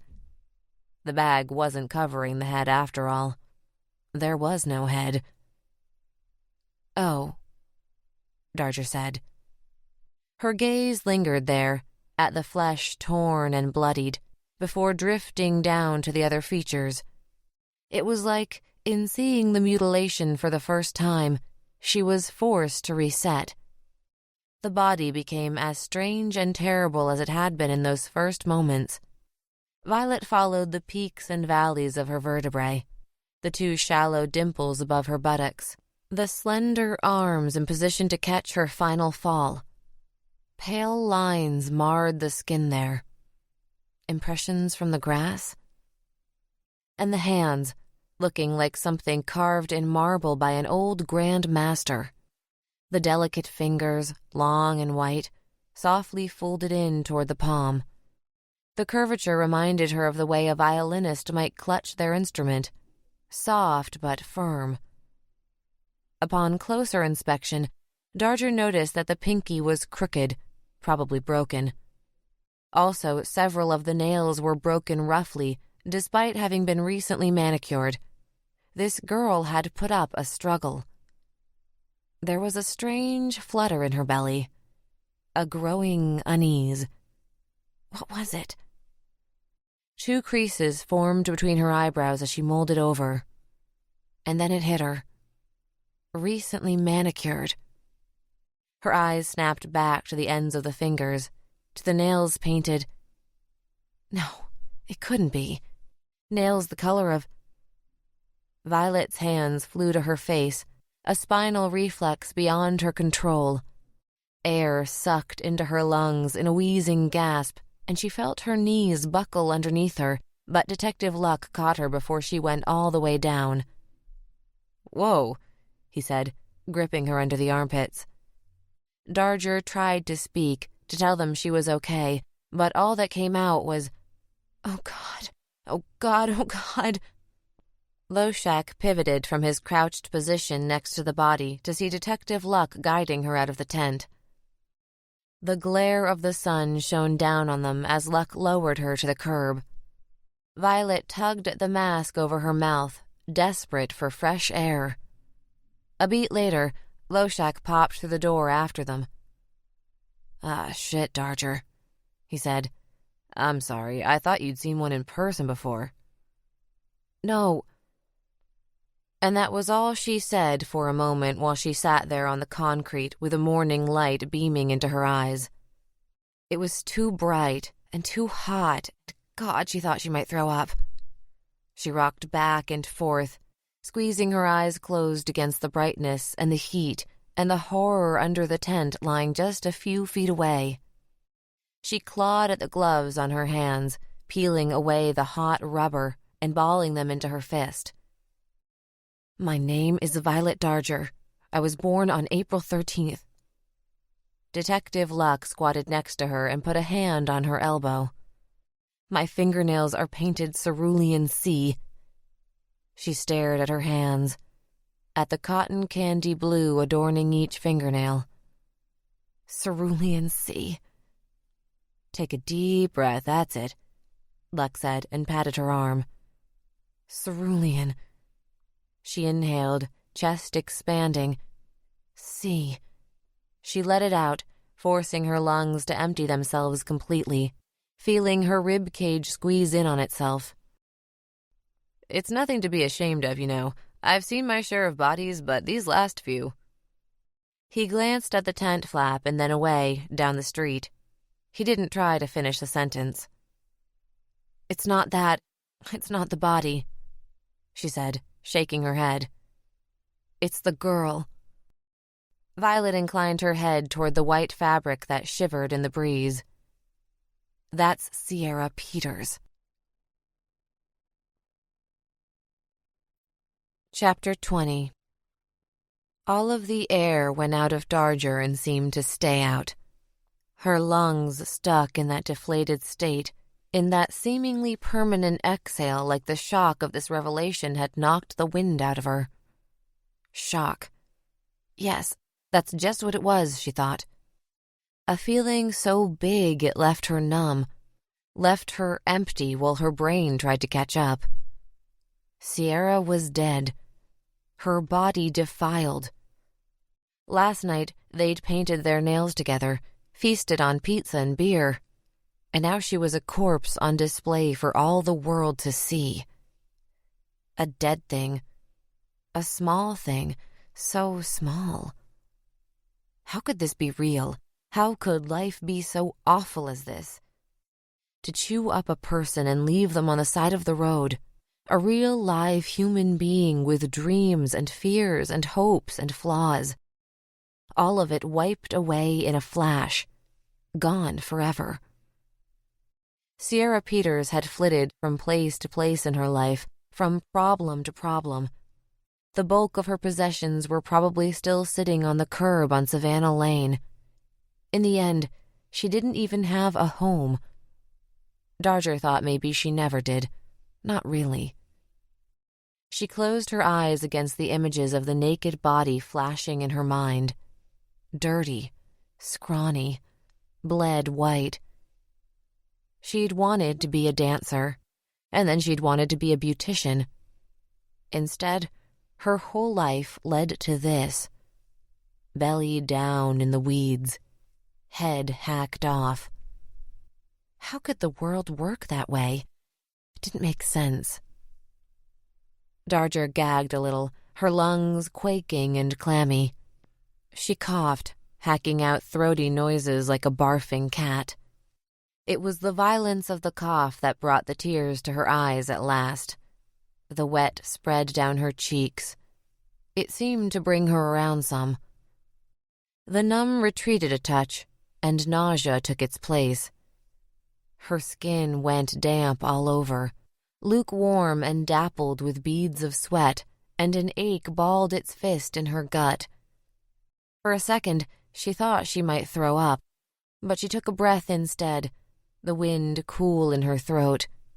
At least she could breathe again. She remembered then that she wasn't alone. Luck's face was scrunched up in a look of utter confusion. "Wait, what?" Luck said. Loshak sniffled, the corners of his mouth turned down. He also looked doubtful. "Yeah, how can you tell? She doesn't exactly, have a head." Violet held up a hand, showing off her own fresh manicure in cerulean sea.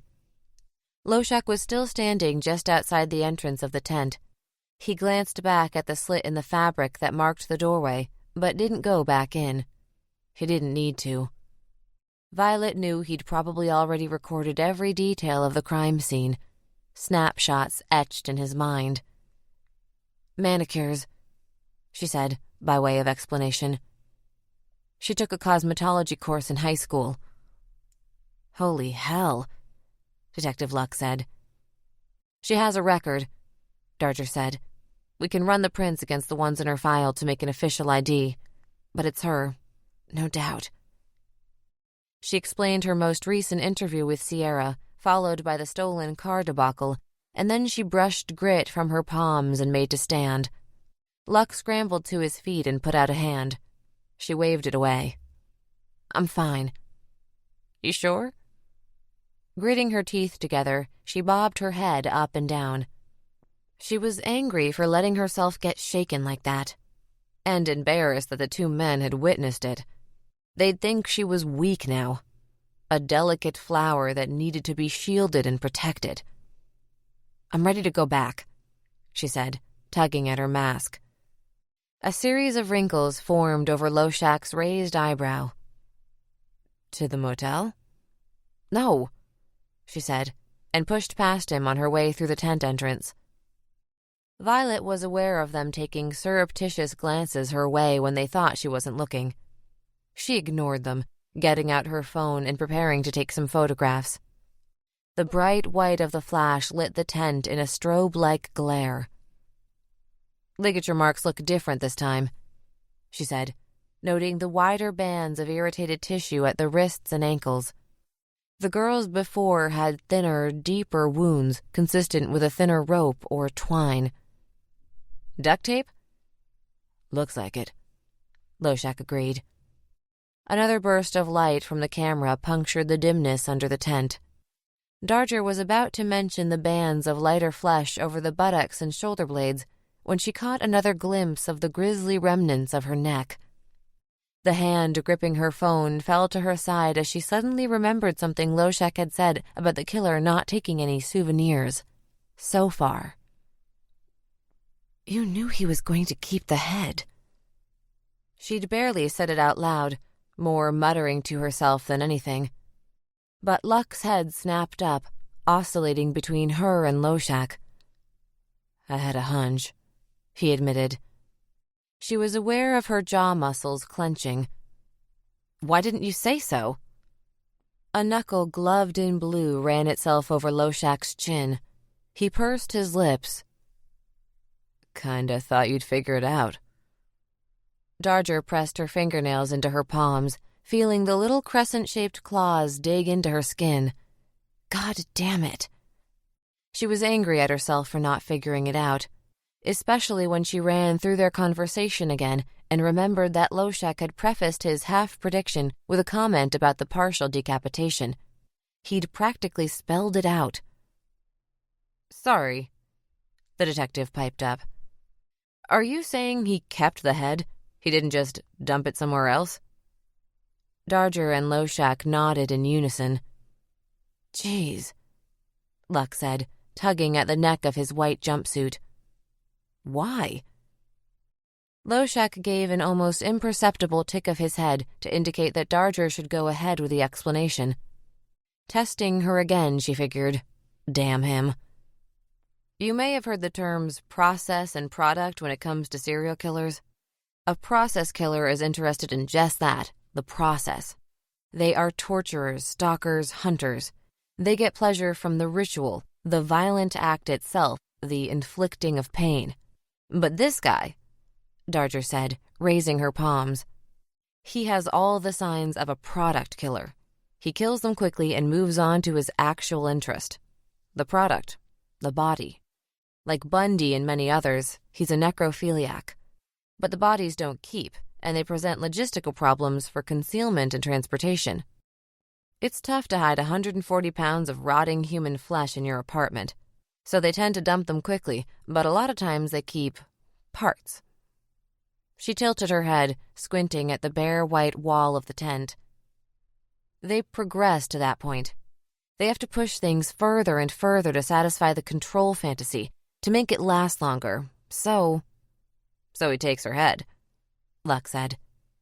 His gaze fell to the body lying in the weeds. "And believe me, if he could keep the whole thing, he would," Loshak said. A voice called out for Detective Luck from outside the tent, and one of the uniformed officers poked his head into the flap. "Now don't come stamping in here without a suit on, Bobby," Luck said, shooing the officer back out the door. When he returned, he held an evidence baggie in his hands. Inside was a brown leather wallet printed with the Louis Vuitton pattern in gold. Darger suspected it was a knockoff. "Found this with a bag and some clothes dumped on the shoulder a few blocks away," Luck explained. "Contains the driver's license of one Sierra Marie Peters." As they drove away from the scene, a cameraman stepped into the street ahead of Darger's bumper. He held up a finger, indicating he just needed a moment to get his shot. Darger laid on the horn until he picked his tripod back up and scampered away with a scowl. "Fucking hyenas," Loshak said, slumped in the passenger seat. The silence that followed felt oppressive. Adrenaline had helped carry her through the time in the tent. But here in the quiet in the car, the extent of the emotional toll began to lay itself bare. She could still hear Sierra's voice in her head, laughing, calling her a nerd, talking about how happy the manicures made those old ladies, saying how no one cared. And maybe that was mostly true. Maybe no one cared. No one was there for her in the end, were they? Just an ambitious FBI agent who wanted to use her for a night like all the rest. But no, that wasn't true. It wasn't. She helped a girl who needed it, and she had a good time doing it. "Guess we know she was telling you the truth now, eh?" Loshak's voice broke in, breaking the spell momentarily. "Huh?" Darger said, her thoughts still hazy. "I mean, it's obvious to me that the guy waited around in the same place you grabbed her before. Would have really pissed him off that she got away. Once he got over the initial fear of being caught, you know?" "Jesus," Darger murmured. She hadn't thought about it before, hadn't quite fit all the pieces together. That's risky as hell, for him to go back there where someone might have recognized him? Or the car? Damn right. Probably got real paranoid at first, certain we'd come busting down his door any second. I bet he made 1,000 promises to himself that he'd never kill again. But when we don't come for him, all the old urges return. They always do. So he kills Fiona Worthington, thinking that'll quiet down the thoughts. But he can't stop thinking about the one that got away. Unfinished business, so to speak.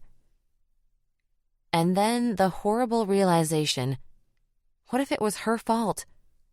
No one could say for certain what Sierra might have done or where she might have gone had Darger not interfered, but she had interfered. It was her car that got her to Jimmy's, her money that had bought the pills that had probably made Sierra more complacent, less fearful of the monsters lurking in the shadows. If she had left it alone, if she had never come here, would Sierra still be alive? She would never know. But she would be asking herself that question for the rest of her life. That she was sure of. Chapter 21. The office of the county coroner and medical examiner was in a squat brick building that shared a parking lot with a Lowe's and a UPS distribution center. Darger squirmed in one of the low-back chairs in a small reception area, surrounded by the sound of shoes squeaking over the tile floors and voices echoing down the stark cinder-block hallways. Across from where she sat, a vending machine hummed a single note. She hit the replay button on the video she'd been watching on her laptop. She couldn't stop watching and re-watching Sierra's taped interviews, searching obsessively for something they might have missed. The hinges of a door somewhere off to her left squealed upon opening, then clacked shut. Footsteps approached, but Violet barely noticed. She was immersed in the screen. It wasn't until she sensed the rush of breath as someone plopped down into the chair next to her with a sigh and said, "Agent?" that she snapped out of it, jumping a little and yanking her earbuds out. "Startled you," he said. It was Detective Luck. "Sorry about that." She closed her laptop and rubbed at her eyes. "Nah, I'm on about 3 hours of sleep, so I'm a little jumpy." "Came down to wait for the autopsy results, I take it?" "Yep." He stared at the blank wall in front of them. "Just got done notifying the family," he said. "Worst part of the job, bar none." Darger studied her thumbnail. The blue paint was already starting to chip. She must have been chewing while she went over the videos. She hadn't even noticed she was doing it. "Did they want to come to a visual, her parents?" "It's just her mom," Luck answered. "Her dad took off when she was a kid, apparently. There's a stepdad, but he's at work. And no, thankfully she didn't insist on seeing the body. What a cluster F that would have been, right? Sorry, ma'am, we can't show you the head because there isn't one." He pressed his palm to his forehead, letting his finger slide down over his eyelids, like maybe that would make the images go away. The mother seemed pretty indifferent about the whole thing, honestly, which is a bummer in its own right. Different people have their own way of responding to news like that, Darger said. Sometimes what looks like insensitivity is a mask, a strong face someone puts on. Grief makes you feel vulnerable, and there are a lot of people that would rather appear apathetic than weak. I hear you. You never know how someone's going to react to it. But I don't know, she was pretty darn frigid. Luck's phone buzzed, and he excused himself to take the call. He moved off down the hallway, phone pressed to his ear as he stalked over the gleaming floor. Darger yawned. The lack of sleep was starting to get to her. That and everything else that had happened in the last 48 hours. She crossed the small waiting area to where the vending machine clicked and buzzed. She fed it 2 crisp $1 bills. In exchange, it spat out a cold 20-ounce bottle of Coca-Cola. She unscrewed the cap, releasing a burst of carbonation, and with it, the recent memory of beers shared over a pizza. Half mushroom, half extra pepperoni and banana peppers. Darger tilted her head back and chugged a third of the soda in one gulp. Too bad it didn't have any alcohol in it. Luck sank into the chair beside her. He leaned forward and rested his forearms on his knees. We got a vehicle description. Darger sat up. One of the neighbors out for a run with her dog this morning says she saw a dark blue Buick LaCrosse. She thought 2012 or so. That's awfully specific. Well, I should say she thinks it was something like that. Said her ex-husband used to drive one like it, but she admitted she hadn't been looking for a make or model, so she might be off on one or both. It was coming out of that blind alley at about 5:42 a.m. Has some kind of running tracker app on her phone, so it keeps track of exactly where she was in her route by the minute. It would match the car description Sierra gave in her original statement. A big, dark sedan. Got something else from her. Partial plate? Not quite that lucky. But when we asked if there was anything distinct about the vehicle, a dent or a bumper sticker, she says she did notice something dangling from the rearview mirror. Tell me it wasn't a pair of fuzzy dice, Darger said. Luck smiled. Nah, something orange, flat like it was made of paper or cardboard or something. Parking pass? Could be. Could be anything. A price sticker from a used car lot, an air freshener, we don't know. As Darger readjusted in her seat, the metal surface of her brooch caught the light. She looked down at the tiny jeweled face. Hey, the personal effects that you found, was there a moonstone ring with the clothes or the bag? Luck started to shake his head, lifted a sheet of paper on his clipboard, and ran his finger down a list of evidence found. I don't see a ring here, why? She was wearing a ring, said it was her grandmother's. Might be a good idea to check with area pawn shops to see if anyone comes in trying to hawk something like that. A moonstone, you said. The pen in Luck's hand scribbled away as he bent over his clipboard. Yes, and the band was silver. That's good, thanks, he said and took out his phone. I'm going to call it in right now. She opened her computer on her lap, and for a while, her fingers tapping on the keyboard was the only sound. Detective Luck was alternating between a stack of paperwork secured to a clipboard and his phone. Minutes ticked by on the big industrial-looking clock secured over the door. After an hour, Darger couldn't take it any longer. The yawning had grown more frequent, and her eyes felt heavy and sore. All the Coke had managed to accomplish was making her need to pee 3 times. She stowed her laptop in her bag, curled up in the cramped little waiting room chair, and leaned her head against the wall. She'd just rest her eyes for a few minutes. Agent Darger? A voice was saying. A hand rested on her shoulder, shaking her gently. Her eyelids parted.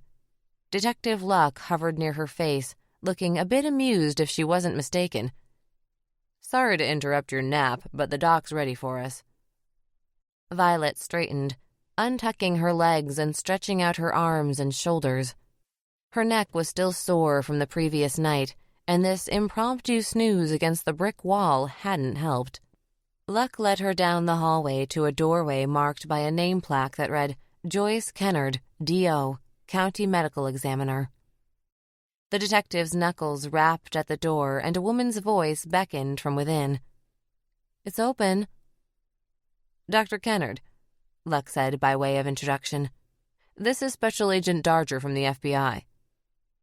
The county medical examiner was small and slight, with silver hair cropped in a pixie cut. Something about her reminded Violet of a bird. Maybe the way she inclined her head to one side and then the other, blinking frequently. They shook hands. The doctor's fingers were cold and dry, but she had a firm grip. Always unfortunate to meet under such troubling circumstances, but I suppose it's the nature of the job. Good to have you here, Agent Darger. Dr. Kennard reached for a pair of glasses tucked in the pocket of her lab coat while Darger and Luck took their seats in front of her desk. Thanks again for doing the exam so quickly. I know it's not the norm and you're busy as it is, Luck said. Happy to do my part, Detective. She unfolded the glasses and slid them in place. There was a black leather folio in the center of the desk, and the doctor flipped it open, revealing a tablet. Pressing a button on the side, the device blinked on. With a swipe of the thumb, she brought up Sierra's file. I'll start out by telling you that I found nothing to suggest this isn't the same perpetrator as the other girls. That being said, we'll have to wait for lab results to get a match on the bleach, for example.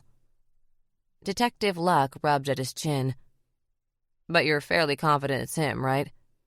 All preliminary findings on my end would suggest that yes, it is the same individual, Dr. Kennard said, adjusting her glasses so they rested lower on her nose.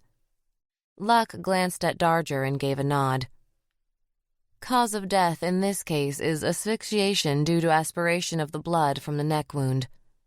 Hell, Luck said. A sigh hissed through his teeth. Violet felt her own involuntary reaction, a tensing of every muscle in her body. It was more common, as was the case with the other 3 girls, for victims of a slashing-style throat wound to die as a result of exsanguination. They simply bled out. And while it was likely of little comfort to those girls, to die choking on your own blood was surely a more painful, torturous death. Violet tried to tell herself it didn't matter. She's dead, Darger thought, but she felt a pain in her chest as if someone were squeezing her heart in their fist. Her hand moved up to grip the brooch fastened there. It was a movement she made without thinking, perhaps subconsciously knowing what would come next. The memories she tried so hard to bury, the ones that always came back. The smell came first, gun smoke and the metallic stink of blood.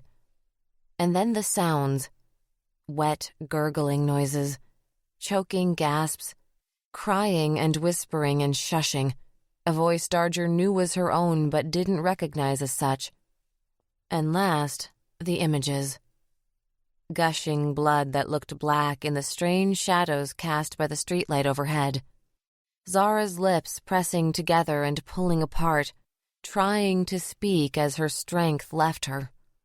As her lifeblood matted her hair into clumps, smeared on the pavement, leaving stains and congealed pools, soaked into Violet's clothes and shoes as she held the girl's body and waited for the ambulance to arrive. It wasn't sirens that Violet heard, though. It was the whistle of a train. But there had been no train that night. Her eyelids fluttered with the realization as if to clear the memories away. She was back, in the ME's office. Like the others, the weapon indicated would appear to be smooth on one side and serrated on the other, like a combat knife with a sawback. Dr. Kennard was still giving her report. Thankfully, neither she nor Detective Luck seemed to have noticed Darger's distress. The knife wounds to the neck caused complete severance of the larynx and trachea, as well as the carotid and jugular vessels. Complete severance, again, of the sternocleidomastoid, esophagus, and thyroid cartilage. Once he reached the cervical vertebrae, he switched to something heavier and blunter than the knife to complete the decapitation. The markings on the vertebrae would be consistent with an axe or maul. Jesus Christ almighty. Violet was glad she was already sitting. The last thing she needed was a replay of earlier in the day. She was still squeezing the brooch on her jacket so hard that her fingers were starting to cramp. When she released her hold on it, she noticed a pattern of tiny dots imprinted on her skin where she'd gripped the hedgehog's spikes. "Any fibers?" Luck asked. "You know the other 3 had bits of sisal embedded in their skin from the rope. This time we have what looks like residue left from duct tape adhesive." Dr. Kennard's finger flicked at the tablet. "We'll have to wait for the lab to confirm that. We also found bits of gravel in the superficial scrapes on the back of the heels, elbows, buttocks, and shoulder blades, as if she were dragged over a dirty, rough surface." "Like a garage floor?" Violet chimed in, thinking of Sierra's statement from before. Good God, what would she have thought when she woke up back in that place again? Dr. Kennard peered at Darger over her glasses. Could certainly be. "That reminds me," Luck said, taking a notepad from his pocket. He flipped through some of the pages. "I had a question for you, Doc." "Yes?" The doctor regarded him from over her spectacles. "Those marks on her back, Lux said. From the pooling of blood? Livor mortis. Right. That's an indication that she was on her back when she died, right? Not necessarily precisely when she died. It's a process, but it does mean the body was in a supine position for the majority of the 6 hours immediately after death. Lux studied the notepad in his hands. He seemed nervous to Darger, unsure of himself. It was just something I noticed is all.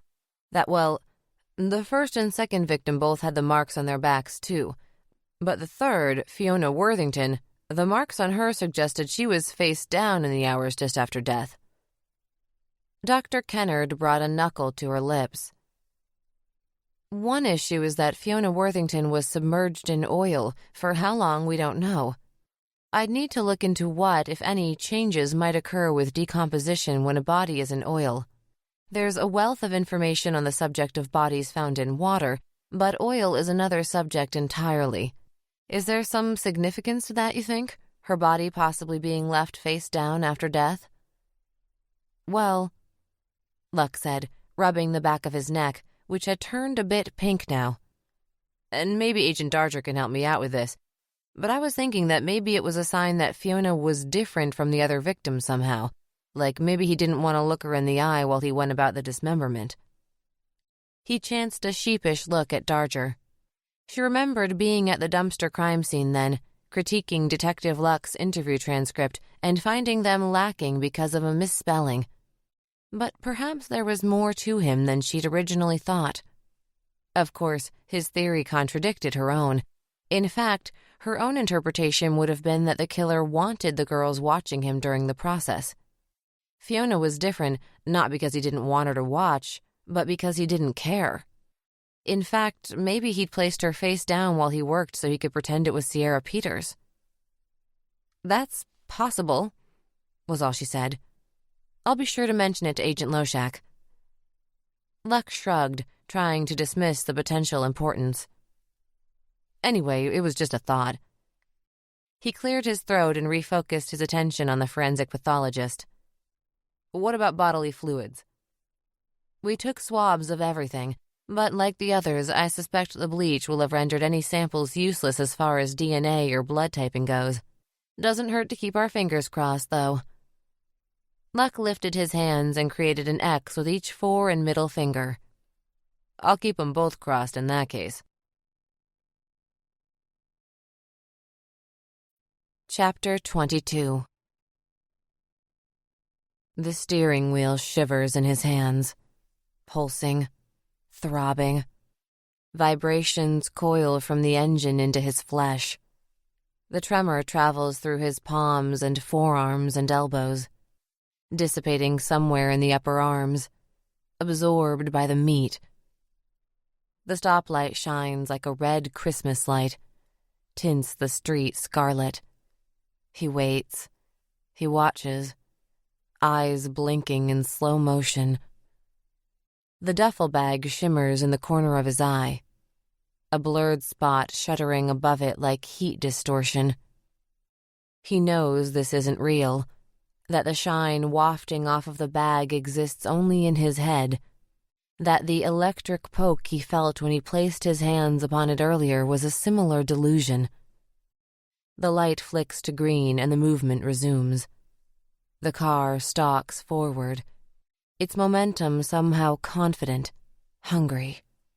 He licks his lips, twice, hesitates. I'm not always like this. His voice sounds thick, sleepy. He clears his throat. I mean, I didn't want it to be this way. His head snaps to the right and snaps back. He can't look at it for long. Can't maintain eye contact. It's the only way. That's all. It was the only way I could have you. He knows that this, too, isn't real. It's a make-believe conversation he's attempting to strike up. It's pretend. But he wants it. He wants to believe it a little. He's not insane. A little weird, maybe, but not insane. He wishes he was. That would probably make it easier. Again he glances that way, his head swiveling in slow motion, the muscles in his neck twitching and quaking. The cords there stand taut. It is somehow a strain to turn his head a quarter of the way. But he does it, holds it, looks.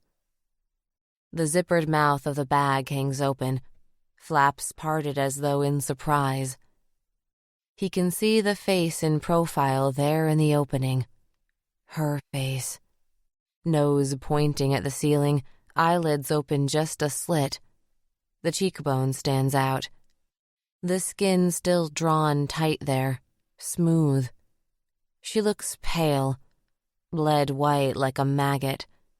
But otherwise she looks good. He can't quite make out the jagged edge where the neck once connected to the torso. Maybe that's for the better. Electricity thrums through his veins as he takes the sight in. It jolts in his head, coursing and popping. Behind his crooked eye, behind his blank and empty face. Current radiating deep within his skull. His breathing changes, grows ragged.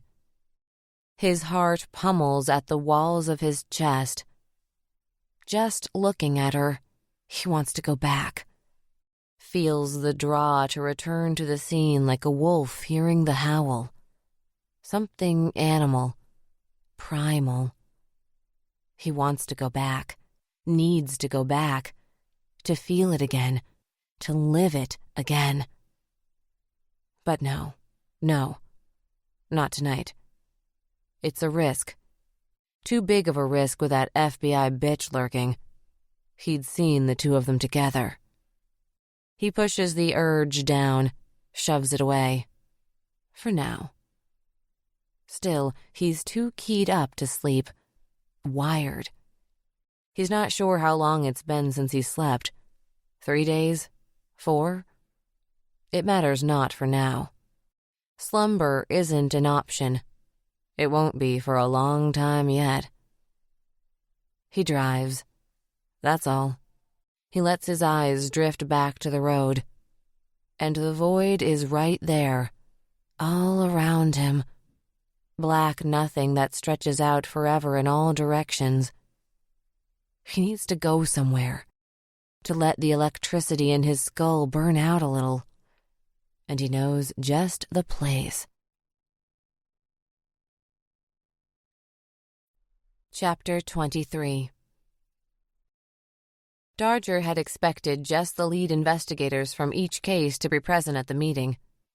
Instead, there were the 3 detectives, 2 sheriffs, a chief of police, 1 prosecutor, and 2 assistant DAs at his side, along with a handful of uniformed men.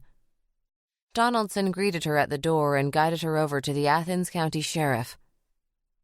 "Sheriff O'Day, this is Special Agent Darger." "There are 2 of you now, eh?" he asked rhetorically, shaking her hand in that confident way all politicians had. "Where's Agent Loshak?" "On his way, I'm sure," she said.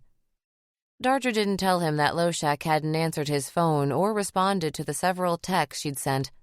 She figured he'd forgotten about her, even though she'd reminded him about the meeting twice before she left for the medical examiner's office.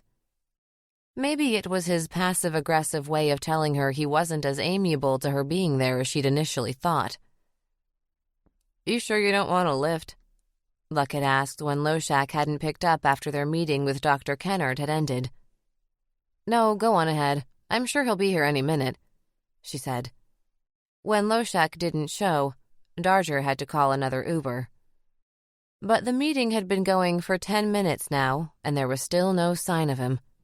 She started to get nervous. The sheriff had specifically mentioned the friends from the FBI and how they'd offer their insight later on in the meeting. What if Loshak didn't show up? She'd coordinated with local law enforcement before, just never for something like this. Never for a serial murder case. It was Sheriff O'Day who finally took to the podium at the front of the room and called the meeting to order. She supposed everyone was comfortable deferring to him considering they were in his building.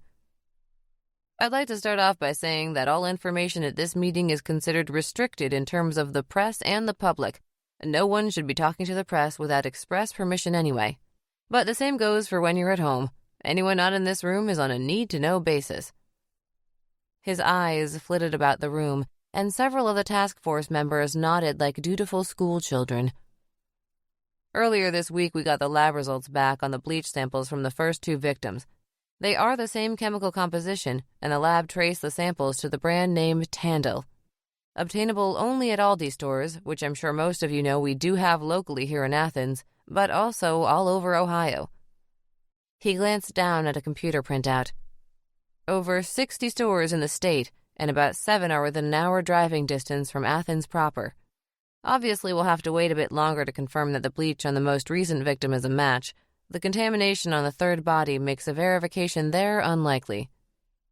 Darger frowned down at the sheet that was circulated around the room. She made note of her concerns in that regard for later. Why don't we have the lead investigator for the newest fill us all in? Detective Luck? At first, Luck had the look of a kid who had been doing his damnedest to go unnoticed and had gotten called on by the teacher anyway. He stood, buttoned the top button of his jacket, and seemed to grow a little taller. He didn't falter when he began to give the room a rundown of the newest murder. He started with the who, where, and when, moving over to a projector connected to a laptop to show a few photographs of the scene. Darger forced herself to look, though she'd seen quite enough of the images of Sierra's defiled body to last a lifetime. After that, the detective moved on to the ME's report, summarizing the cause of death, probable weapons used, and the trace evidence collected. We also now know where Sierra was the first time she was abducted, and have every reason to believe that she was in the same place this time. Jansen raised his hand and chimed in.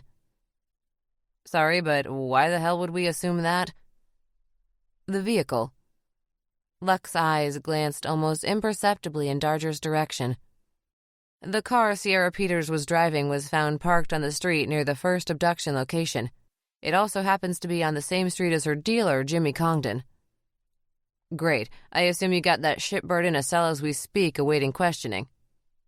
A CSI team is en route to collect the car as well as an arrest unit for Jimmy. Wait, what? Darger said. An arrest unit? Luck smoothed his tie. That's right. Her head was moving back and forth, partially in disbelief. She was appreciative that he'd covered for her, not blurting out that it was her car Sierra had been driving. Her car that she'd been stupid enough to allow to be stolen. But this was the wrong move, and she couldn't just sit by and let it happen. Why would you arrest him? He's probably the last person who saw Sierra Peters alive. Luck stared at her, not following. I'm confused. You're saying that because he's the last person to see her, we shouldn't arrest him? Who the hell are you? Jansen was looking her up and down with wariness. The sheriff piped up as if she were incapable of speaking for herself. Sorry, this is Special Agent... He gestured with his hand like he was trying to conjure a rabbit from a hat. Darwin, is it? Darger, she said through gritted teeth. Where's Loshak? Jansen said. I've been asked to fill in for Agent Loshak for the time being, Darger said, embellishing a little. Well, technically it was true. Cal had sent her out here essentially for that purpose, and it was a good thing, too, considering the fact that he wasn't here. She turned her attention back to Luck at the front of the room. My point, Detective Luck, is that Jimmy Congdon is already likely going to be a combative witness. Arresting him and treating him like a criminal is only going to make things worse. He has a record, Luck reminded her. Like somehow she'd forgotten. She wanted to point out that if it weren't for her, they wouldn't even know about Jimmy Congdon, but she refrained. That may be, but if we approach him like he's guilty of something, he's never going to talk to us. You're saying we should roll out the red carpet for a known drug dealer? Jansen said. I'm not saying we have to go pick him up in a limo for Christ's sake, she snapped, then tried to reel it in. I'm only suggesting that a more gentle, amiable approach might be more likely to gain his cooperation." "Gentle and amiable, unfucking believable," Jansen muttered loud enough for everyone to hear. "How do we know this Jimmy guy isn't the killer?" "Because he doesn't fit the profile. He's too young, too well-connected socially. We're looking for a loner, and the timeline of the abductions and body dumps have been consistent with someone working a first shift, Monday to Friday job. Congdon is technically unemployed." She turned her focus back on Luck. "Call it off, now, before it's too late. We'll only get the one chance. If you turn him against us, he'll never talk." He seemed to consider it momentarily, but Jansen butted in again. "Maybe he doesn't want to miss an episode of his favorite TV show," Jansen said, only half joking. "Loshak, where the hell are you?" she wondered, sending out a psychic bat signal. Jansen continued. "Who can say why he does anything? Could be coincidence, couldn't it?" Darger said nothing, trying not to lose her temper. Cops loved nothing more than to assign the term coincidence to anything that didn't fit their personal theory, while at the same time insisting that any circumstantial evidence that proved their position was anything but. Targeting Luck again, she sat forward. "You're being short-sighted. You're going to throw away our best chance at catching a serial killer, a man who's butchered at least 4 women that we know of, for a petty criminal like Jimmy Congdon?" Maybe it was her tone, or maybe it was the phrasing, but she'd obviously taken a wrong turn. Luck fixed her with a hard stare. "Do you know how many overdose deaths we have in this county every year? That's not counting everything else that goes along with the drug trade, the robberies, the assaults, the prostitution, the toddlers left home alone wondering if mommy's going to come back or if she'll stay passed out in whatever crap hole she went to get her fix." His face was red, and the emotion in his voice wasn't phony. "That may be petty to the FBI, but it sure as hell isn't in the eyes of our department." Luck straightened a little taller, standing his ground. "Sorry, Agent, but this is my call. My investigation." "Yours to fuck up, you mean?" she thought to herself. "Well, after that lively debate," Sheriff O'Day said, "why don't we turn over the floor to the special agent so she can fill us in from the profiling angle?" Special agent, Violet thought. She was certain he'd already forgotten her name again as she rose from her chair. Luck took his seat and Darger replaced him at the podium.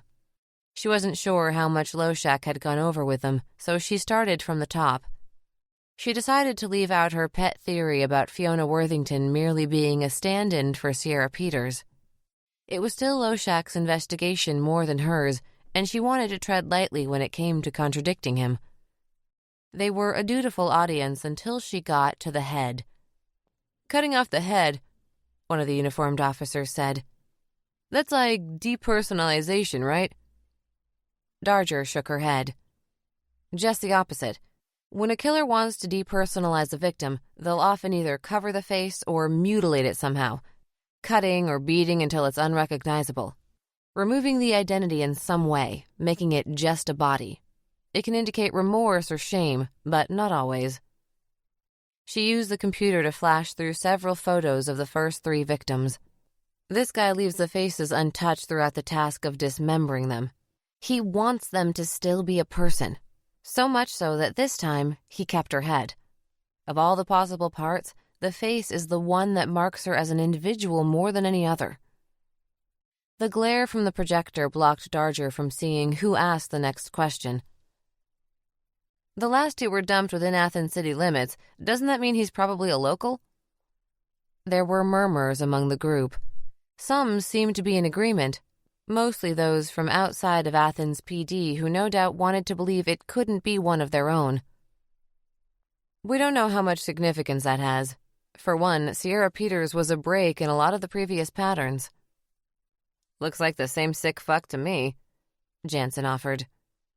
"Oh, I don't have any doubt that it's him, but I think he was rushed on this one. No stab wounds, no mutilation other than the decapitation, of course, plus the fact that he dumped her within about 24 hours instead of the usual 48 to 72 hours. He was in a hurry to get it done. and I think he was in a hurry to dump her. Doesn't that just strengthen my point? He's a local guy, so instead of driving all the way out to bumfucked Egypt, he dumps this one close to home. It's possible, Darger said, trying to keep her tone level. Something about Jansen just rubbed her the wrong way. Also, she was starting to get a mean headache. But even in a rush, he's still careful. I doubt he'd tip off where he lived that easily. Guy's a fucking psycho who gets his kicks cutting girls into pieces. How careful can he be? Darger ignored him, wishing again that Loshak was there to back her up. Massaging her right temple with a fingertip, she continued. There's another issue about the dump sites that I think we should all consider. She gestured at the map projected onto the wall. 2 different counties. 3 separate jurisdictions so far. I don't think that's an accident. What do you mean? I mean that your average citizen doesn't have a lot of knowledge of that kind of thing. City PD, sheriff's department, state troopers. Cops are cops to most people. You're saying you think he's a cop, Detective Luck said, and there was plenty of grumbling dissent that followed. Not necessarily. Darger raised her voice over the din. In fact, I think not. You just said, Jansen started. I said I didn't think he was your average citizen in terms of police knowledge, but I also don't think he's in law enforcement. He wouldn't have the discipline. That seemed to quell them a bit. However, it's possible that he's someone in the periphery of law enforcement. EMT, volunteer fire, or maybe just a cop groupie. Possible. Everything's possible with you guys. Sounds like a bunch of mumbo-jumbo to me, Jansen said with a dismissive wave of his hand. Might as well consult my kid's magic 8-ball. And you're welcome to take it or leave it, Detective Jansen, Darger said. It's your case. Your board to clear, not mine. The room was quiet then, and she let it sink in. As elected officials, she knew the pair of sheriffs involved were more than a little anxious to clear these homicides, and the only way that happened was finding the guy. All right, Jansen spoke up again. Let's say you're right. He's from out of town, maybe even from somewhere like Columbus. Why not dump the girls there? Murders are dime a dozen in the city. For 2 reasons. One is exactly the reason you said. He doesn't want to be a dime a dozen. He wants the spotlight. Even if that's not the case at first, these guys almost always find that they like the attention. The second reason is that, this being a rural area, he might be aware that you lack investigators with a lot of homicide experience. It all came out in a rush. She'd been in the zone and wasn't thinking about the phrasing or the effects the words might have. But she immediately realized her mistake. What sounded to her like an innocent fact would come off as a dig to the men in this room, and not just the ones looking to fight like Jansen. Another silence followed, this one seeming more strained than the first. Well, shit. Jansen crossed his arms over his chest. What are you trying to say? Luck had been quiet for a while, but he spoke now. His eyes remained focused on his hands folded on the tabletop in front of him. I reckon she's trying to say that us country folk are in over our heads. He affected a slight twang to his voice, which should have been funny, but only highlighted more that he was angry. Before she could defend herself or her words, the sound of someone clearing their throat broke through the awkward tension in the room. Why don't we wrap things up there for now?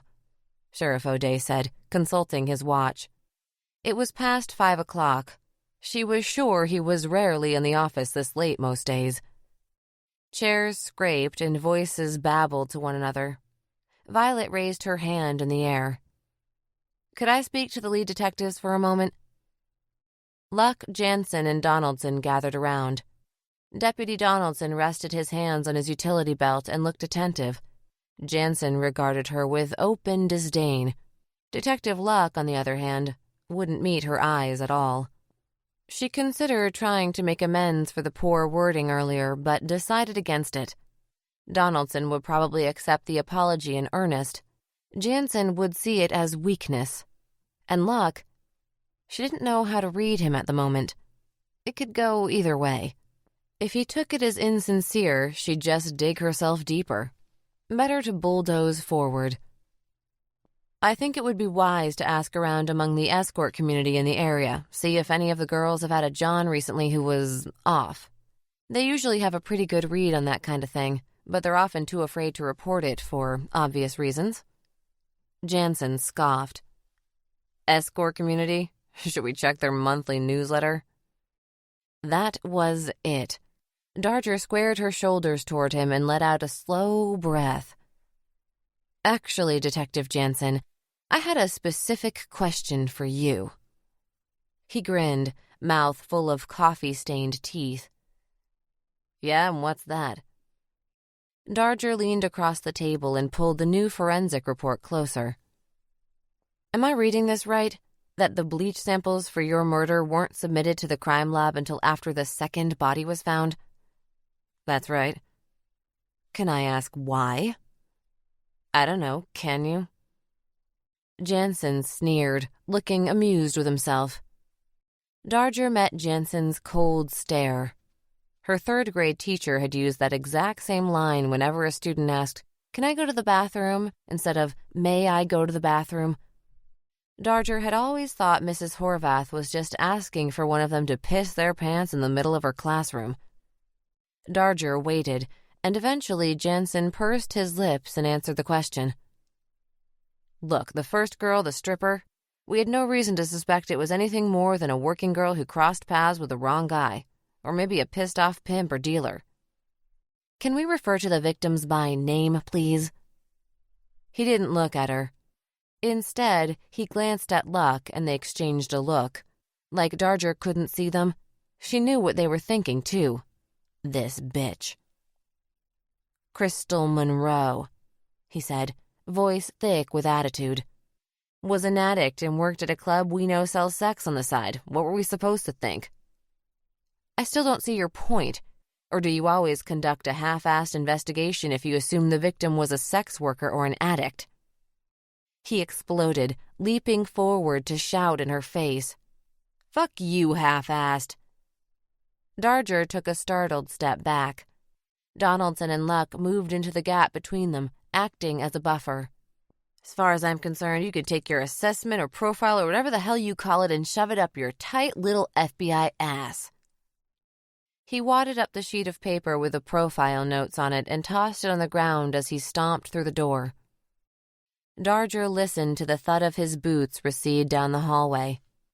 She'd known it would piss him off, but he had more of a hair-trigger temper than she'd expected.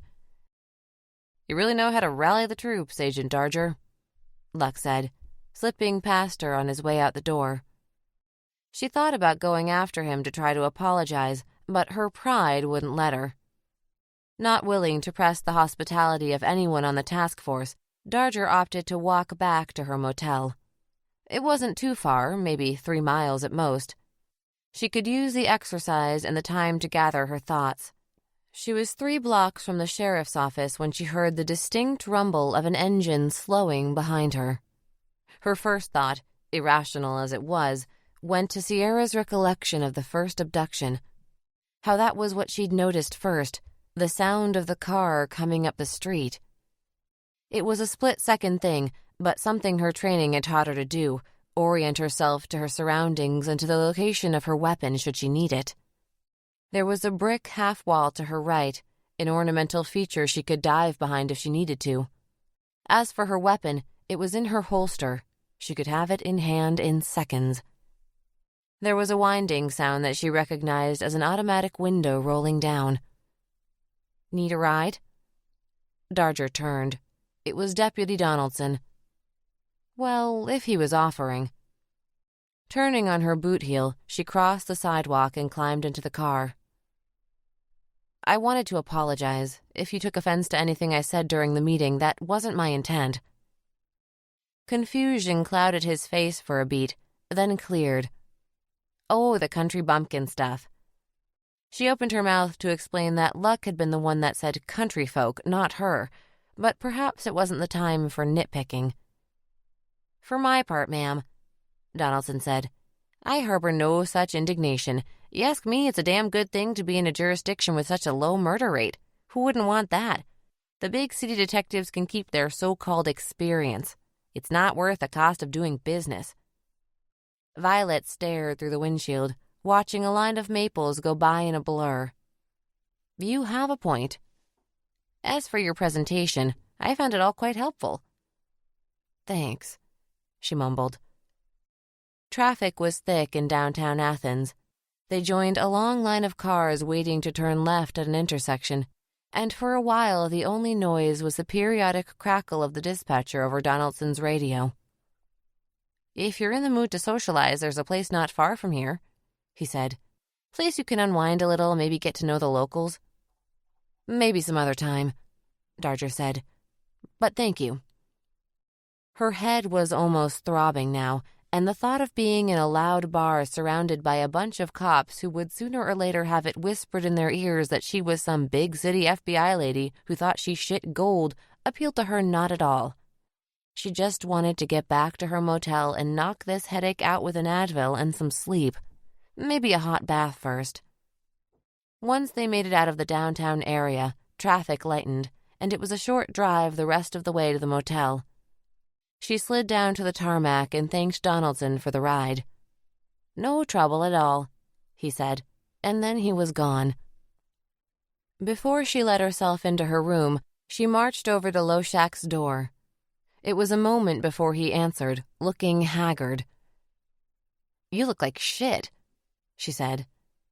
And what a delight it is to see you too, Agent Darger. He left the door open and went back into his room.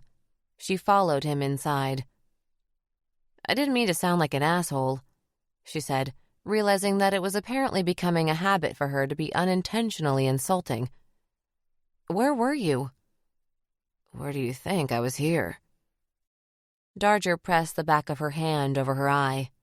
The pressure relieved the pain in her head ever so slightly.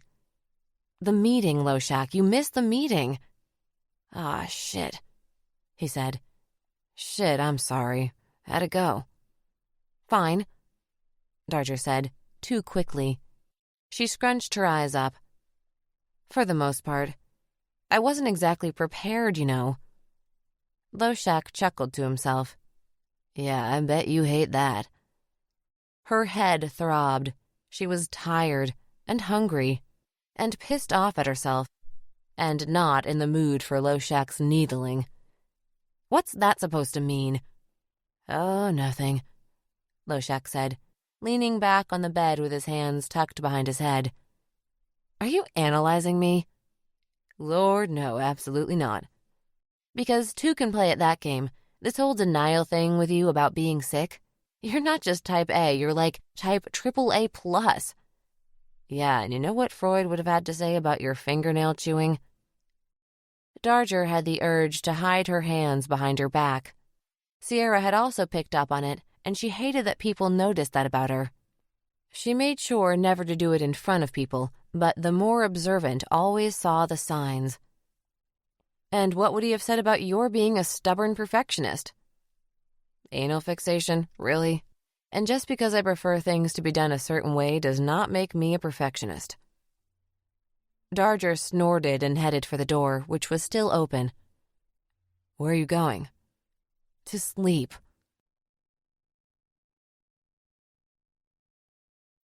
Chapter 24. The Elbow Room was a cop bar on Court Street in downtown Athens. It was just around the corner from the Athens City Police Department, less than a block.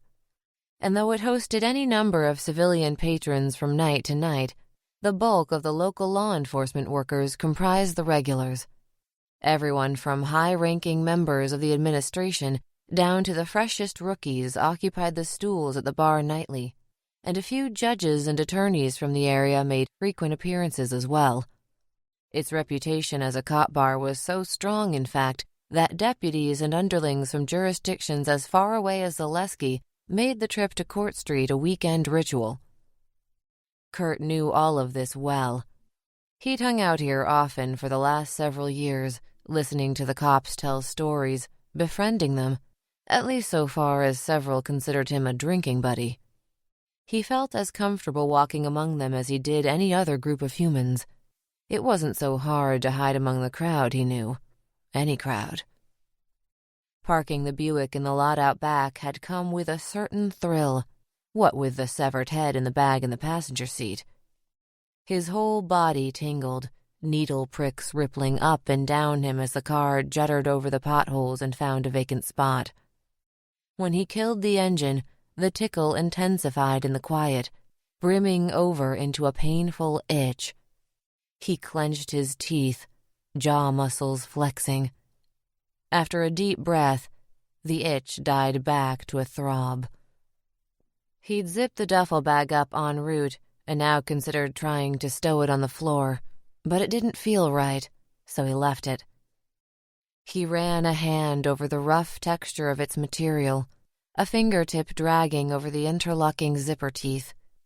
No electrical pulses assailed him this time. Ah, well. Yellow streetlights buzzed overhead, shining down on the chewed-up blacktop and faded vinyl siding of the bar. No one stirred in the lot. No movement at all. His fingertips found the door handle, and again he left the strange insulation of the car, stepping out into the cold.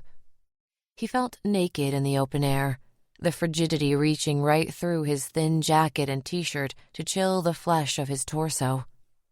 He took a deep breath reflexively at the shock of it, and the cold sucked right down into his lungs, biting all the way down, making him shudder. It smelled like snow outside. Seemed strange for October. His breath coiled in the air before him as he walked the concrete walk to the big wooden door, a ball of steam twisting and disappearing into empty space. He stopped shy of the door and waited, the thumping rhythm of the music inside just faintly audible. It had been weird to think of the rising mass of cops inside those walls. After a long hesitation, he slipped into the bar and was absolved once more of the detachment. The old reality snapped back, some lost feeling restored, like waking up refreshed after being tired for so long he'd forgotten what that felt like. Even here, surrounded by cops, he found an overwhelming relief to be back among people, away from the loneliness. On another level, it was tense, of course, but he'd been here so many times. He could keep the fear in a little compartment and go through the normal routine unperturbed. Bare brick walls and button-tufted leather booth seats gave the place a rustic feel, but the warmth and lighting dominated his sensory circuits. It was hot in here, the air almost heavy with body heat, sweaty. And the light controlled the atmosphere, made him feel calm even with all the people flitting around. The dimly lit space seemed forever dulled to a soft focus, even when he was completely sober. He nodded a greeting to familiar faces, collecting smiles and waves in return. Funny how that worked, he thought. He'd barely spoken to most of these people, but they must be able to call to mind memories of seeing him whilst drunk, perhaps watching at the edge of the crowd, laughing along with the stories and jokes, and that was enough. Somehow, that nothing level of interaction had become a positive association, deemed him worthy of a subtle greeting. If he were a handsome man, he thought perhaps one of the lady cops or police groupies would have hit on him even, but it hadn't happened. For once, being ugly provided a perk. He wanted to remain mostly anonymous, unnoticed. He scanned the room as he advanced toward the bar, squinting to make out detail in the shadowy areas toward each far corner. A fat man with a sports jacket over his polo shirt lifted his bottle of beer at him to say hello. He was bald on top with messy hair hanging down on the back and sides. This was John Wayne Porto, the Athens detective who ran his mouth about the case on the regular. The one Kurt was hoping to see tonight. The one he would sit near. The one who, if all went well, would tell him where the investigation stood. Kurt plucked a bill from his pocket as he neared the bar. His heart beat a little faster as he waited for the bartender's eyes to find his, and when they did, he had to concentrate to keep his voice from wavering as he ordered a Budweiser. It was strange that ordering a beer made him more uptight than being around so many police, but seeing the detective made his adrenaline kick in or something. He remembered seeing a video about that being a poker tell. When a player has a big hand, their fingers tremble from the adrenaline. He licked his lips. As soon as he had the drink in hand, he could disappear into the crowd and be no one again. Soon. He cleared his throat while he waited, let his eyes go a little out of focus, staring at the wall of bottles behind the bar but not really seeing them. Finally, the barkeep scooted the brew his way, and he took the glass to a table near the detective. He sat in the part of the room where those dim lights began to give way to the shadows. He sipped his drink, looking at nothing and watching everything out of the corners of his eyes. The people roiled around him, strange hairless apes smiling and yammering at each other and clapping each other on the back, totally unaware of the other in their presence. The still, silent figure sitting amongst all of their swirling motion, his shoulders rigid, a glass of beer sweating on the table in front of him. There was something fun about it, fooling all of them, duping the very people tasked with weeding out his kind. He couldn't help but smirk. The bar seemed a little quiet tonight, hushed murmurs overtaking the room in place of boisterousness. Voices all tight and small. None of the raucous cheer he usually encountered among these off-duty guys. He couldn't decide if this was a reverent quiet or a sleepy one. Would word about the latest kill have gotten around already? He supposed so. It had been more than 12 hours since he had disposed of the bags, though it didn't really feel like it. As if on cue, shushes rose up from the mob and the murmurs fell off into total quiet. He swiveled his head just as the bartender turned up the volume on the biggest screen mounted over the bar. It was the Channel 4 News, the NBC affiliate out of Columbus. The anchor's head occupied the screen, her bleached white teeth standing out from the orange glow of her tan, and a graphic of a garbage bag appeared over her shoulder. In another brutal twist in the ongoing story out of Athens County, a dismembered body was discovered in a trash bag in a residential area on the south side of Athens in the early morning hours, the fourth such body in recent weeks. All sound seemed to fade out around Kurt as she went on. He watched her lips move, but he heard nothing. That itchy vibration crawled over his skin again, a crackle flickering in his head like the blue beam in one of those bug-zapping lamps. He sipped his beer, unable to pry his eyes from the TV screen where the camera panned across the scene. It was old footage, he realized, from Burger King. The garbage bag there, the pool of blood surrounding it on the concrete shining back more black than red. The puddle looked thick, shiny and gummy, like the ring of leftover ketchup drying on a plate. He flinched, unable to contain himself. One hard jerk of the shoulders and abs that throttled his body so hard that the legs of his chair scraped audibly over the floor as it scooted a few inches back from his table. He froze, eyes locked on the scuffed tabletop, back hunched like one of those rats in the live traps. After a long, still moment, he looked around. All eyes remained glued to the TV screen. No one had noticed his flailing, or if they had, they didn't care. And it was now almost an out-of-body experience for him, his consciousness seeming to pull away from his person, floating, hovering, all sight and sound reduced to something fizzy, his mind retracting into the static of the abstract.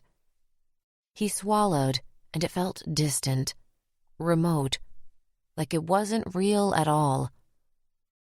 A rectangular blob in the static dissolved, and the TV news anchor appeared there, talking directly into the camera, a sober expression on her makeup-caked face. He could tell that she was stuck up just looking at her, one of those haughty la-di-da types. His teeth grit, and something about the sensation of his jaw muscles tightening brought him back to the moment, brought him back to his body, turned the sound back on just as a camera cut to the male anchor with teeth so white they must glow in the dark. The graphic next to the anchor's head had changed. No more garbage bag. Now it was a pot leaf. He talked about a string of robberies at local medical marijuana dispensaries. The piece about the body was over. Good. He took a breath, and once again his whole body tingled from head to toe. But this time it was different. More pleasant. Some orgasmic jolt of pleasure that he didn't really understand. Was it the attention? It must be. He was the top story. The case had made the news before, but now he was number one. He was the headline. He'd made something of himself. And yet he could see his reflection on the table's veneer, and his facial expression remained completely blank, fixed, unblinking. His eyes pierced the empty space before him. He sipped his beer again, nursing it. He wouldn't drink enough to get drunk, he knew. He'd have just one or two, depending on how long he sat here. But he didn't want to be so slow about it that someone might notice. The chatter picked up now that the bit about the dismembered body was over, and the bartender mashed the remote in his fist, turning the volume on the TV back down. "Sick fuck," Detective Porto said over his shoulder. "He kept the head, probably defiling it right now, you know what I mean?" The detective locked eyes with Kurt, so he nodded to answer the question. "I mean, the sicko was probably face-fucking the thing as we speak," Porto said. "That's what these perverts do, like Ted Bundy and those types." For a long moment, the two men just stared at each other. Porto's face as expressionless and unreadable as he knew his own to be. Neither of them blinked. The corners of the detective's mouth curled then, and he burst out laughing. "Sorry," he said. "Guess I'm a sick fuck too. Not like this monster or nothing, but still." Kurt laughed as well, and Porto clapped him on the shoulder. "Jesus," Porto said. "What the hell is wrong with us, eh? I guess you have to be able to laugh to keep from crying, you know?" He tipped his bottle of Sam Adams back and glugged the second half of it down, signaling the bartender for another with a wave of the hand. "You gonna catch the guy?" Kurt said. Porto's smile vanished all at once. "Oh, we'll get him. It might not be any time too soon, but we'll get the bastard. Promise you that." Kurt bobbed his head once. "I'm sure you will." He sipped at his Budweiser and turned back to his own table, content to recede back to the edges of things. That was where he was most comfortable, he supposed. An observer, an outsider, an other. He couldn't remember for sure when the distance first opened in his head, the black seas of infinity that held him apart from everything and everyone. People had hurt him when he was young. Blurry memories. Just flashes of her face twisted into a mask of hatred, the gouges in his skin where her fingernails had torn him open. A cliché story, he supposed. The wounds became the cracks in his reality where the void seeped into him, and through the years, the little boy's weakness became the man's strength. The numb blossomed in him, made him invulnerable. Every one of his acts cemented this transformation, proved it. And now he could sit among the very police looking for him and go unnoticed, totally indistinguishable from anyone else.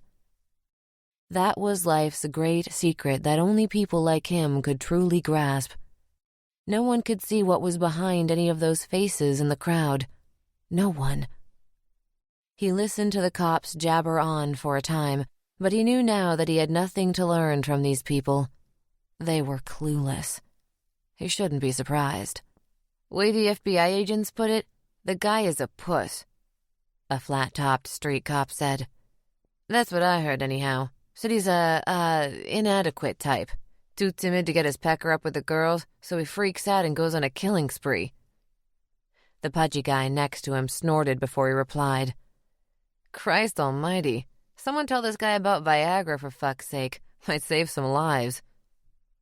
He pulled the little card from his jacket pocket and looked at it, the one he'd found among the girl's things. Violet Darger, huh? Yeah, probably just as stuck up as she looked. Chapter 25. Victor Loshak was suffering worse than he let on. Dizzy, shaky, his thoughts distorted by the whims of the fever. In his loopiest fever dream moments, he even thought he might be dying.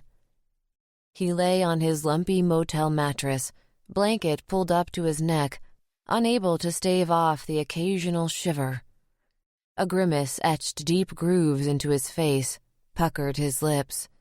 He wasn't sweating anymore. He didn't know if that was a good sign or a bad one going forward, but he was thankful to be rid of the sogginess that had plagued him off and on over the past few days. The TV projected blue flickers onto the drop ceiling, which he watched rather than the screen itself, too weak and confused to lift his neck or sit upright. He tried to sleep, but his eyelids kept peeling open to watch the light show up there. The glow lurched and danced in never-ending variations. He'd pushed himself too hard in venturing to the latest dump site. He knew that now. He'd wanted to be there as much for Darger's sake as his. She seemed to know her stuff, and she was more than eager enough to do a damn good job, but he was still the one with 21 years of experience. He figured he could help her one way or another, even if it was just encouragement. Of course, being there when a body was discovered had a way of bringing the behavior into sharper focus sometimes too. And the police officers working the case always seemed to trust him more if he'd been there at that awful moment when they worked a fresh scene. In any case, he was paying the price for that choice now. The fever had come back worse than before, and his thoughts jumbled and circled around themselves, bordering on hallucinatory much of the time. Bits of memories and dreams bobbed up into his conscious mind, movies playing that interrupted his internal monologue over and over. He squirmed a little on the mattress, moving his arms and legs for no reason that he could figure. He had no sense of what time it might be. Had a night passed since he'd ventured out? Could it have been longer? The shades were drawn tight, offering him no clues. He closed his eyes and thought about the case, grisly crime scene photos blinking on and off in his head like Christmas bulbs. The jagged wounds, that limbless, bloody stump of a torso. The rage toward women evident here was appalling, but he'd seen its kind many times. What stuck out to him more was the level of inadequacy implied. Some of the guys committing these types of lust murders were run-of-the-mill rapists who developed a taste for murder and necrophilia by way of escalation, pushing their sense of depravity and control to the limit. The murderer working in Athens County was not one of those. Loshak was certain of it. He was a member of a much smaller group. Killers who thought so little of themselves that their fantasies twisted into the belief that the only way they could satisfy their biological urge to reproduce was by doing so with a dead body. That was their fantasy before they ever got started, and all of the evidence pointed to that in this case. Killing a woman was, of course, an expression of rage rather than one of sexuality, but the act was still clearly entwined with this desperate desire to assert oneself. There was a damaged sense of masculinity driving these things, Loshak thought. A sense of worthlessness. This guy in Athens had an exceptional sense of inadequacy, and what struck him as most noteworthy about that were those signs of sophistication poking through despite that. The perpetrator was confident enough in his verbal skills to talk victims into getting into his car, at least some of the time, and he was organized enough to perform the abductions, murders, and disposals of the bodies without leaving much physical evidence. So this was a capable, possibly even intelligent person who also had such deep fears and insecurities about women that necrophilia was the only way he could even fantasize about being with one. But that raised the money question. How could the police use that information to help solve the case? He didn't know. Not yet. His mind drifted for a time, nonsensical fragments of dreams rising up mercifully to erase the violent images from his head. He was in and out like that for a while, neither truly awake nor asleep, hovering between them. Shelley was there in some of the dream flashes, and she was okay. Just little snippets of random moments, plopping onto the couch and pulling her laptop open on her lap, sitting at a picnic table, eating a strawberry sundae at Dairy Queen. He liked seeing her in dreams now. When his daughter had first died, he couldn't handle the misery of dreaming her back into existence, only to wake up and lose her again. But now he was just happy to see her, knowing down deep that it wasn't quite real. In his most lucid moments, he knew that he needed help, that he should go to the doctor, but he couldn't bring himself to do it. He'd always been reluctant to seek medical treatment, some phobia of the doctor's touch, and he supposed it had only gotten worse since Shelley died. His mind snapped back to the killer. The subject was acting out his fantasies, waking dreams where he had total power, total control. The human bodies were his props, objects he could dominate to make the fantasy exist in the real world. This guy would want to go back to the scenes, both the dump sites and the place or places where he committed the acts themselves. He was sure of it.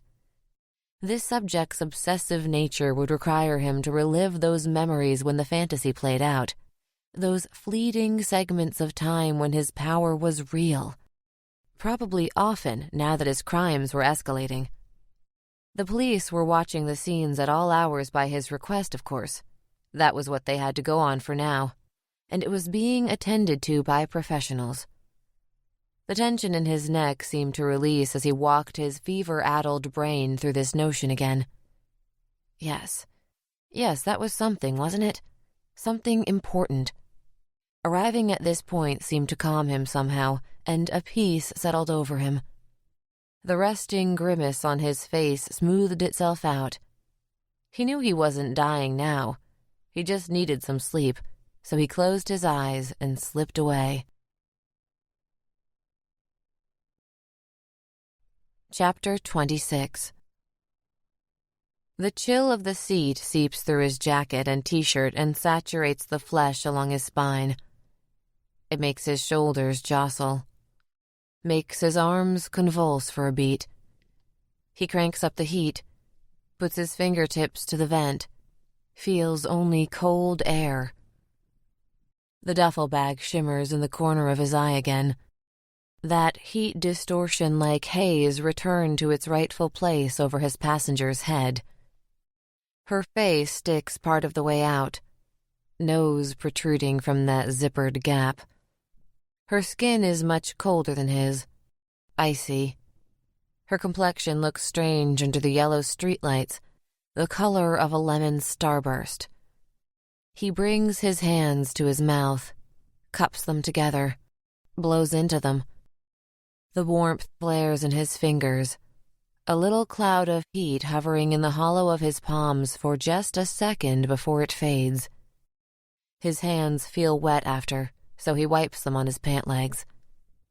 Now he shifts gears, and the car moves to leave the lot. He waves at a couple of the cops smoking on the sidewalk. They nod back, gesture with their cigarettes, steam and smoke coiling around them, wafting in all directions. Right away he brings his hand to her skin, fingers pressing into her eyelids, so soft and so cold. The electrical jolt he feels is stronger than before, somehow more exciting with the police right there, just a few feet away, utterly clueless. The Buick declines down the mottled ramp of the driveway in slow motion. absorbing 2 big bumps like a boat on a rocky sea. And then the car coils into a left turn onto the street, the sailing suddenly smooth. He fumbles at his sleeve, checks his watch, eyes blinking a few times to make sure he's reading it correctly. Only 9:16 p.m. Good. There's still time. When he speaks, his voice is just above a whisper. Gotta grab something from Mom's house. I know. Finally. Finally, he can imagine her responses. He can pretend. He feels his face flush, feels his scalp tingle, realizes that he is verging on tears. Jesus, even he knows this is pathetic. But it is the only way, the only way. When she was alive, there was only the cold between them. Nothing there, no connection. This imagined relationship is something, though. It is something. Anything is better than nothing. He controls his voice when he speaks, maintains a deadpan so she won't detect the emotion. I'm sorry to say that you won't get to meet her. Not directly. My mom, I mean. I know that, too. Yeah, I guess you would. What he hears isn't really her voice, not the person she was. It is someone new, a girl he invents as he goes along. This voice is a little thinner, a knowing delivery, deadpan. She could be anything, could be everything, every possible girl. They drive on, his breathing going a little ragged as the emotions well in him again. I'm so glad, you know. Glad that you're mine, I mean. Me too. The voice in his head doesn't sound convincing. He tries it again, changing the inflection. Me too. No, it's still not right. He knows she doesn't mean it. Of course she doesn't. Why would she? He adjusts his grip on the steering wheel, fingers squeaking against the polyurethane. It's okay. I understand that you're glad. Okay, just... You don't have to lie to me. You don't have to do that. I know how things really are. Okay. The conversation trails off, the sounds of the night and the road rising up to take its place. Fast food logos flit by on the side of the road, red and orange and yellow lights. The only things out this way that keep the dark away.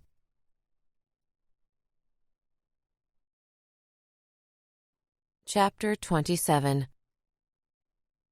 Violet lurched awake. The scratchy hotel sheets clung to her bare arms and legs. She was sweaty and breathing hard from a nightmare. The dream's final image flashed in her head again. Sierra Peters' severed head in Darger's suitcase. The girl's mouth was open, swollen tongue protruding between her teeth. Her eyes were milky white, the same cloudy shade of the moonstone ring. She kicked the stifling heat of the covers away from her and rolled over to check the alarm clock. The red digits read 9:28 p.m. Through the window, she could see the stars burning white against the blackened sky. Great. Now she'd be up all night for sure. After a cool shower and a change of clothes, she felt a bit more refreshed. Sleeping during the day always left her feeling groggy, though. She made a pot of coffee. What the hell? She might as well. While the coffee brewed, she paced around the room.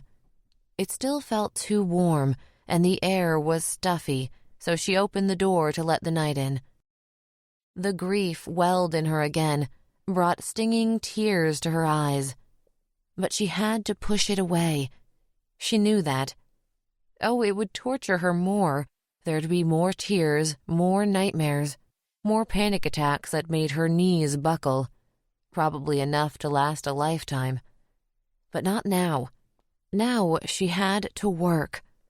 That was the best way to honor Sierra, to do what she came here to do her job, to find this monster and stop him. He'd make a mistake. That's what she told the task force. What she hadn't said was that she thought he had already made a mistake. Two, really. And the name of both mistakes was the same, Sierra Peters. The first mistake was taking her at all. She'd proven that when she got away. Whether it was sheer luck on her part or was bound to happen because he'd chosen a girl who wouldn't go down without a fight, it hardly mattered. She'd escaped. And while she'd given them one hell of a knot to untie when it came to her conflicting statements, Darger was certain the answer existed somewhere in there. The second mistake the killer made was taking Sierra again. Darger may have come to believe the girl, but she wasn't sure she'd have been able to convince the rest of the investigators working the case. Now that he'd killed her, there was no doubting her story, so long as they could figure out which detail would ultimately lead to his undoing. The answer was right there. She knew it was. 2 cups of coffee later, and she was practically jogging back and forth in the room. She wanted to take a walk, but it was dark. She used to take evening strolls all the time. She liked the feel of the air growing heavy with the coolness of night, the sounds of the crickets and cicadas. But she didn't walk at night anymore. The light from the streetlights and the sounds of footsteps echoing over the pavement in the dark brought back too many familiar feelings. She wished they were in a nicer hotel, one with a gym and treadmill. She needed to move. If she had a car, she'd take a drive. At least that would be something. She crept to the door and peeked over at the neighboring room. Loshak's light was on. She begged his keys off him, and a few minutes later she was behind the wheel with the windows down and the wind tangling her loose hair. She drove past Vine Street, gazing at the spot where Sierra said she'd been grabbed the first time. The second time, she must not have even made it back to where she'd parked Violet's car. How long had he waited? Had he been waiting since his first attempt failed, hoping to see her again, desperately needing to tie up the loose end? Had he killed Fiona Worthington as a stand-in for the one that got away, only to find that the darkness inside him wouldn't accept substitutions? Darger parked the car and sat, watching traffic roll by, though there wasn't much.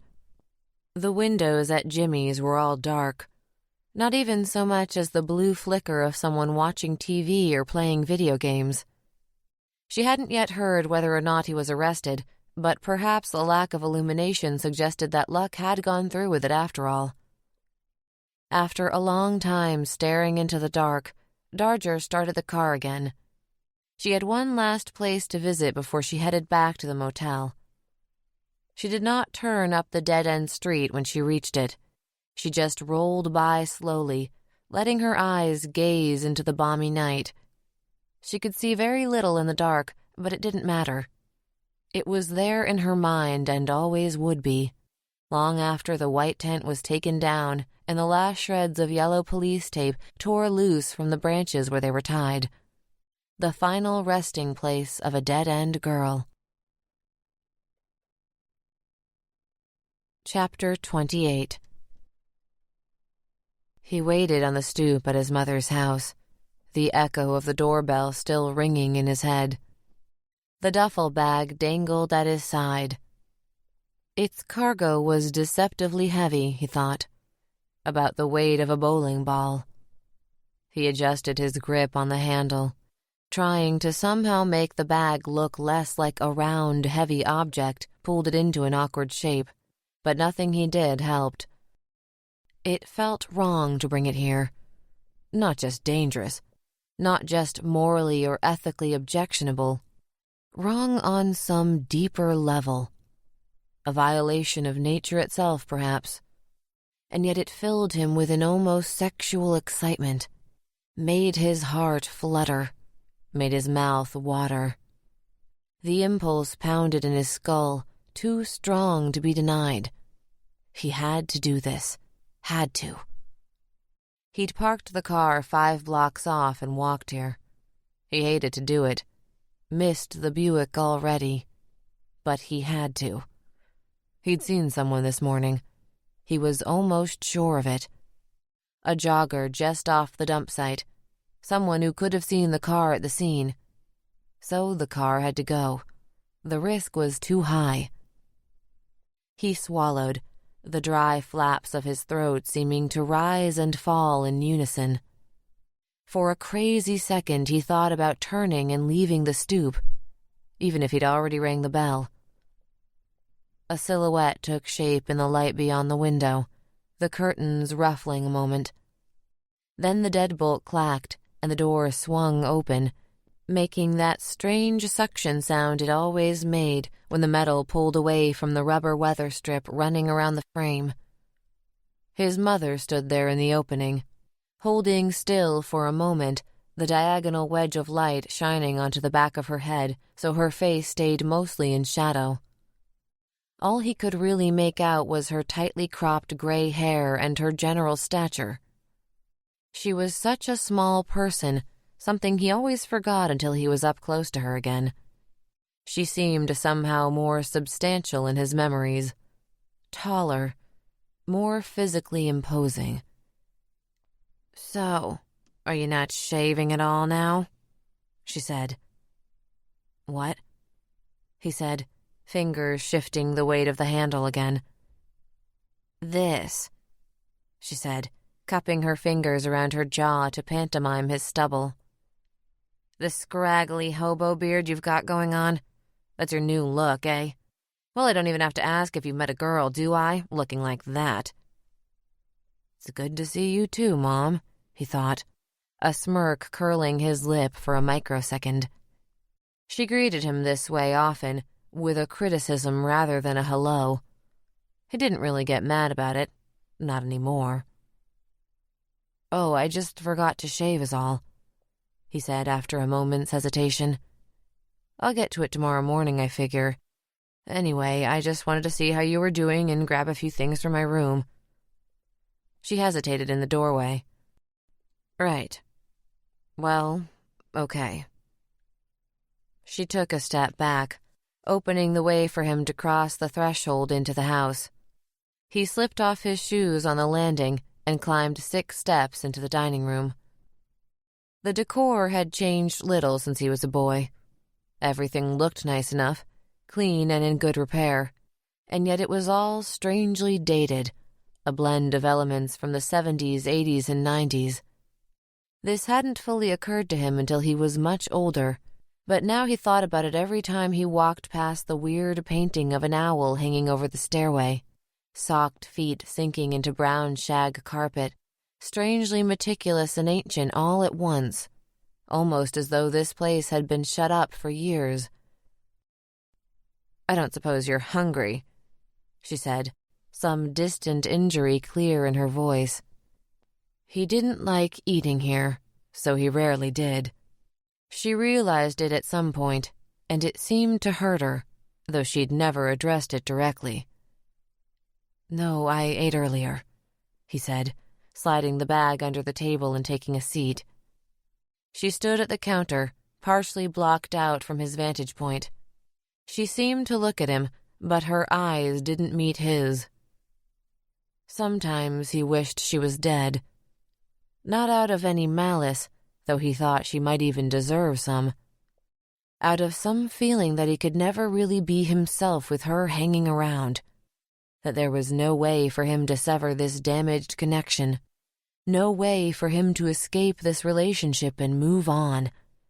It wasn't like she had any real feelings of warmth or affection for him, and the ones he had for her were conflicted and made him feel like a weakling. Despite all of that, he couldn't abandon her. She didn't know any better, that was all. Somehow it wouldn't be right to hold it against her. And in a crazy way, she was the only person who knew what he was. Something that was true on multiple levels.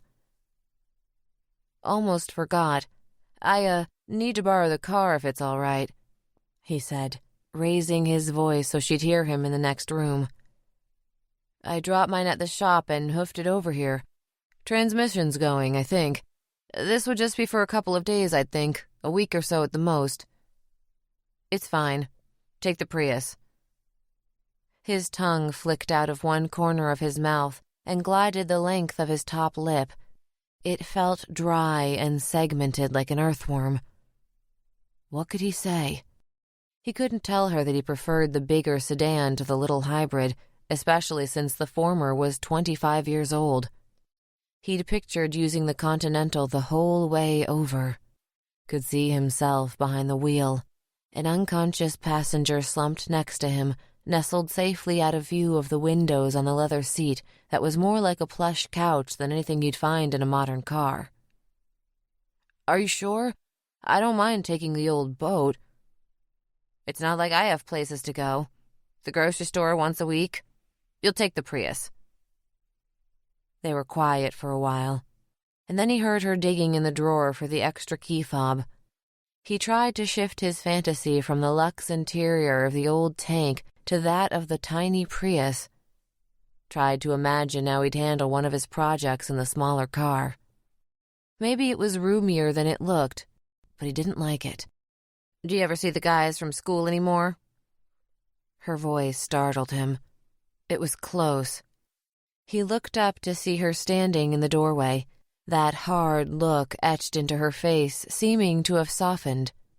She dangled the little black rectangle with the Toyota logo on it, and he took it. What? He said. You know, Nate, Matt, and Kurt and everybody. Not really. I talked to Matt on Facebook a while back. He has a kid now. Oh, wow. I still remember him showing up at the door that day he'd colored his hair Bozo the Clown orange. I had to bite the insides of my lips to keep from laughing. She was quiet a moment, a faraway look in her eye, and then she went on. Seems strange, doesn't it? The way everybody grows up so fast. Yeah, it does. I guess I'll never get to have grandkids, though. Not that it's any surprise. She drifted out of the dining area, floating up the 3 steps into the living room. He sat at the table a moment, letting his leg lean into the duffel bag. No electricity, but it felt exciting somehow to touch it in this place. Another memory flashed in his head, a picture and a feeling seared into his brain, into his memory, no matter how much you may have wanted to forget. In 3rd grade, he'd found a sky-blue Bic lighter on the sidewalk a couple of blocks from school. Naturally, he pocketed it, showing it around during classes. Word got around, and by the time recess hit, he was the talk of the playground. A group gathered near the merry-go-round to witness it, watching his thumb descend onto the flint wheel and flick until the little flame hovered above his fist. They oohed and awed like cave children seeing fire for the first time. He burned a few leaves and a box elderbug, its legs squirming furiously until they vanished. As far as he could remember, it was the most positive attention he'd ever received at school. Maybe, he thought, that was what it was like to win the spelling bee or become the star athlete. It was something like love. When he got home from school, he showed his mom his new toy. He stood in this very dining room, back to the table. She stood in the doorway to the kitchen. He flicked it just once before she ripped it from his hand and clubbed him in the temple with the heel of her hand. Her face twisted into that Halloween mask again. She said that little boys who play with fire wet the bed, and that she needed to teach him never to do it again. To teach him in a way he wouldn't forget. He waited, swallowed, a lump flexing in his throat. His hair in his eyes from when she'd knocked him.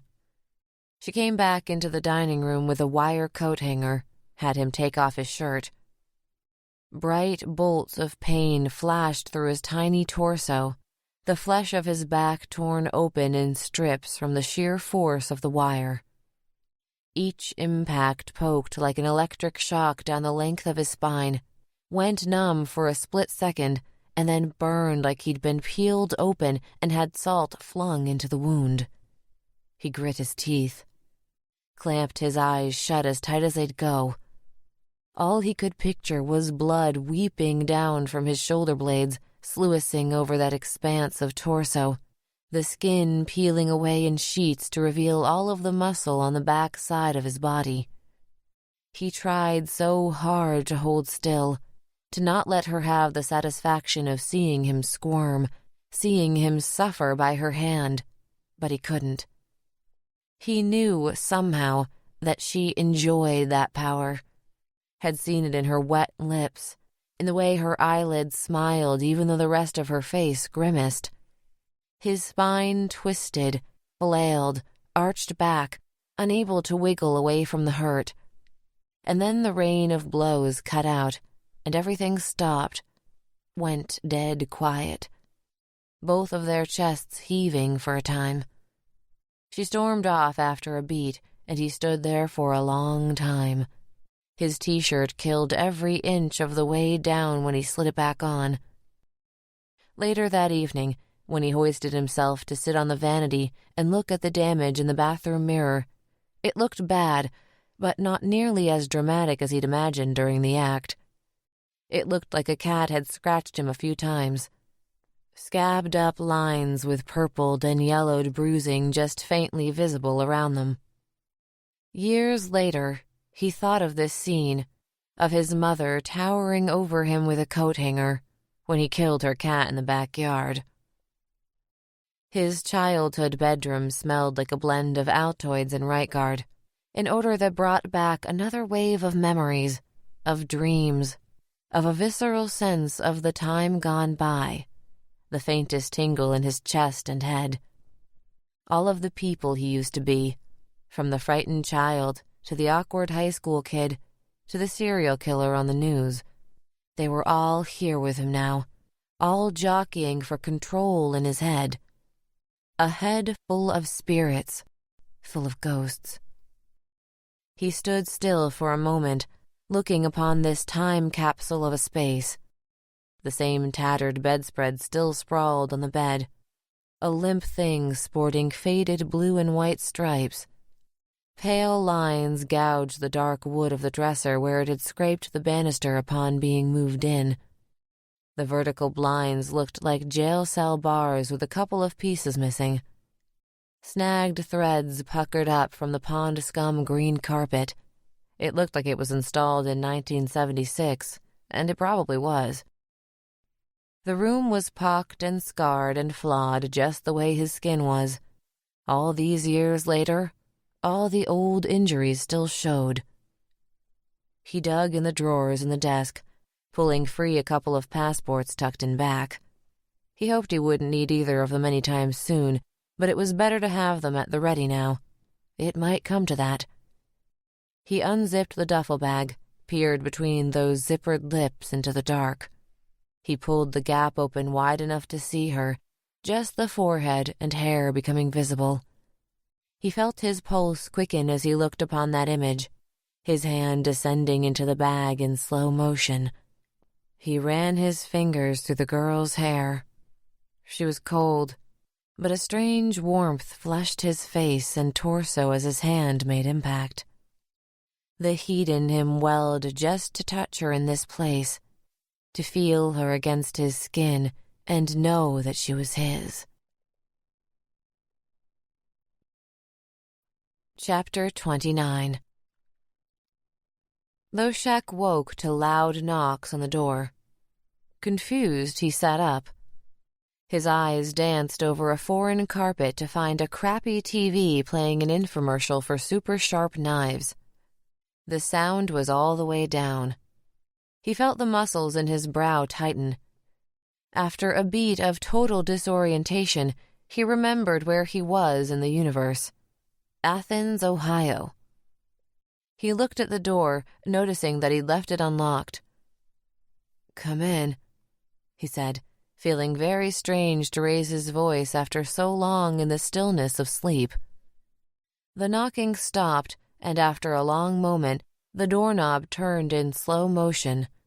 The rectangle of wood seemed to stick in the frame for a second, coming free with a scrape, and then the light poured in where the door had stood.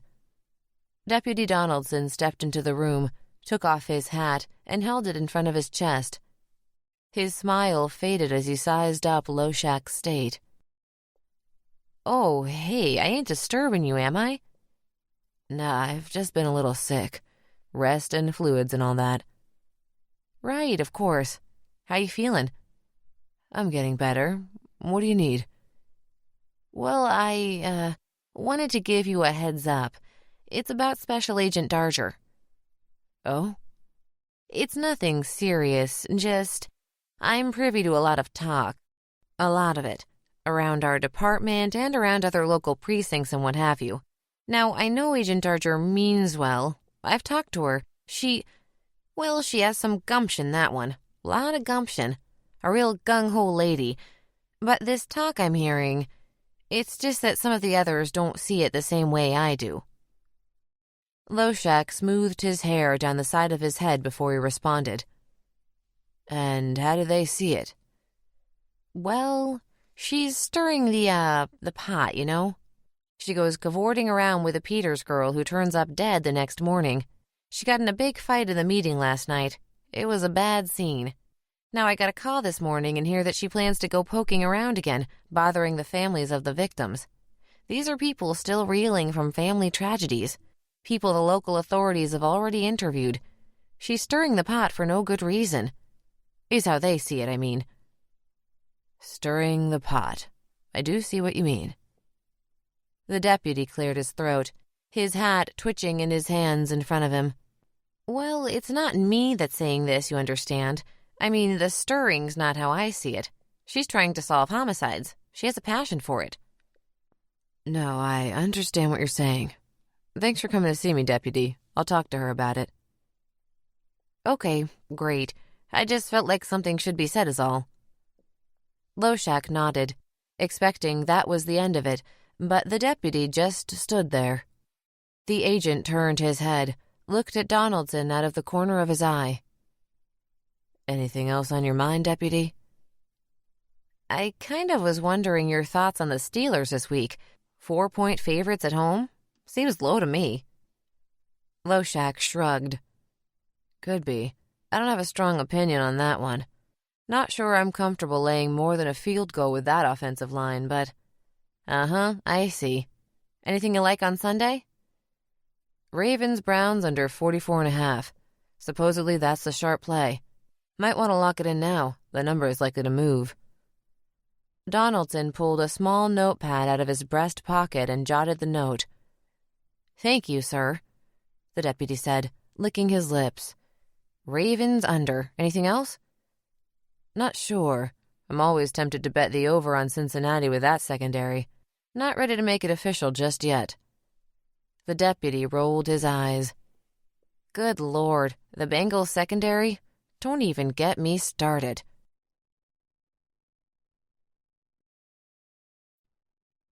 Chapter 30.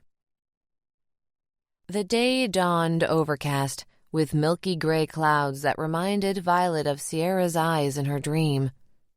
A haze hung in the air, obscuring the sunlight and blotting out the color in the day. Everything was monochrome, a photograph in black and white. Darger had tried to sleep after her night drive, but she'd only managed a prolonged session of tossing and turning. Eventually she crawled from the bed, made a couple of phone calls, and got out her laptop. She checked her email, and the new rental voucher from Cal's office was there. On the rental company's website, she arranged for the earliest possible time to have a new car dropped off at the motel.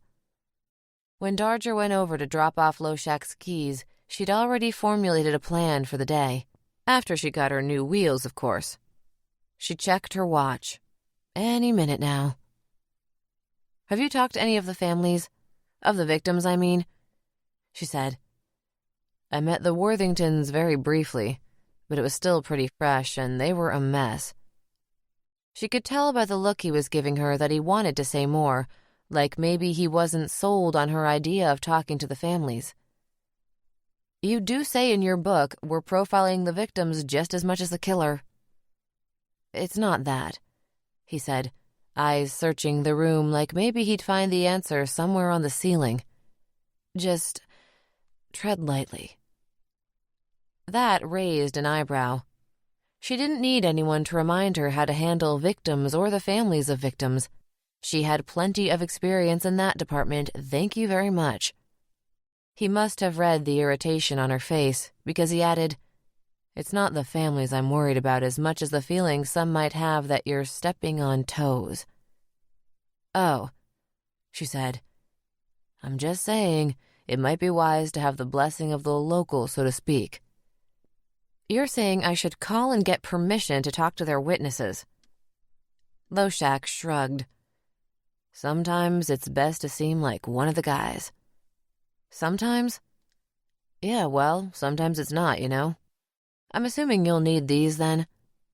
He held up the keys. "Nope," she said, and her phone buzzed as if on cue. "In fact, I think that's my new rental right now." She half expected the rental company to give her some guff about one of their cars being impounded by the police, but no mention was made of the ordeal. She supposed that the kid dropping the car off, she figured him for about 19 and probably a college student, either had no idea or, if he did, couldn't care less. All in all, it took less than a minute for her to sign the new rental agreement and take possession of the keys. She'd already talked to Donaldson first thing in the morning, but now she had to make the other calls. As she expected, Donaldson had no problem with her speaking to his witness.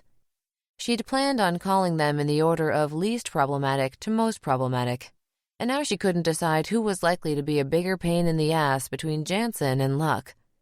She figured it was a given that Jansen would give her some kind of grief. He was just an asshole like that. Luck she wasn't so sure about. She opted for the sure thing. When she got Jansen on the phone and told him who was calling, his response was less than thrilled. "I was hoping you wouldn't mind my talking to the girls that lived with Crystal Monroe." "Mind? Why would I mind? Knock yourself out," he said as dismissively as possible. "Is that it?" "Yes." "Great, bye," he said, and the phone clicked out. "Fuck you too, Jansen," she muttered as she flicked through her contacts, looking for Detective Luck's number. He answered on the second ring. "Detective Luck?" "It's Agent Darger." There was a pause, and Darger worried for a moment that he might hang up. Finally, he said, "And what can I do for you, Agent?" The apology hung there in her throat. She was still a little irritated that he turned so hard on her like that during the meeting. Surely he knew she'd meant no offense. She was merely stating a fact after all. Fuck it. Loshak wanted her to play like one of the guys. Fine. Guys didn't apologize or worry about hurting each other's feelings. They got over it and moved on. "I was calling to let you know that I'll be interviewing some of the families today. Of the victims. Professional courtesy and all," she said. "Oh, all right," was all he said. "Huh, that wasn't so bad." "Great, thanks." She barely had the words out before he was speaking again. "So should I pick you up or—" "Sorry?" "I'm asking if you're driving or if I'm driving. Doesn't seem much point to driving separately," he said. Then he added, just to make his point clear, "to talk to my witnesses." So he was going to play the territorial game after all. I'd planned on talking to as many of the families as possible for all 4 victims. Might as well remind him that they weren't all his witnesses. Jansen and Donaldson had already given her the go-ahead. "That's a good idea. One of us local guys really should be taking the extra step to pull all the strands together. Can you be ready in half an hour?" She wasn't sure if he was being purposely obtuse or not. What was she thinking? Of course it was on purpose. Yes, I'm ready now, actually." "Great. I'll be there faster than green grass through a goose," he said, the fake twang coming back. He hung up before she could respond, and her thumb hit the end call button so hard she thought it might go through the screen. Chapter 31. When Luck arrived at her door, they both did their best to act like professional law enforcement personnel who had more important things to do than focus on petty personal squabbles. But it didn't last for long. They took the steps down to the parking lot. Luck paused in front of a dark red Chrysler minivan, and it wasn't until he popped the back hatch that Darger realized it was his vehicle. "Wait," she said, finding it difficult to hold back a snide grin. He shot her a look. "You're gonna give me crap about the van, right? Like I haven't heard it 1,000 times before." He pitched his voice into a mocking tone. "Hey, Luck, did you have to trade in your testicles when they gave you the keys?" And on and on. She bit her lip, trying to keep from snickering. No, I just figured you were going undercover as a soccer mom." She snorted at her own joke, and Detective Luck just shook his head. "You'll see," he said, climbing in. "The Luckmobile is the sweetest ride in the Athens PD." They lapsed into silence on the drive. Despite the joking, Violet couldn't let what happened at the task force meeting go. It was an annoying fly buzzing around her head as they bumped through potholes and over tarred patches of asphalt. After several minutes of semi-awkward quiet, Luck gestured at the dash. "I mean, you got your separate climate control for the front and back passengers, heated leather interior, LL Bean edition no less. What more could you want?" "Oh, yeah," Darger said. "Very luxurious." Luck was mute until they rolled up to a red light. "It's no Beamer or Mercedes, of course. I'm sure that's what you highfalutin FBI people drive, right?" She gave him the side eye. "I drive a Prius." Now he was the one chuckling to himself. "Of course you do. What's that supposed to mean?" "Nothing at all, Special Agent Darger." She was beginning to loathe the way he said her name, Special Agent Darger. Violet folded her arms and glared out the window. That's how we wanted to play it, huh? That she was some kind of pretentious city girl. She fixed her eyes on the double yellow line that ran ahead of them as far as the eye could see. This was going to be a long day. "So," Darger said, searching for neutral territory. "Detective and a SWAT." She'd noticed the black tactical bag embroidered with the white SWAT logo when Luck had opened the trunk. "Yeah, well," he said, glancing at her as he drove. "It's a part-time thing out here, so a lot of the guys are on-call SWAT." "You're like the FBI cream dream." "Really?" "Oh, yeah," Darger said, looking him up and down. "Recruiters would be all over you." His cheeks flushed pink, and she was amused to see that he was a little embarrassed now. Score one for Special Agent Darger. Another stretch of road went by with only the sound of the tires humming over the pavement. Finally, she asked the question she'd been dying to know the answer to since she called Luck this morning. "What happened with Jimmy Congdon?" "Dick and squat," he said with a bitterness that surprised her. Had he changed his mind on bringing him in, she wondered? Taken her advice? She kept her eyes focused on him until he elaborated. "It appears our dear friend Jimmy skipped town. Probably heard some buzz about us finding Sierra and put it together that we'd be wanting to ask him some very pointed questions." Was all she said in response. "I'm sure you're happy." "Happy?" She gaped at him. "Why would I be happy? I wanted to hear what he had to say just as much as you did. Just had a different idea of how we should go about it." "Well, if you ask me, him running off makes him 10 times more suspicious." "He's not exactly a law-abiding citizen. Him acting suspicious is like a fox acting sly. It's in his nature." Luck didn't say any more after that. He didn't have to. She knew where he stood and vice versa. I reached out to the few working girls I could think of, like you asked. Yeah? She was a little surprised given how they'd parted ways at the meeting. It's different here. Prostitution, I mean. It's mostly done through the internet, and the girls are all the type that could be living next door and you'd never expect it. Believe me, Detective, that's the case more than you realize.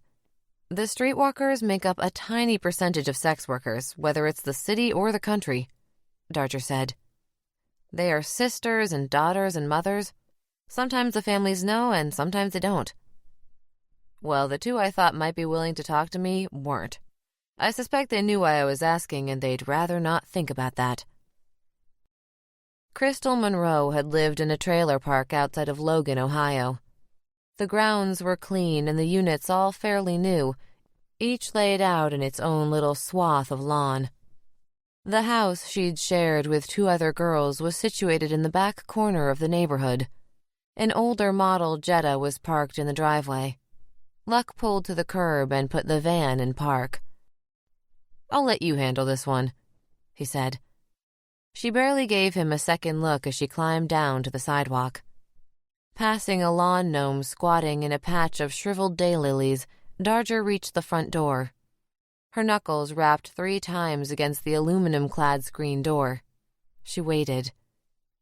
After a moment, she knocked again. She glanced over her shoulder at the car in the driveway. She had a feeling someone was home, but they weren't answering for some reason. She considered the fact that these had been Detective Jansen's witnesses. Given his low opinion of the victim, it didn't take a lot of imagination to figure that his disposition might have extended to her roommates. Taking a business card from her pocket, Violet jotted a quick message on the back. "Please call me." She had a feeling they never would, but it was worth a shot. When Darger returned to the van, Luck had turned the radio on and was listening to an oldies station. "No one home?" he said, looking unsurprised. "Not for us, anyway." "That was one of the reasons I stayed in the van," he explained. "Figured they'd probably had their fill of cops knocking on their door, asking them a million questions, especially after Jansen was finished with them. I thought you might have a chance being a woman, but I guess not." She mentally crossed Crystal's name off her list. Crystal was originally from Florida and had no kin here. The family left in her home state rarely heard from her. They'd reached a dead end when it came to talking to anyone that might have known her well. "Where to next?" Darger asked. "Lancaster's just about 20 minutes up the road. That's where Katie Seidel lived." "Let's go," she said. When he answered the door, Darger was mildly surprised to find that George Seidel was older than she'd expected. Katie had only been 20 years old, but her husband looked to be easily in his 40s. He was short, just about the same height as Darger, with tanned forearms covered in a haze of blonde hair. There were deep bags under his eyes and several days' growth of beard on his chin. The small white house stood under the shade of a giant hemlock tree, but Mr. Seidel squinted at the daylight beyond the door as if he hadn't been outside in days. "Come in," he said curtly. A baby had started to cry, and he ducked back into the house as quickly as he'd appeared. With a nod, Luck indicated that Darger should enter first. "Excuse the mess," George said, clearing away a basket of laundry from the sofa in the living room. "I'm still trying to get the hang of all this." He set the plastic basket down and stooped to lift the crying baby from a bouncy seat near the TV. Another child, a boy of about 2 years old, turned to regard them from where he knelt in front of the screen. "I told you not to sit so close, Damien," George barked. The toddler did a frog-like hop away from the television and went to cling to his father's leg. He peered around a denim-covered thigh to peek at them, simultaneously shy of and intrigued by the newcomers. "Hello, Damien," Violet said. "My name is Violet, and this is Casey." Detective Luck waved at the boy, and Damien jerked his head back so he was hidden again. "Don't be hanging on me like that," George said, giving his leg a shake. "Go on, I have to feed your sister." The boy slid down to the floor, still watching Darger and Luck. He crept closer. "Didn't realize this all had been turned over to the FBI," George said from the kitchen. He pulled a bottle of baby formula from the fridge and gave it a shake. "It hasn't," Darger said. "We're here to assist with the investigation, but it's still in the hands of the local jurisdictions." George held the baby to his chest, balancing her small head against the crook of his elbow, and plugged the bottle into her mouth. The crying cut off, turning into a series of pleased cooing sounds. "Too bad," he said, looking up from the baby. "Why is that?" George Seidel lowered himself into a glider at the end of the room while the baby in his arms continued to suckle at the bottle. "What do you think? Cops around here couldn't solve a crossword puzzle. String of murders? Forget it." He seemed to remember then that Detective Luck was present. He glanced up and said, "No offense." "None taken," Luck said, though Darger wasn't sure it was true. "Someone scratched up my rig and slashed my tires a few months back. And by someone, I mean the delinquent piece of trash at the end of the road, Bobby Ringo." Darger had seen the truck cab tucked into the carport next to the house when she knocked on the door. "What happened?" "Nothing. That's the problem. Cops said without evidence that he'd done it, there was nothing they could do. But I know it was him." "How long ago was this?" Darger asked. She didn't think it had anything to do with the murder of his wife, but she didn't want to rule anything out. 6, 8 months, George said, rocking back and forth. "And why do you think he was the one that messed up your truck?" Luck asked. "Because he had a loud party one night and I called the cops. Him and all his little punk friends got MIPs. Luck shot her a look, thinking the same thing she had been. If Bobby Ringo was under 21, there was very little chance he was their killer. It just didn't fit. While they talked, Damien had scooted over to the end of the couch, inch by inch. Now he clambered over the arm until he was face to face with Violet. "Hello again," she said. The boy still didn't speak. Instead, he reached out a finger and touched the golden pin on her lapel. Darger held it out. "You like that?" she asked. "Do you know what kind of animal that is?" Damien shook his head, eyes transfixed by the pin. "It's a hedgehog. It's got little spikes all over its back to scare predators away. But under all that armor, it's actually a very nice animal. Friendly. Some people keep them as pets."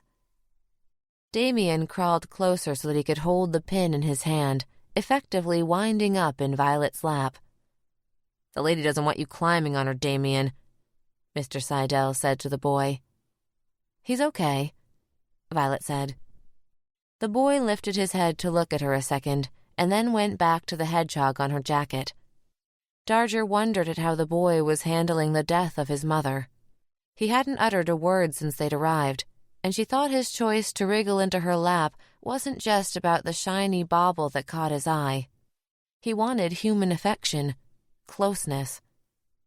Darger was watching the boy's tiny fingers prod at the spikes on the hedgehog's back when she asked, "You were away on work that night, is that correct?" George stopped the swinging motion of the chair for a moment, staring at the worn blue carpet under his feet. The baby gave a restless squeal, and he went back to rocking. "That's right. I mostly do short hauls, so I'm not away all the time.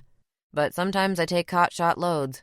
That's what I was doing that weekend, driving a half-trailer full of boat parts down to Louisiana." "Did she often walk to work?" "Of course not," George snapped. "You think I'd let my wife walk alone at night like that? Hell no." His jaw worked back and forth, molars grinding together.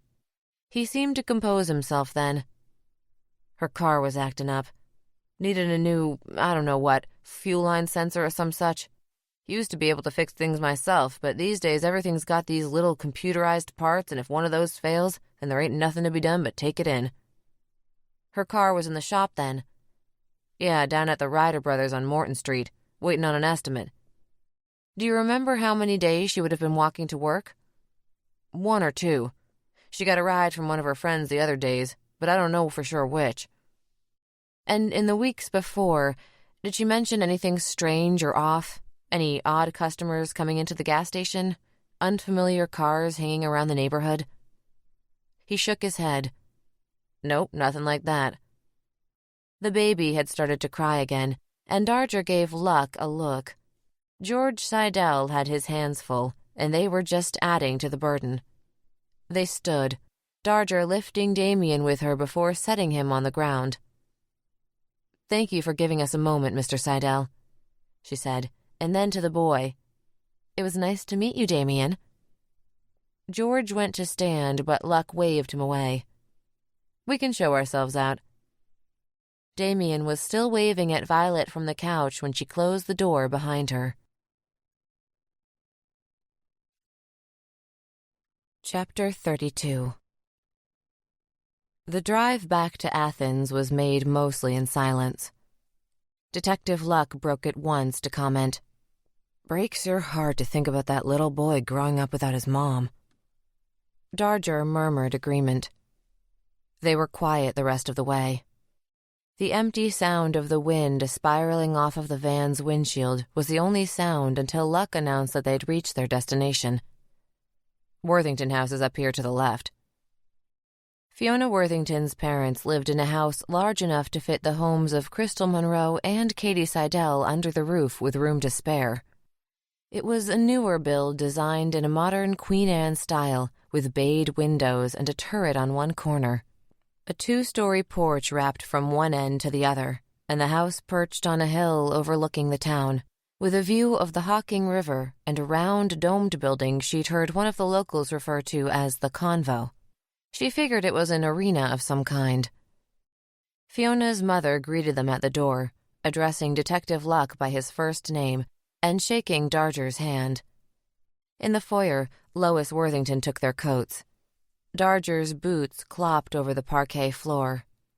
Tucked into the corner below the wraparound staircase was a small round table laden with a large floral arrangement and a pitcher of lemonade. "Can I get you anything? Water, coffee?" "I'd take a glass of lemonade," Darger said, and Lois Worthington gave her an odd look, like she'd used her salad fork when she should have used her dinner fork. No, that wasn't fair, Darger thought, correcting herself. Don't start with the judgments.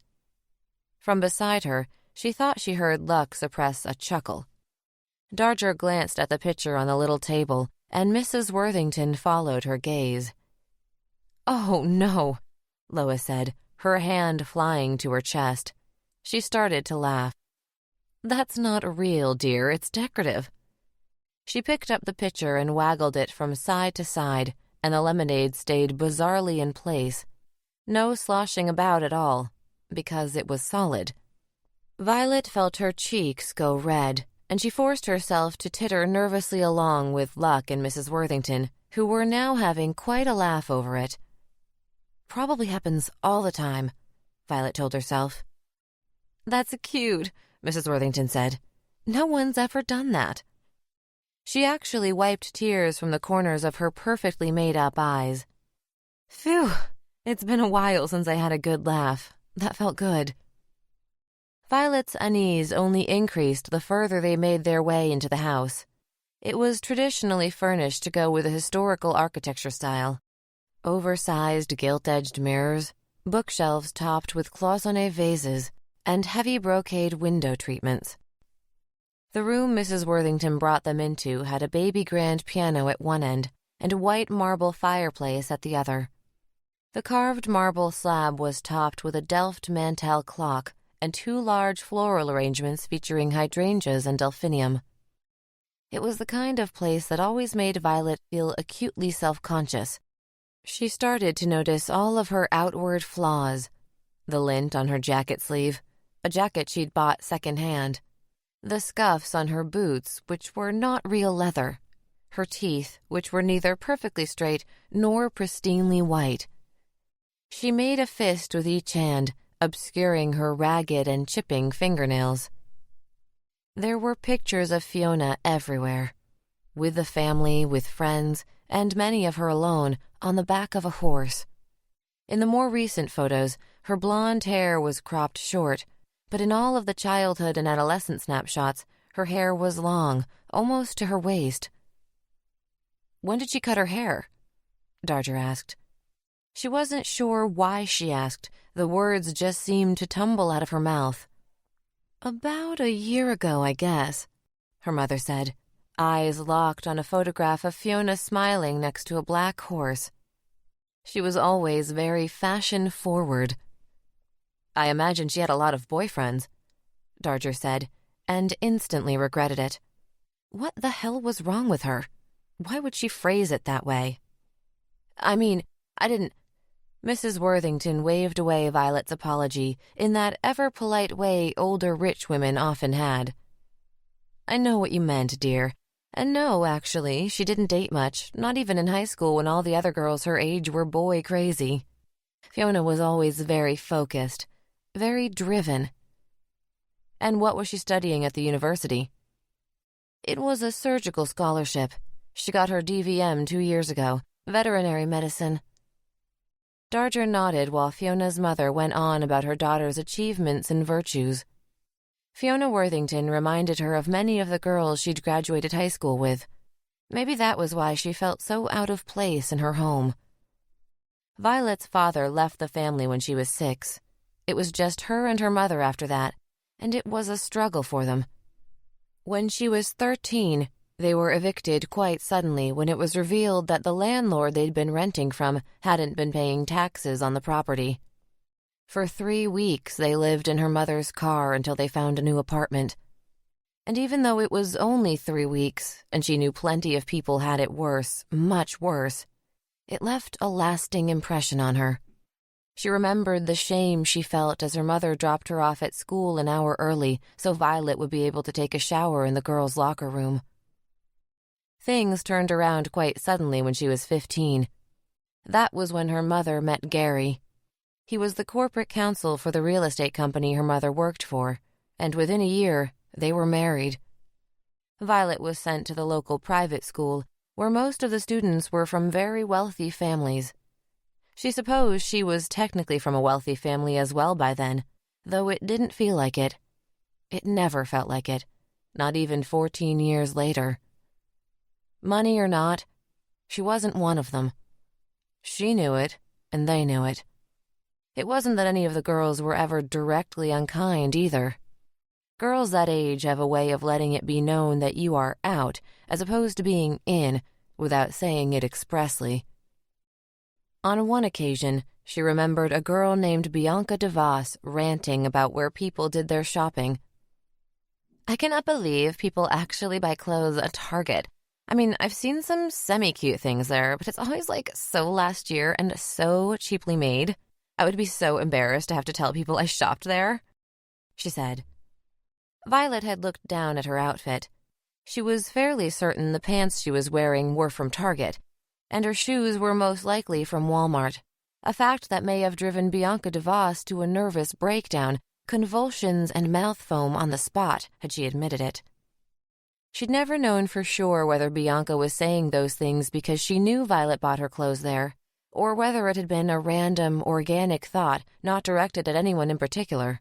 She didn't suppose it made a difference. They remained separate either way. "I can show you her room if you like," Fiona's mother offered, and Violet snapped back to the present. Luck raised an eyebrow at her, which left her wondering if she'd been staring off like a space cadet. "Yes, thank you," she said, and the procession headed upstairs. Fiona's room was in the turret, with plenty of natural light coming in through the wraparound windows. "You can see that she was very proud of her trophies and awards," her mother said, gesturing to the wall covered in plaques and ribbons for various equestrian events Fiona had participated in over the years. Darger thought that Fiona had likely been proud of a great many things, then scolded herself. She forced the images of Fiona's dismembered limbs jumbled in a black garbage bag into her mind. Whatever Fiona Worthington had been in life, she was a victim now. the same as all the rest, Crystal and Katie and Sierra. The awards outnumbered the personal photographs, though Darger guessed that may have been different when Fiona was in high school. In the closet, there was a collection of bags and shoes that probably equaled Darger's yearly salary. Damn it. Violet wasn't sure why, but she couldn't think straight in this house. She felt strangely claustrophobic in this place filled with shiny, pretty things. Was she jealous? Resentful? She knew she was being silly.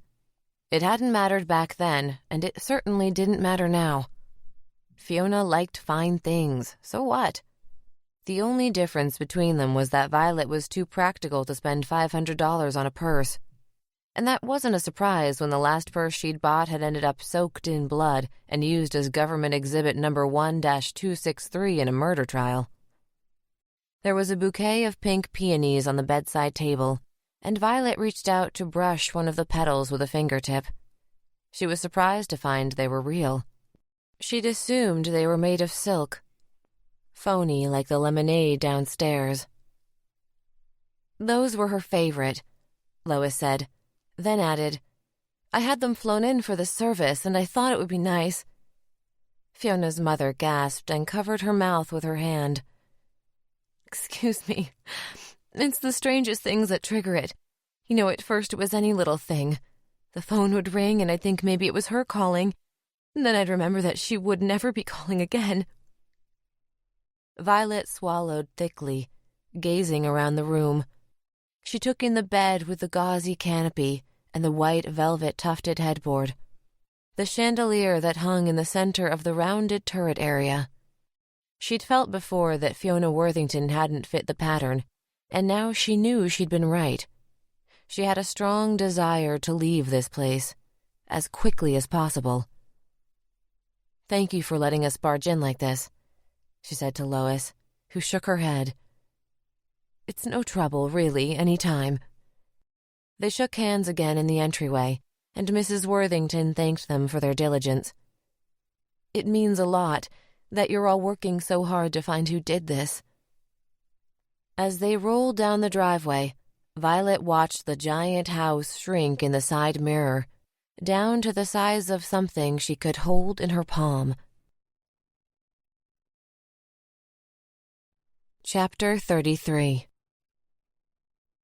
He exhales on the window, watches the fog bloom on the glass. He scoots back, and the clouded circle recedes, fades, disappears. The booth smells like mothballs today, astringent, worse than usual. The wire mesh veining the glass feels more like a cage than ever. So, yeah, just another day at the office. He doesn't know what he does this for, what anyone does it for. The endless hours of meaningless labor, the never-ending cycle of production and consumption. What is he supposed to want from this life? From this world? The drive-through lane is dead, empty, utterly still. There are no upcoming flights on the schedule. Nothing for hours. This is the lull, the nothingness he stares into for hours at a time. His mind grapples at the goddamn void like sense can be made of black nothing. He can't help it. He knows the winding thoughts are useless, circular, draining, but he can never turn them off. His eyes flick to the Prius across the lane, her current resting place. He misses her. She sits in her duffel bag in the passenger seat, zipped up tight. Being in the cold will do her good. At least there's that. Her complexion had gone gray recently, ashy and mottled, and he caught a whiff this morning. Fouled meat. The cold would preserve her some, maybe. Refrigeration. Crazy to think that she would be too far gone soon, that it would all be over soon. An image flares in his head, the knife slashing a line in her throat. the flaps of skin hesitating a moment before they pulled apart. Sheets of flesh like a layer of paper shrouding the meat which shrouds the bones. She leaks out everywhere. Red. Blood spurting out with every heartbeat. A wild spray like a garden hose with a thumb held over the opening. She swoons right away from the blood loss. Eyelids drooping. Muscles gone slack. So scared and small. Her skin icy cold to the touch within seconds. Chest fluttering shallow breaths in and out. Little choking gasps. It is fast. Less than a minute from the incision to unconsciousness. Death arrives 4 minutes after that. It settles over the body as her self vacates the shell. For now and for always. She doesn't suffer long. Barely has time to grasp what is happening. Maybe 45 seconds. He is glad for that in some mild sense. The suffering isn't his object. Not with her. Not with any of them. Possession is. And she wasn't his until the bleeding stopped. Until the patter in her neck ceased. Until the light drained from her eyes. When she was gone. Evicted. Ejected. Permanently. Only then was she his. This was the only way. His own heart beats faster as the image occurs to him, swells and wanes in a fraction of a second. His tongue juts out to lick his segmented lips. Fingers twitch a little like the paws of a dreaming puppy. He is sorry she is dead. Sorry it works that way. But he feels no guilt, no remorse. It is just something that happened now, somewhere back in the mists, in the past. No one could touch it anymore. A twinge of warmth brings him back to the present moment. It's cold as always out here in the booth, but a little heat plumes out of the wall unit furnace now that it's been on a while. He tilts himself that way, shoulder lit up orange from the glow. His eyes look beyond the cage and dance across the parking lot, flitting from sedans to SUVs and minivans. In the distance, he sees the planes, gigantic airliners waiting to shuffle people around the country, around the world. The busy bodies never rest. They produce and consume and produce and consume. New cars to be bought, new TVs, new gadgets. There are so many objects all around us, he thinks, and yet this world is utterly, utterly empty. Chapter 34. The haze from earlier in the day had thickened into a heavy fog. They came to a four-way stop, and Darger watched as the mist seemed to open and close like a curtain for the car in front of them, enveloping it in the cloud as it rolled through the intersection ahead.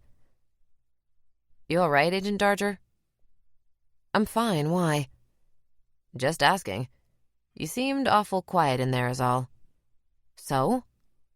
"I'm just saying you had lots of questions for George Seidel," Casey Luck said. "Well, they're different, aren't they? Different victims, different families, different ways of dealing with them."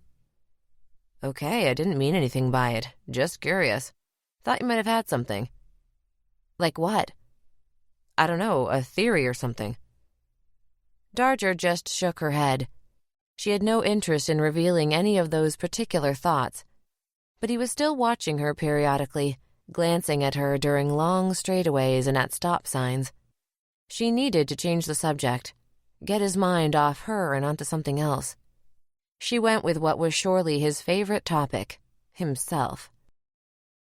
"So what's the story with the van?" Luck smiled to himself, like he'd been waiting for her to ask. "Almost all the guys, aside from patrol, drive cars from the police auctions. Whatever the department can get for cheap, you know?" Darger gave a quick nod of the head. It was routine for property to be seized during a drug bust, for example, and then auctioned off. TVs, bicycles, jewelry, sometimes even houses, and of course, cars. "This sweet ride," he said, patting the dash lovingly, "used to belong to a psychic." Violet blinked at him. "A psychic?" "Yes, ma'am.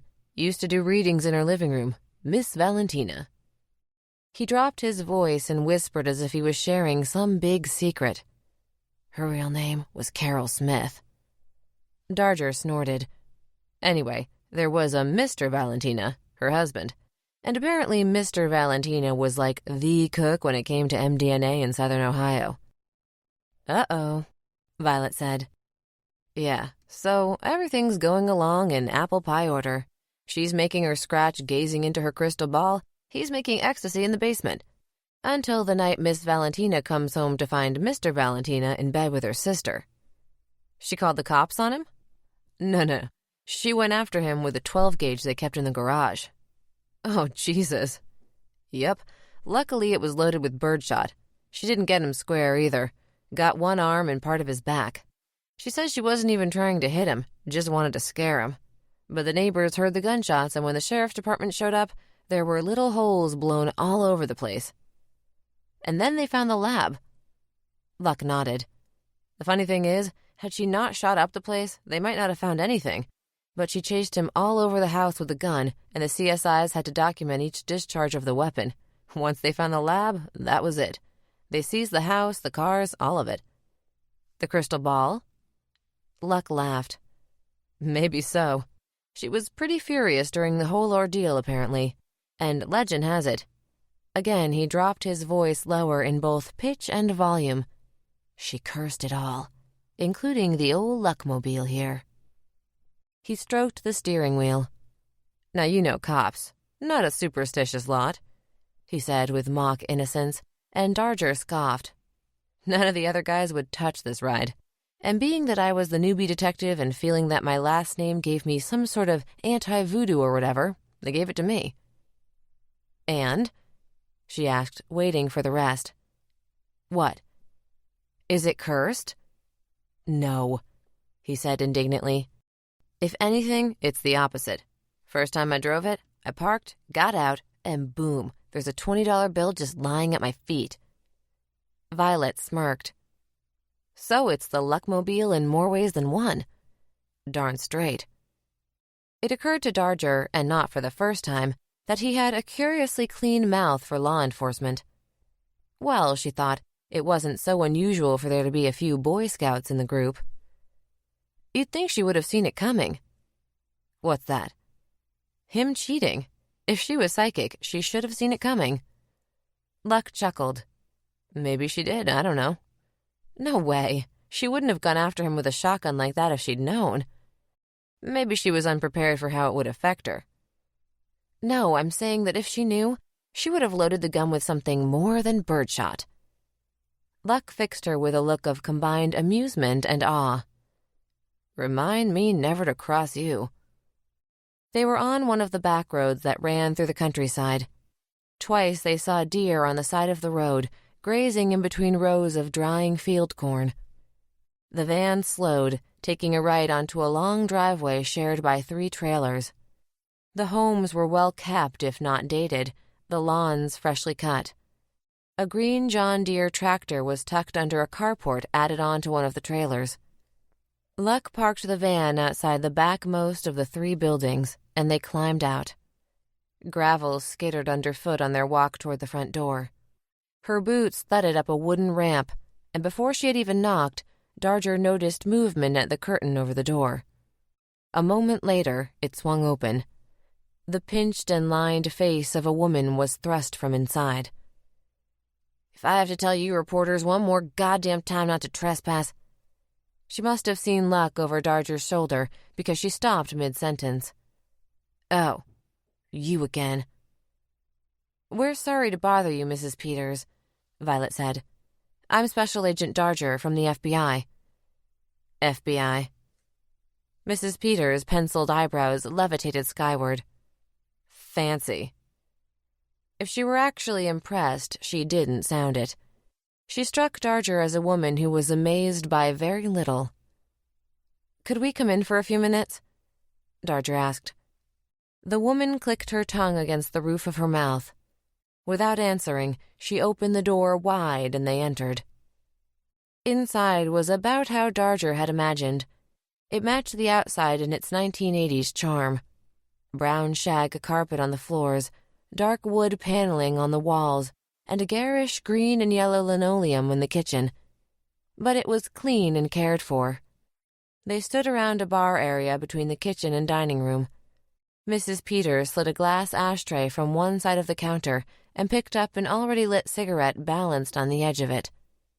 "Did you say something about reporters?" Darger asked. "Have they been bothering you?" "About once a day, one of 'em comes up the drive. Tell 'em where they can go. I got nothing to say about nothing." "If they're bugging you," Lux started, but she brushed him off by shaking her head and throwing up her hands. A charm bracelet tinkled at her wrist. "Nothing I can't take care of myself." She held the cigarette between pursed lips for a moment, inhaling. Plucking it from her mouth, she let out a long stream of smoke. "You need me to identify the body or whatever?" "No, ma'am," Lux said. "We've got her fingerprints on file, so that's all been taken care of."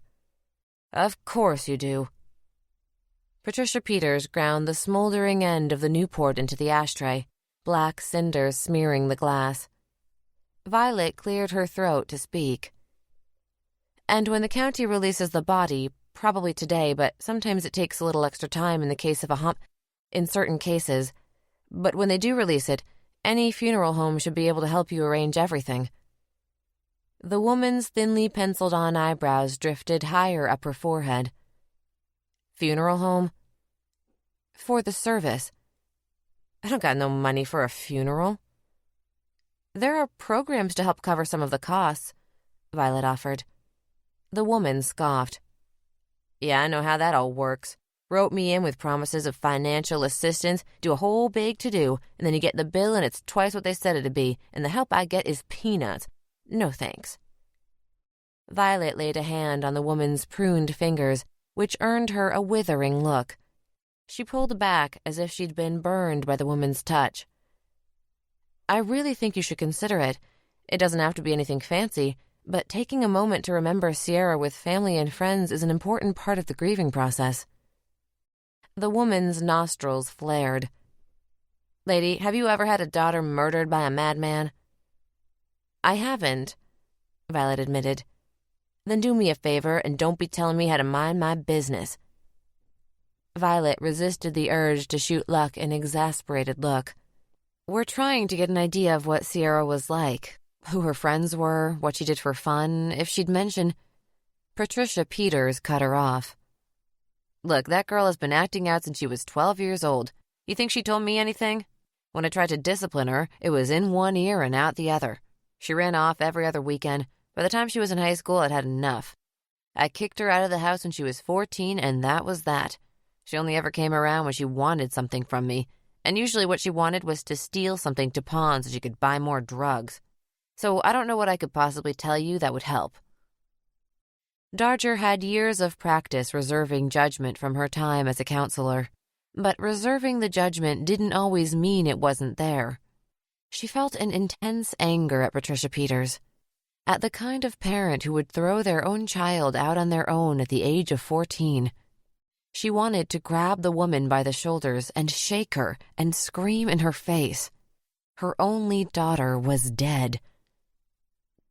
"Okay," was all she said. Violet took a breath and gathered herself. "And when was the last time you talked to her?" Patricia Peters rolled her eyes and picked up her lighter so she could light another cigarette. "I already told this one," she said, gesturing at Luck. "How many times are we going to have this same conversation?" "Just one more time, if you don't mind," Darger said, pasting a weak smile on her face. The Bic clattered to the table, and Patricia took a long drag. "The day before, I guess it was," she said, smoke billowing from her nose and mouth as she spoke. "And what did you talk about?" "She wanted—" Patricia hesitated. Her forehead twitched into a matrix of lines, but only for a moment. She lifted the cigarette, and her mask of detachment returned. She wanted to come stay here, I think. Something familiar tugged at Darger's memory. Did you have an argument? Patricia stared her down with a defiant look in her eyes, like she thought Darger was accusing her of something. Yes. Do you mind telling me what it was about? Patricia sucked at the cigarette. She came by last week, when I wasn't home, and she ain't supposed to come in here when I'm not at home because things have a tendency to go missing. But she managed to get by Terry. That's my husband. He don't know how to handle her. Anyway, I get off my shift and come back here to find that she stole a ring. It was her daddy's mama's ring, but he gave it to me. That is my ring. Darger could still hear Sierra screaming into the phone, telling her mother she hated her, blaming her for taking her stepfather's side of the story over hers. Was it a moonstone ring? Patricia's head snapped up at that. Yeah, why, you find it? No, but we're on the lookout for it in case it shows up at any area pawn shops, Violet said. Well, if you do find it, I want it back. It belongs to me. Would you happen to have a picture of it? Violet asked. Bony fingers stubbed the cigarette out in the ashtray. No, why would I? Who takes pictures of their jewelry? Is that a rich person thing? I meant that maybe you had a photograph of someone wearing the ring. Oh, Patricia said, pursing her lips like she had a bad taste in her mouth. Not that I know of. Darger glanced at Luck. He shrugged at her like, don't ask me, this is your show. I guess that's about it, Darger said with a sigh. She took out a card and placed it on the table, writing her hotel room and phone number on the back just in case. I think we've taken enough of your time. If you think of anything, yeah, I know the drill. Give you a call. On the porch, before Patricia closed the door on them, Violet turned back. Mrs. Peters, would you mind if I set up a small service for her? Patricia leaned through the doorframe, one hand on the handle, ready to pull it closed. Do whatever the hell you want. Don't matter to me. And it definitely don't matter to my girl. She's dead. The door shut with a thud and a rattle. It had started raining while they were in the house, and for a moment, Violet just stood there, listening to the patter. Without giving it much thought, she put her palm out to feel the cool sprinkle of the droplets against her skin. Some kind of habit left over from childhood, she supposed. You coming? Luck's voice broke the spell, and she crunched over the gravel and into the van. Christ, Darger said as her door thumped shut. He started back down the driveway. I told you. Yeah, you did. A somber quiet fell over them for some time. The steady drumming on the roof seemed to lull Violet into a kind of trance. She stared through the rain-streaked glass of her window. As they sped through an intersection, the green light from a traffic signal lit up each droplet. Life was always 10,000 times more complicated than it seemed. In pitying Sierra, it was easy to blame her mother. But Darger had gotten her own taste of the mood swings and the treachery. Sierra would have tested the patience of any parent. She had likely been abused, had problems with addiction, and even if she'd had the resources to treat that and the underlying mental illness Darger suspected was there, life still wouldn't have been easy for her. It would have been marked by chaotic relationships and emotional struggle. Her brow wrinkled as she thought of Deputy Donaldson's term for Sierra. Dead-end girl. Violet thought of all the other dead-end girls she'd come across. She thought about the men who preyed on them, and how even if they managed to catch one, to catch this one, there would always be someone else to take his place. Another killer, another abuser, another rapist. She had the same thought she came to often after a bad day as a victim specialist. The world is fucked. She didn't know how long they rode in silence, but Luck must have been feeling the bleakness as well. Or maybe her cynicism was contagious because he asked, Feel like a drink? God, yes. Chapter 35. Judging solely by looks, the Elbow Room was a standard college-town dive bar. The classiest thing in the place was probably the tin ceiling, which Violet figured was probably original to the building anyway.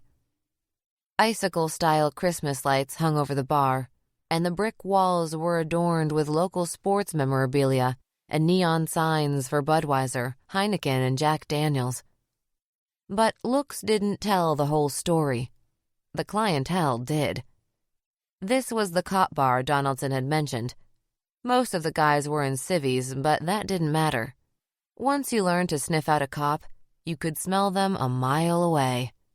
Crew cuts, mustaches, T-shirts with logos for the local police and fire softball league, those telltale bulges of firearms holstered to belts.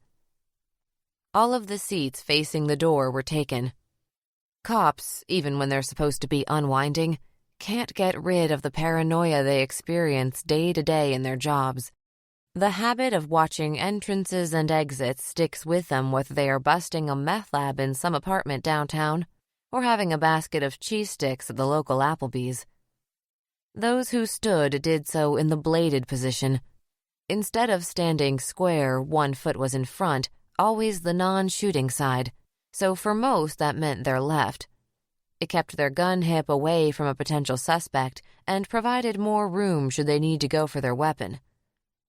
All things considered, a cop bar was the last place Darger really wanted to be. First, because Luck was likely to have plenty of chums who would want to come chat, and all that Violet really wanted was to have a drink or two while blending into the upholstery. And second, all talk would likely be about the murders, and she'd had about as much of that as she could handle for the day. Her nerves were fried. She could practically hear the sizzle of the electricity as the overworked synapses fired in her brain. She kept her mouth shut, though. The last thing she needed was to offer Luck more ammo to use against her. Too good for a cop bar? She could almost hear him ask. They found a table at the back, in a corner dim enough that Violet felt at least marginally invisible. A willowy older woman with a black bob came by and took their order. She returned quickly with a blue moon, in the bottle, no glass, for Luck, and a whiskey ginger for Darger. Beads of condensation glistened on the glass, and the cold felt good under Violet's fingers. She brought it to her lips, wanting nothing more than to guzzle the whole thing down in a single gulp, but she restrained herself, sipping demurely at the little straw instead. Detective Luck frowned down at his bottle, spinning it back and forth in between drinks. Darger took the moment to study him. His hair was long enough that he wore it parted to one side, and he didn't have a mustache.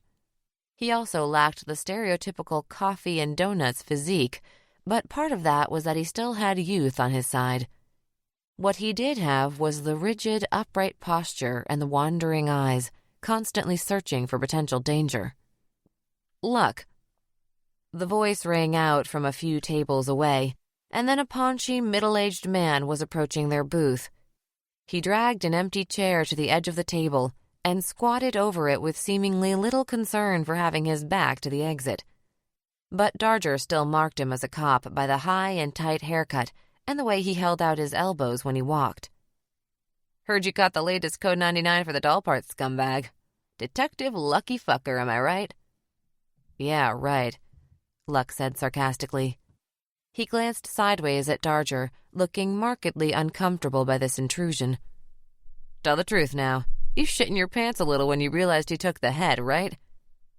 "We're not really supposed to talk about the details of the case," Luck said, and the man clapped him on the shoulder. "Oh, Jesus, detective. Lighten up, I'm just messing with you." The man's eyes swiveled over to Violet, whose presence had thus far gone unnoticed. It was a circumstance she'd savored while it lasted. "Who's your lady friend, Lucky boy?" Luck scratched at his eyebrow. "This is Special Agent Darger of the FBI." "Well, dip me in shit and roll me in breadcrumbs," the man said. "They make a lady version now?"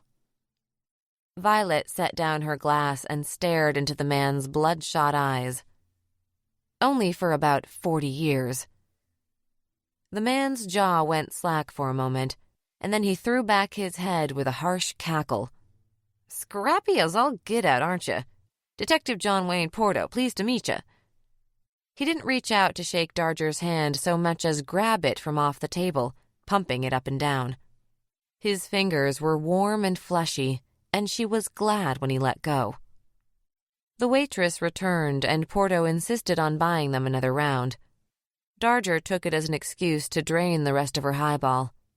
She needed the comfortable cushion of booze if she was going to put up with this one much longer. When the woman bent to place fresh napkins on the table for the second round of drinks, or perhaps 22nd round for Porto, she caught Darger's eye, giving her a quick wink. Darger wasn't sure what that was all about until she took a mouthful of her whiskey ginger and realized it was about 90% whiskey and 10% ginger ale. The next time the waitress passed their table, Darger lifted her glass with a smile and a nod. Apparently, she wasn't the only one that found Porto hard to stomach. Detective Porto pulled another cop sitting nearby into the conversation, and Darger took his distraction as an opportunity to mostly tune out. The Jameson helped, for sure, but being in the Worthingtons' house and then dealing with Sierra's mother had brought on feelings she hadn't anticipated. Dark thoughts and ugly memories created a fog in her mind as thick as the mist that had clung to the city all day. Some time must have passed, and then Porto's voice broke through. I've been with plenty of women that did a little too much of this." He pantomimed a duck-like talking motion with his hand. "Now I might have considered a gag or maybe some duct tape, but I never considered taking off the whole head." With this, he erupted in laughter, his face splotchy from the alcohol and elation. Darger's glass slammed into the table so loudly it startled her a bit, and she stood to get in Porto's face. Luck must have anticipated what was about to happen, because suddenly his hand was on her arm. Before she got a word out, he tipped his head close to hers and muttered, "Let's get out of here." He stood and she followed suit, reaching into her pocket to add a few extra bills on the table for the waitress. If the woman were that observant with all her customers, Darger expected she often left her shift well compensated in tips. Back outside, they passed through a cloud of smoke from the crowd of nicotine addicts gathered beside the door. Detective Luck slid one jacket sleeve over his arm and then the other. The van beeped twice as it unlocked. "Sorry about that. Probably would have picked somewhere else if I'd been thinking. I guess at least now when we read in the paper about Sierra Peters' body being found with no head, we won't have to wonder where the leak came from," she said, climbing into the passenger seat and pulling the seatbelt over her chest. "Come on, Porter runs his mouth a lot, but he knows not to talk to the press." "He doesn't have to. This isn't just local business anymore, and the tabloids are sneaky as hell, and clever. If I were one of their snake-tongued reporters, the first thing I'd do is sniff out this bar and anywhere else I could find cops hanging out en masse, downing liquid truth by the pitcherful." "Ah, I see. This goes with your dumb country boy theory from earlier." She'd walked right into it, she supposed, but what the hell? If he wanted this fight, he could have it. "That is total bullshit, and you know it. Correct me if I'm wrong, but you've had 3 murders in your jurisdiction in over a decade. I was merely stating a fact, and it's a fact the killer could easily know and think he's taking advantage of. It doesn't mean you're not a good detective. Maybe you're the greatest detective in the world, but it doesn't change the fact that you've never investigated a murder." Detective Luck stared at her, his features tinted red from the glow of the stoplight above them. When the signal changed to green, he looked away, and the car lurched forward. Seconds ticked by. Through the windshield, Darger studied the wet smear of the various light reflections on the road. Red from the taillights of an idling car in the parking lot, blue from the neon sign of a pizzeria, green from another traffic signal. Luck sighed and muttered something under his breath. "What?" she asked. "I said you're right, okay?" "Oh," Darger answered. She readjusted in her seat, feeling a little awkward now. She hadn't expected that. Maybe I didn't like how you said it. Didn't like thinking that, I don't know, you and Agent Loshak look down on us or something. We don't, she said, but he waved her off. I know, I guess I was just shooting the messenger. Just because I don't like it doesn't make it not true. The tires of the van sloshed through a puddle. I really don't. Look down on you, I mean, she said, then added, I suppose I could have said it more diplomatically. I was a little nervous, to be honest. Nervous about what?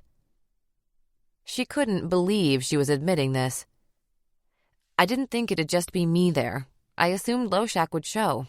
And I've never done this before either. What do you mean? I mean, this is my first time profiling for a serial murder investigation. I was in crisis negotiation.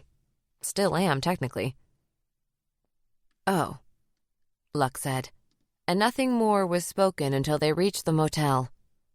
He put the van in park but left it running. Cop habit. You really mean what you said about having a service for her? Yes, why? He shook his head. Just took me by surprise is all. Not the usual way of doing business for the FBI, is it?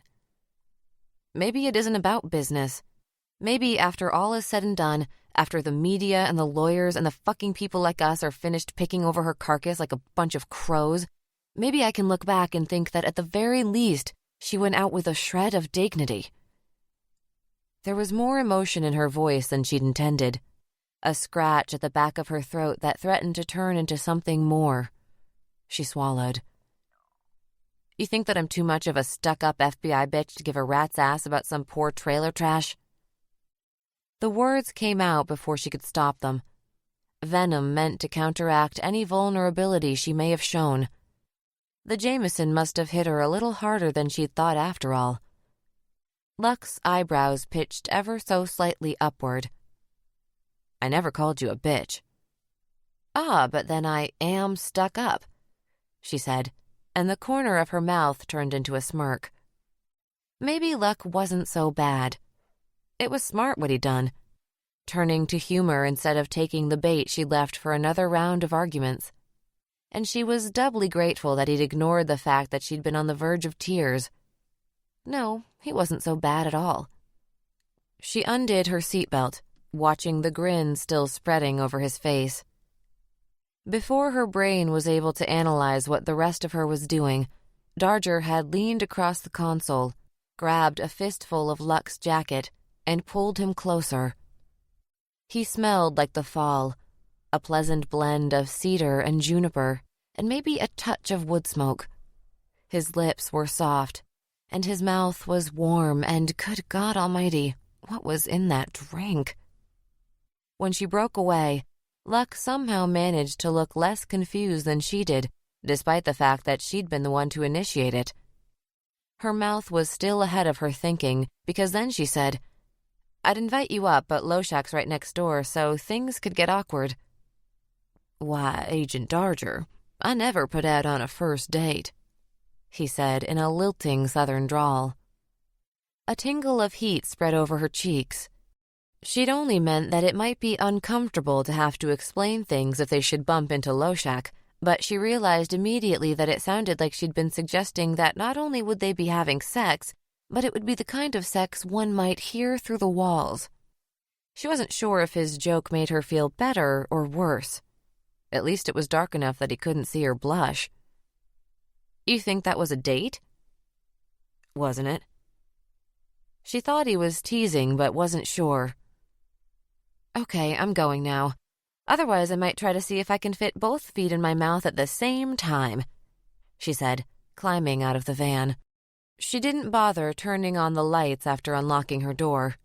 The deadbolt snicked into place, and she kicked off her shoes.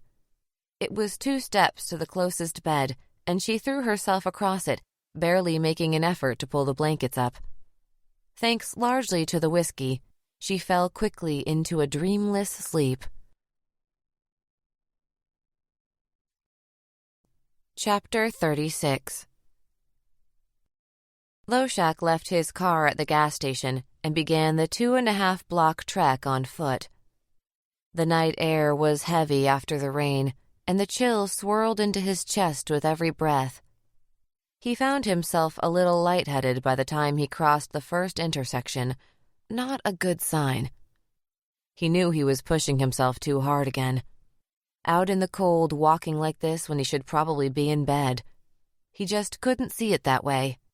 Couldn't live that way. When he was honest with himself, he knew he wasn't getting better in any case. Not anytime soon. He could feel it. So he may as well do his job and worry about his health later. He needed to get out there, be among the police working this case. It was part of his process. The wind picked up, frigid air battering at his face, blowing through his jacket. At least he had the 2 hot cups of coffee to keep his hands warm along the way. The Burger King appeared up ahead, off to the right. The building offered no evidence of life, and the sign was dark, but something about seeing it seemed to steady his head anyway, seemed to steel his resolve. It was another half a block before he could pick out the blue Mustang among the cars in the lot across the street. He couldn't quite make out the shapes of the people inside it, though he knew they were there. His gut started to ache again. A sharp pain in the upper abdominal region that radiated into the muscles in his back when it really got going, like it was now. Jesus, it hurt. His body flexed out of instinct, as though his torso could cup itself into a C shape to escape the pain. He had to fight the urge. He didn't want the others to see how he was suffering. He lifted a coffee cup in his hand as he approached the sports car, tipped it slightly in what he hoped looked like a greeting. His teeth grit, jaw muscles clenching tight in agony. He could make out the shadows within as he got close, but there was something eerie about the way he couldn't read the expressions on either face until he was right on top of the car. The man in the passenger seat reached into the back seat to pop the door open, and Loshak swung it open with his elbow. He leaned in, handed off the coffees, and climbed into the back seat of the Mustang. They introduced themselves, and he knew right away that he'd be able to keep the name straight, as Novotny was the one with the huge nose. Nose Votny. "Thanks for having me tonight, guys," he said, closing the door and settling into his seat. "Thanks for the coffee, Agent," McAdoo said. He popped the triangular opening in the coffee lid and held it just shy of his mouth. Steam coiled out of the mouth hole. "Just call me Loshak. Pretty much everyone does." Both of the officers nodded. They sat quiet, all eyes drifting to the fast food establishment across the street. Nothing moved out there. "Not a creature was stirring," Novotny said. "Not even a Whopper Jr." McAdoo clucked out a laugh at that, perhaps out of courtesy. Loshak fidgeted in his seat, trying to get comfortable. He doubted he'd accomplish it, but he tried anyway. "Can I ask you something?" Novotny said, eyes finding Loshak's in the rearview mirror. He retracted the toothpick from his mouth as he waited for an answer. "Sure." "Why come out here and watch the Burger King with us? What is there to gain from it?" Loshak hesitated a moment before he answered. "Right. Let me try to lay it out. My job, profiling subjects, is part science, but another part of it is art, I think. I guess that's the nature of anything psychological to some degree. We're not working out a math problem with a finite solution. We're trying to predict the behavior of a human being, an erratic proposition in normal circumstances, let alone when we're dealing with one exhibiting such abnormal characteristics. It's never black and white. There's always room for interpretation. Years of experience allow for a kind of inductive reasoning that combines all the known variables and tells you the most probable explanation. From there, you might need to make an intuitive leap or two to get really specific. And I find intuition sometimes needs external stimulus to pull its trigger. So I like coming out for things like this. Observing, talking with the officers, doing the real job. You can learn a lot just by being present and paying attention, and you never know what might pull that trigger. They were quiet. That makes sense? Yeah, Novotny said. Yeah, it makes a lot of sense. He jabbed the toothpick between his incisors. So you think he'll come back here? McAdoo said, his delivery somewhere between making a statement and asking a question. To the scene, I mean. You, think he'll come back? This guy has been fantasizing about committing these acts for a long time, Loshak said. And coming back to the scene allows him to relive that fantasy. It dredges up all the same feelings. That's what he's doing it all for. To serve this violent fantasy life that has gotten out of control. Do I know for sure that he'll come back? No. But the odds are that he feels a compulsion to do so, even if he suspects we might be watching. He winced a little, the pain in his gut flaring as he finished. He saw a flash of recognition on McAdoo's face, but he met the portly officer's gaze, and the man said nothing. Without much forensic evidence to work with, I think this is our best chance. You guys are our best chance. Where does this guy rank? Novotny said. You've worked a lot of these kinds of cases. How does this sicko compare to the rest? Loshak took a deep breath, a little surprised that his stomach didn't deliver a jolt of pain at the apex of his chest's expansion. He's smart. Smarter than most. He's someone who knows how to hide in the open, how to conceal the darkness when people are around. And dumping the bodies in the open like he does, that's very aggressive, very territorial. It's not a normal combination. Usually the more brazen types lack a certain amount of sophistication. They solve problems with blunt force, you know? No finesse. Their thinking lacks nuance, lacks self-awareness. I don't think this guy suffers that problem at all. They fell quiet for a long while, once again staring at the shadows draping the Burger King in grayscale. So what you're saying, Novotny said, is that he's going to be a pain in the ass to catch. Loshak laughed a little at that. Yeah, pretty much. But, you just work the case hard. You work every angle over and over, and somehow, some way, something shakes loose. Either you guys ever read about the Joel Rifkin case in New York? Novotny tilted his head to one side. A little, he said.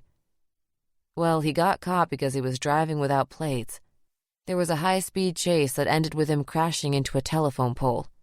The officers who made the stop noticed a foul odor coming from the bed of his truck and found the corpse of his last victim stored there, a 22-year-old prostitute. And a serial murder case I worked in Colorado hinged on a cop having a feeling about an SUV rolling through a stop sign. He was on his lunch break and thought about letting it go, but something made him flip the lights on, a feeling he couldn't explain. He probably saved lives by doing that. Everyone held quiet for a moment as a Dodge Ram drove by, seeming to slow for a split second as it passed by the Burger King. Probably some gawker hoping to see police tape strung up around bags of gore, Loshak thought. So you're saying you think this guy will make some dumbass mistake like that? McAdoo said. Loshak grimaced again and remembered to conceal it, hoping no one noticed. I'm saying we'll get him, one way or another. They were silent again, and Loshak felt the need to go on. Doing this job, you see the worst of humanity. People do unimaginable things to each other. Rape, murder, and worse. I once worked a case where a guy slashed holes in women and raped the wounds while they bled out. He sucked his teeth, though he wasn't sure if it was from the memories of the case or the pain in his abdomen. But you also see the best of humanity, the absolute best, because there are people who dedicate their lives to stopping the violence. They suffer greatly for it, but they do it anyway. Someone has to. After a second, McAdoo spoke up. So what do you think that means about people, when you look at the best and the worst together, I mean? Loshak thought about it. I think we're all connected, What we see as good and bad, it's all part of human behavior, and it's on us to untangle what it means. Not only about the criminals, but about ourselves. Because the guys who do these things, as awful as their behavior is, they're still human beings. They behave like monsters, but they're not. Not all the way. I read once about this idea that all of the universe was born out of a collective consciousness. Like one great soul, right? Another plane that's just energy, just consciousness. Here on the physical plane, we all have our little shard of the great soul in our skulls. That's the divine spark that makes us all who we are, you know? But the pieces can feel that they're apart from the whole, that they're sealed off from everyone by a layer of flesh and bone. We can feel that something in our lives is missing, that we are somehow incomplete. And that creates the tension in us that drives us to endless conflict, drives some of us to the worst kinds of madness. They were quiet for a moment. I don't know. Sometimes I could believe something like that. Chapter 37. It wasn't until she awoke the next morning and replayed the events of the prior evening that she truly felt the depths of her disgrace. Oh, God. Had she really kissed him? And then half-heartedly invited him to bed? Setting aside the fact that it was completely unprofessional, she barely knew Luck. She had no idea how she felt about him, or he about her for that matter. They'd only met 2 days ago. And not only had she practically thrown herself at him, but he'd turned her down. Well, maybe she did know how he felt in that case. That was fine. It was all fine. She'd just never look him in the eye again, not for the rest of the investigation. Or anyone else he might tell. Oh, and wouldn't that be the perfect revenge against the stuck-up FBI bitch? Her electric toothbrush whirred, producing a thick foam she spat into the sink. Now, she thought to herself. That wasn't really fair. He'd apologized after all. Or come as close to apologizing as most cops probably ever came. He'd admitted a fault at least. That was something. Under the heat of the shower, Darger reminded herself that this was why she didn't drink whiskey. The hangover was worse than the drunkenness. It made her paranoid and petulant, and while she knew she'd made an ass of herself, she had no idea how much. Worse than the kiss, perhaps, had been her admission to being a newbie. Why had she done that? The only possible outcome would be that he'd take her and her theories less seriously. No good would come of that. Damn it all. She felt a little better after a coffee and a cup of yogurt she'd snagged from the meager breakfast spread downstairs. Checking the clock to make sure it wasn't too early to call, she dialed one of her old colleagues in victim assistance. "Violet, it's so good to hear from you," Beverly said. "How are things?" "Good," Violet said, sure to smile and try to mean it when she said it. All of her old coworkers were psychologists and social workers, experts at reading your mood from the tone of your voice, no matter what your words might say. "I'm good," she repeated. "I'm glad to hear it. We miss you, you know," Bev said. "Judging by the time, I'm guessing you're not just calling to chat." "No, I'm not. And I think I probably already know the answer, but is there a way to get assistance money for funeral expenses without the signature of next of kin?" "You got one of those, huh?" "Yeah," Darger said. It was always surprising to her how often people didn't want to bother setting up a funeral for a loved one, even if the cost would be covered. Then again, many of the family members they dealt with were the same people responsible for abusing the victim or kicking them out of the house, which ultimately led to them turning to the sex trade to make a living. And then, like she told Luck, people have all manner of defense mechanisms they use to try to protect themselves from the ugliest parts of life. Bev exhaled loudly, her breath creating a static noise through the phone. "You really can't get authorization without the family's consent. It's all supposed to be on the behalf of the survivors, you know? It's basically the same as if we can't locate next of kin. If there's no next of kin and no estate, then it's the standard state-funded indigent burial or cremation. That sucks. It was what Darger had expected, but she was disappointed at the answer. Yeah, I know. The dignity of the decedent isn't really taken into consideration. Violet made polite small talk with Bev for a few more minutes before ending the call. She sat back against the padded headboard. She thought of Sierra's body, laid out on a cold stainless steel tray, draped with a white sheet. A morgue attendant would open the door to her compartment, her private little refrigerated cubbyhole. The tray would roll out, and she'd be transferred to the metal gurney with a thump and a clang. The wheels of the gurney would squeak and bump over the grout lines between the tile as she was transported down a long, stark hallway. In the incineration room, her body would be placed on a large conveyor belt. With the twist of a knob, the conveyor would start forward, bearing the remains into the cremation box. The incinerator door would slam shut with a bang, a lever lowered to secure it in place. A button would be pressed, and flames would shoot out from the combustion chamber, lighting the room with a flickering glow. Sierra's flesh would blister and then blacken, any remaining blood sizzling and hissing in the heat as it literally boiled. The fire would consume her, every last eyelash and fingernail. Her bones would be nothing but charred dust in the end, stuffed into a box labeled with a case number and a name. "Fuck that," Darger said out loud. Loshak answered the door, sipping at a cup of tea. "Cup of tea?" he offered, but she declined. "Have you given any more thought to my theory?" she said. "What theory was that now?" Violet didn't want to sit. She'd sucked down another coffee after her phone call, and the caffeine was humming in her veins. "The one about Fiona being a stand-in for Sierra Peters. You sort of said it yourself at the crime scene, I guess." "Did I?" "You said he would have sworn off killing again after she got away, but when the urges came back, he went out and grabbed the first girl he saw, Fiona Worthington.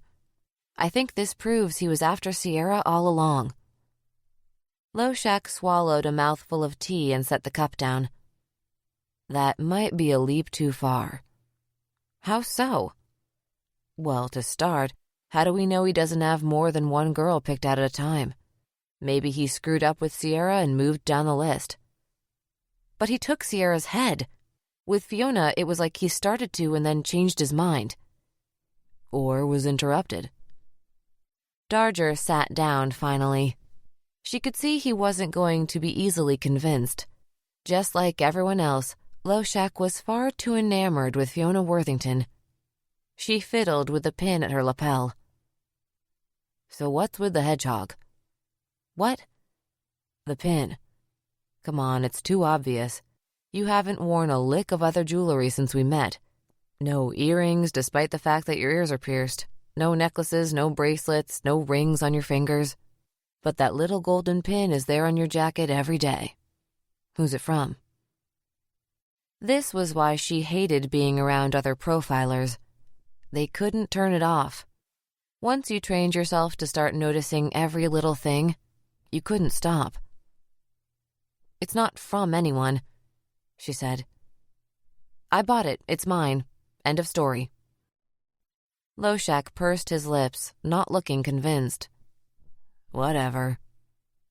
Darger took the opportunity to change the subject. "I've been thinking about it, and I'd like to have a service for Sierra Peters." She practically blurted it out, worried he'd cut her off before she had a chance to say the words.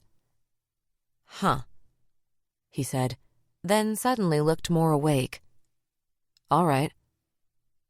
She'd expected some kind of resistance. When it didn't come, she almost didn't know what to say. So she said nothing. Loshak rubbed a hand over his cheek and chin, massaging the skin. "You know, we could have some guys in street clothes getting video in case anyone of interest shows up. That means we'll need to have the press run something." Darger sprung out of her chair. "What? No, no way, that's not what this is about. What are you talking about? Can't this girl get one fucking day without it turning into a media shit show? Well, it's too late for that, isn't it? We can't control that, Darger. What's more, it's not our job. Our job is to catch the guy. She set her jaw, teeth gritting together. No press, she said. He held his hands out. All right, chill out. It was just an idea. It was quiet for a moment while they studied one another. Loshak broke away first. Look, I know you had a personal connection to her, but don't let it get under your skin. It's not good for you. It's not under my skin. You sure about that? Yes, she answered, biting the word off quickly. All right, he said, though he didn't sound convinced. Just don't let it become a habit. She didn't bother putting up a fight this time. It won't. Have you arranged something like this before? Exactly like this? She asked. No. I just meant a funeral, you know. I don't suppose you're quite the weeping widow, but I guess what I wanted to say was, don't let them take you for a ride. Whole business is a racket. Darger thought Loshak was being a bit unfair, but she let it slide. She thought morticians probably saw about as much of the horror of the world as law enforcement did, and no one threw them any parades or lauded them for their bravery. Violet would have been happy to report to Loshak that there was very little pressure to add any bells and whistles from the funeral director. Darger selected a modest casket and a simple service. She also made sure to warn him about the condition of the body. The body is not intact. In fact, there's no head at all. I see, he said, barely reacting with more than a series of blinks. She wondered if his composure was real or just something that came with years of practice. Obviously, that means closed casket, but in addition to that, I'd like to stress that there is an ongoing investigation and the condition of the body is something we'd like kept out of the press. The man folded his hands, one on top of the other. I can assure you that we are accustomed to being as discreet as is possible. I appreciate that. Thank you. When it came time for the flowers, Darger pointed to a photograph in the brochure. It was an all-white casket spray with roses, tulips, and snapdragons. That one, she said. Then something occurred to her. Do you have anything with peonies? Peonies would be out of season, so we'd have to have them flown in. $20 a stem, so $2.40 for a dozen, plus shipping. Violet thought of Fiona Worthington's mother, sparing no expense to have her daughter's favorite flower on hand for the funeral, and now at home. And then she thought of what Sierra's mother had said in response to Darger asking about a service. Do whatever the hell you want, she's dead. And then there was Loshak's opinion of the business being a racket. Maybe he was right. And maybe Patricia Peters was right too. But Sierra deserved something nice just as much as Fiona had. That's fine. I'd like to replace the roses with a dozen white peonies. Chapter 38. All the lights in the funeral home were off when Tyler jammed the key into the lock and twisted it. The deadbolt clacked out of the way, and the back door swung open, just like that. He pushed his glasses higher up on his nose, a rushed breath hiccuping into his throat. Frigid electricity entered his bloodstream then, just like it always did. Key or no key, nothing made his heart pump icy cold all through him like breaking and entering. Nothing. He kind of loved it. The steel rectangle tilted aside to reveal the shadowy interior of the place, and Tyler led the way in, Sam following close behind. They inched forward into the darkness, the kitchen counter just vaguely discernible to Tyler's left. A gaping blackness pocked the center of it, and he gathered that must be the sink. With that as a reference, He knew the basement steps were somewhere to the right, though he couldn't see them. He shuffled that way, trying his best to remain soundless. The sheer quiet of the moment stretched out into something stimulating, and he couldn't help but smile.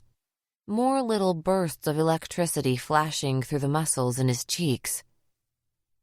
"Can we get some lights on up in here?" Sam said, his voice practically full volume. "Shut the fuck up," Tyler Whisper yelled. He got a hold of himself and went on in a more hushed manner. "They're sleeping upstairs, right above us, dickhead." "Right, sorry," Sam said, now whispering, though even that seemed too loud as far as Tyler was concerned. Maybe he shouldn't have brought this idiot along after all.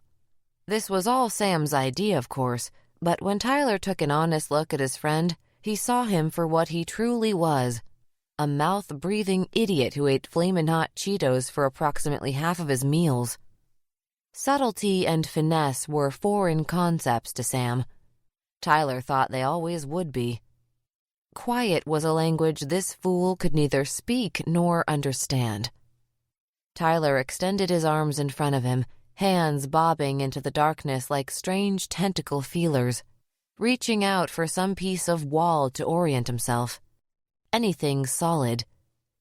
The quiet bloomed again, and the stimulation made the skin on his chest writhe, the flesh pulling strangely taut with every inhale, and then going slack upon releasing.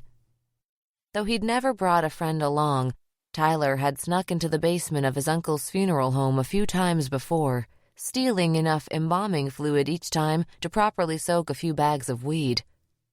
The high was pretty dramatic, supposedly indistinguishable from that of PCP.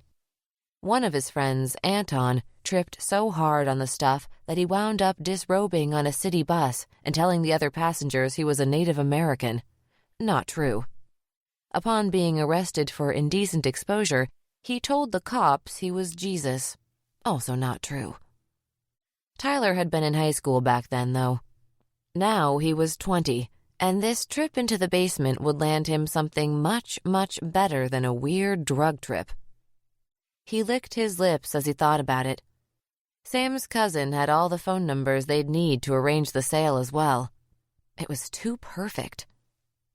His fingertips found purchase then, brushing the ornately carved wood adorning the edges of the doorway. He stopped, adjusting the trajectory of his shoulders, and then he skidded his feet until they felt the lip at the top of the steps. Good.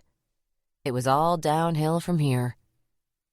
Upon reaching the hall at the bottom of the steps, Tyler felt along the wall and turned on the lights. The long fluorescent bulbs flickered and hummed as they came to life.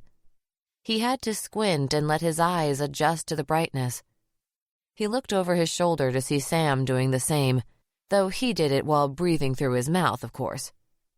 Maybe they would have been okay to turn the lights on in the kitchen as well, but he didn't like it. Not with his Aunt Alice, Uncle Bob, and 3 cousins asleep just up the flight of stairs, possibly within viewing distance of the increased illumination. Down here, it'd be okay, though. He felt pretty good about that.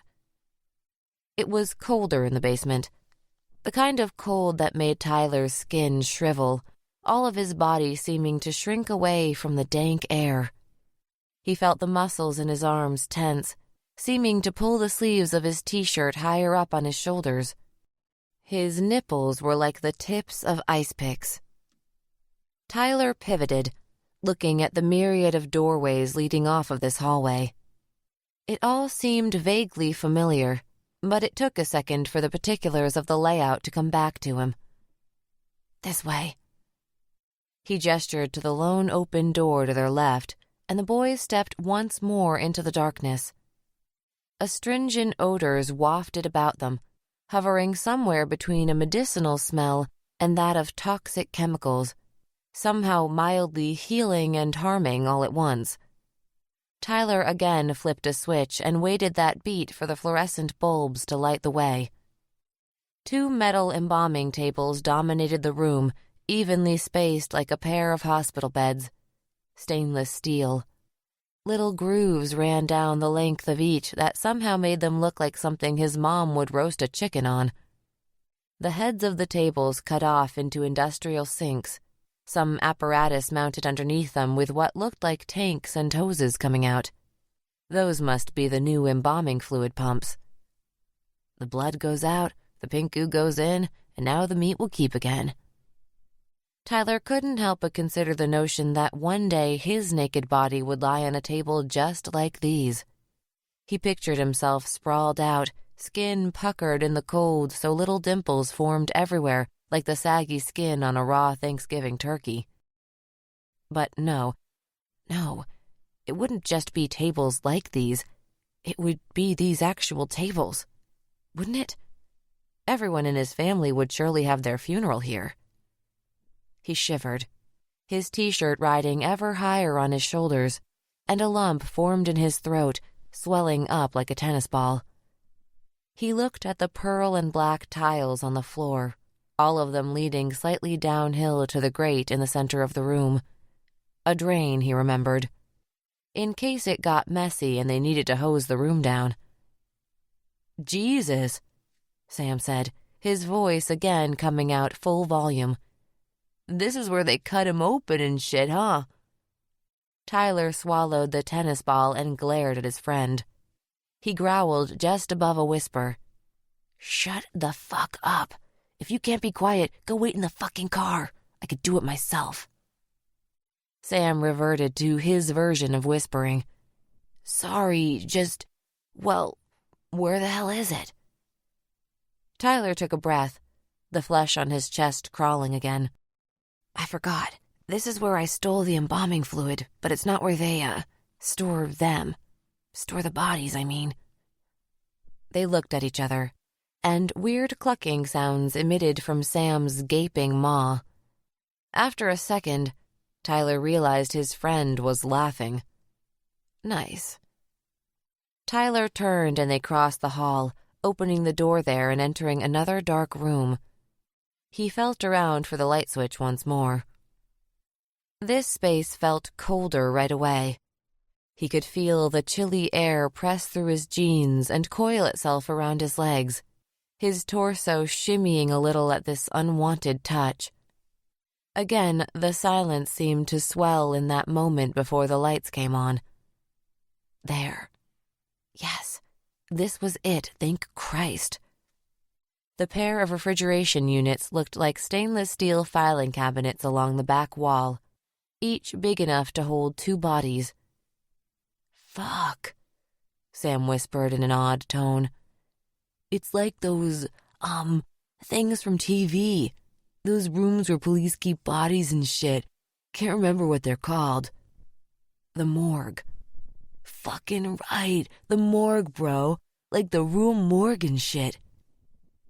Tyler nodded, and then the two of them hesitated a moment just inside the door, not quite ready to cross the room and get hands-on with the metal box where the dead bodies lay.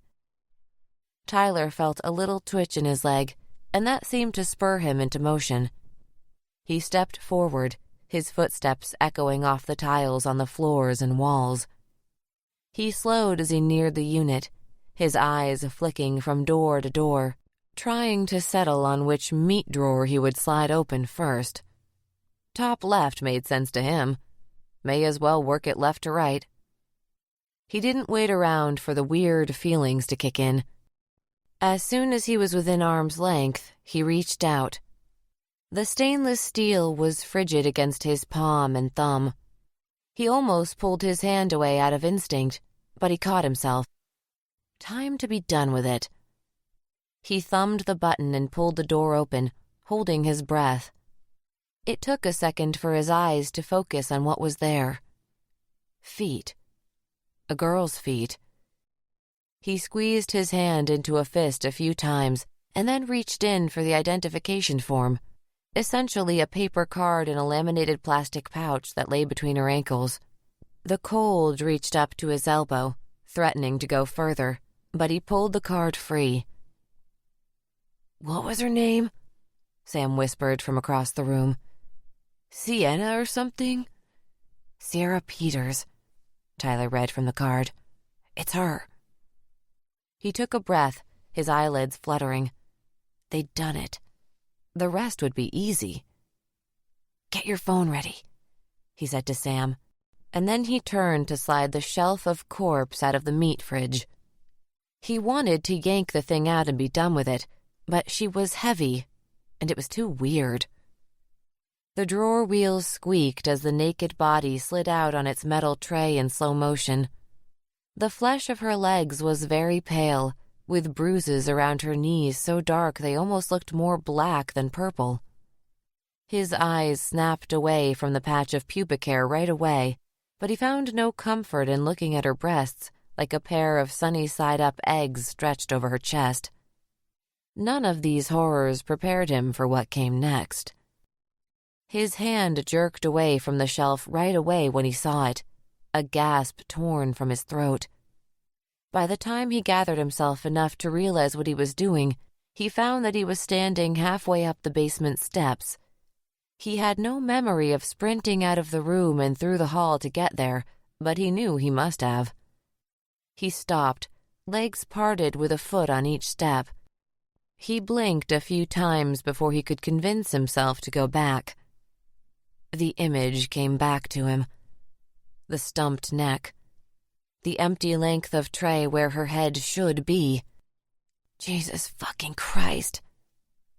When he got back to the storage room, Sam was shooting video with his phone.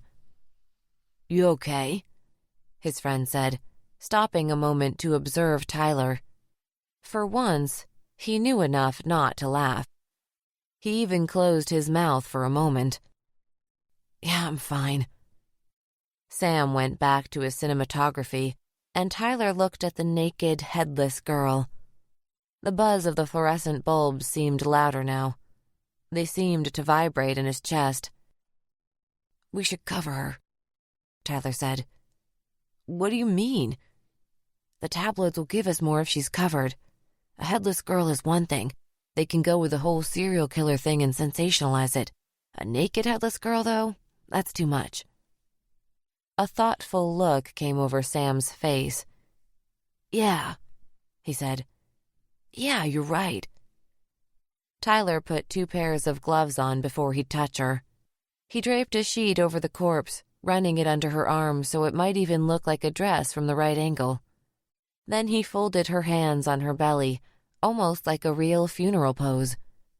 Sam smiled as he fingered his phone to get the money shot. Chapter 39. It was a brief service with less than a dozen mourners. Violet had left a message with Sierra's mother letting her know the time and place. She'd hoped Patricia might change her mind and attend, but she never showed. Loshak and Luck were there, along with Donaldson, the sheriff, and a few other law enforcement personnel who got word and wanted to pay their respects. Even Jansen made an appearance, to her complete surprise. The funeral home had recommended a local minister named Tabitha Watson, whom Darger suspected had plenty of experience officiating the funerals of strangers and non-believers. The funeral director asked Violet to choose 3 songs for the service. Figuring Sierra's taste would have leaned to the somewhat contemporary over anything classical, Violet selected Bridge Over Troubled Water by Simon and Garfunkel, Jeff Buckley's cover of Hallelujah, and Angelus by Elliott Smith. After the first song, Pastor Watson read from Psalm 69. "Save me, O God, for the waters are come in unto my soul. I sink in deep mire, where there is no standing. I am come into deep waters, where the floods overflow me. I am weary of my crying. My throat is dried. Mine eyes fail while I wait for my God. Let not the water flood overflow me, neither let the deep swallow me up, and let not the pit shut her mouth upon me. Hear me, O Lord, for thy loving kindness is good. Turn unto me according to the multitude of thy tender mercies." As her eyes meandered over the small crowd, Violet wondered if she'd made a mistake. Should she have taken Loshak's advice and invited the press? Even if they'd gotten no new leads from it, didn't Sierra deserve more than this? Her gaze fell on the peonies laid over the casket. How many mourners had come for Fiona Worthington? Stupid question, she told herself. It wasn't a competition. And still, she couldn't stop comparing the two. The snapshots of Fiona on horseback, her room kept perfectly intact, with her trophies and awards proudly displayed, the fresh-cut flowers placed on her bedside table. And then Sierra's mother, who had seemed the most animated during their brief interview when she wondered if they'd recovered the moonstone ring. It wasn't just the material things Sierra had lacked. It had been a sense of home, a sense of family, a sense of love. Violet was so deep in thought she barely noticed when Hallelujah played, and when Pastor Watson began reading again, she assumed at first it was just another psalm. It was only when she got to the lines, "What hurts you blesses you. Darkness is your candle," that Violet's head snapped to attention. Goosebumps prickled over her arms. It was a Rumi poem. She recognized it because she'd once read it during a eulogy herself. A surreal feeling came over her then, and she very much wanted the service to be over. She needed air, clean air. Her jacket felt hot and cumbersome, and she resisted the urge to fidget. Pastor Watson finished with the poem, and Violet tried to calm herself. She went through her calming exercise. Name, birthday, favorite color. But when she glanced up and saw the coffin at the front of the room, she lost any ground she'd gained. Violet closed her eyes, hoping for a reprieve. Instead, she saw blood on the pavement, dark red pools coagulating into jelly. Breath rattled in her throat as she inhaled, and though her head was bowed now, eyes fixed on her hands and the death grip they had on the folded program for the service, she saw Loshak turn to face her. He leaned in. "You all right?" Not trusting herself to speak, she nodded and murmured, "Mm-hmm." Finally, Watson introduced the last song and thanked them all for being there to honor Sierra Peters. The guitar came in, the rapidly fingered notes resonating over the speakers. The song built to the bridge and peaked, holding the room breathless for a beat and rolling back from there. And that was it. The small group dispersed. It was over. It was done. Violet rose and went to the head of the chapel to thank Pastor Watson and the funeral director again for their assistance. She paused at a table set up with a coffee machine to fill a paper cup at the water dispenser. It was pleasantly cool in her mouth. Crumpling the emptied cup in her fist, she tossed it into a nearby trash bin and made for the door. It was propped open with a potted palm, and she could already feel the breeze coming in. She slid her sunglasses on and welcomed the sunlight beating down overhead. Darger had her nose stuck in her bag as she rounded the corner of the building on her way to the parking lot. She was trying to dig her keys out and having a heck of a time of it. The keyring was new, the feel of it unfamiliar to her probing fingers, not to mention buried under all the flotsam and jetsam she kept in her bag. She heard the scuff of shoes on pavement, and when she looked up, she found Detective Luck leaning against his van, watching her. "Detective Luck," she said. "Special Agent Darger." She hadn't talked to him since the dubious kissing incident. She'd even chickened out when she gave him the funeral details, sending a text instead of calling. So far, he hadn't mentioned it, and she sure as hell wasn't going to bring it up. And that was that.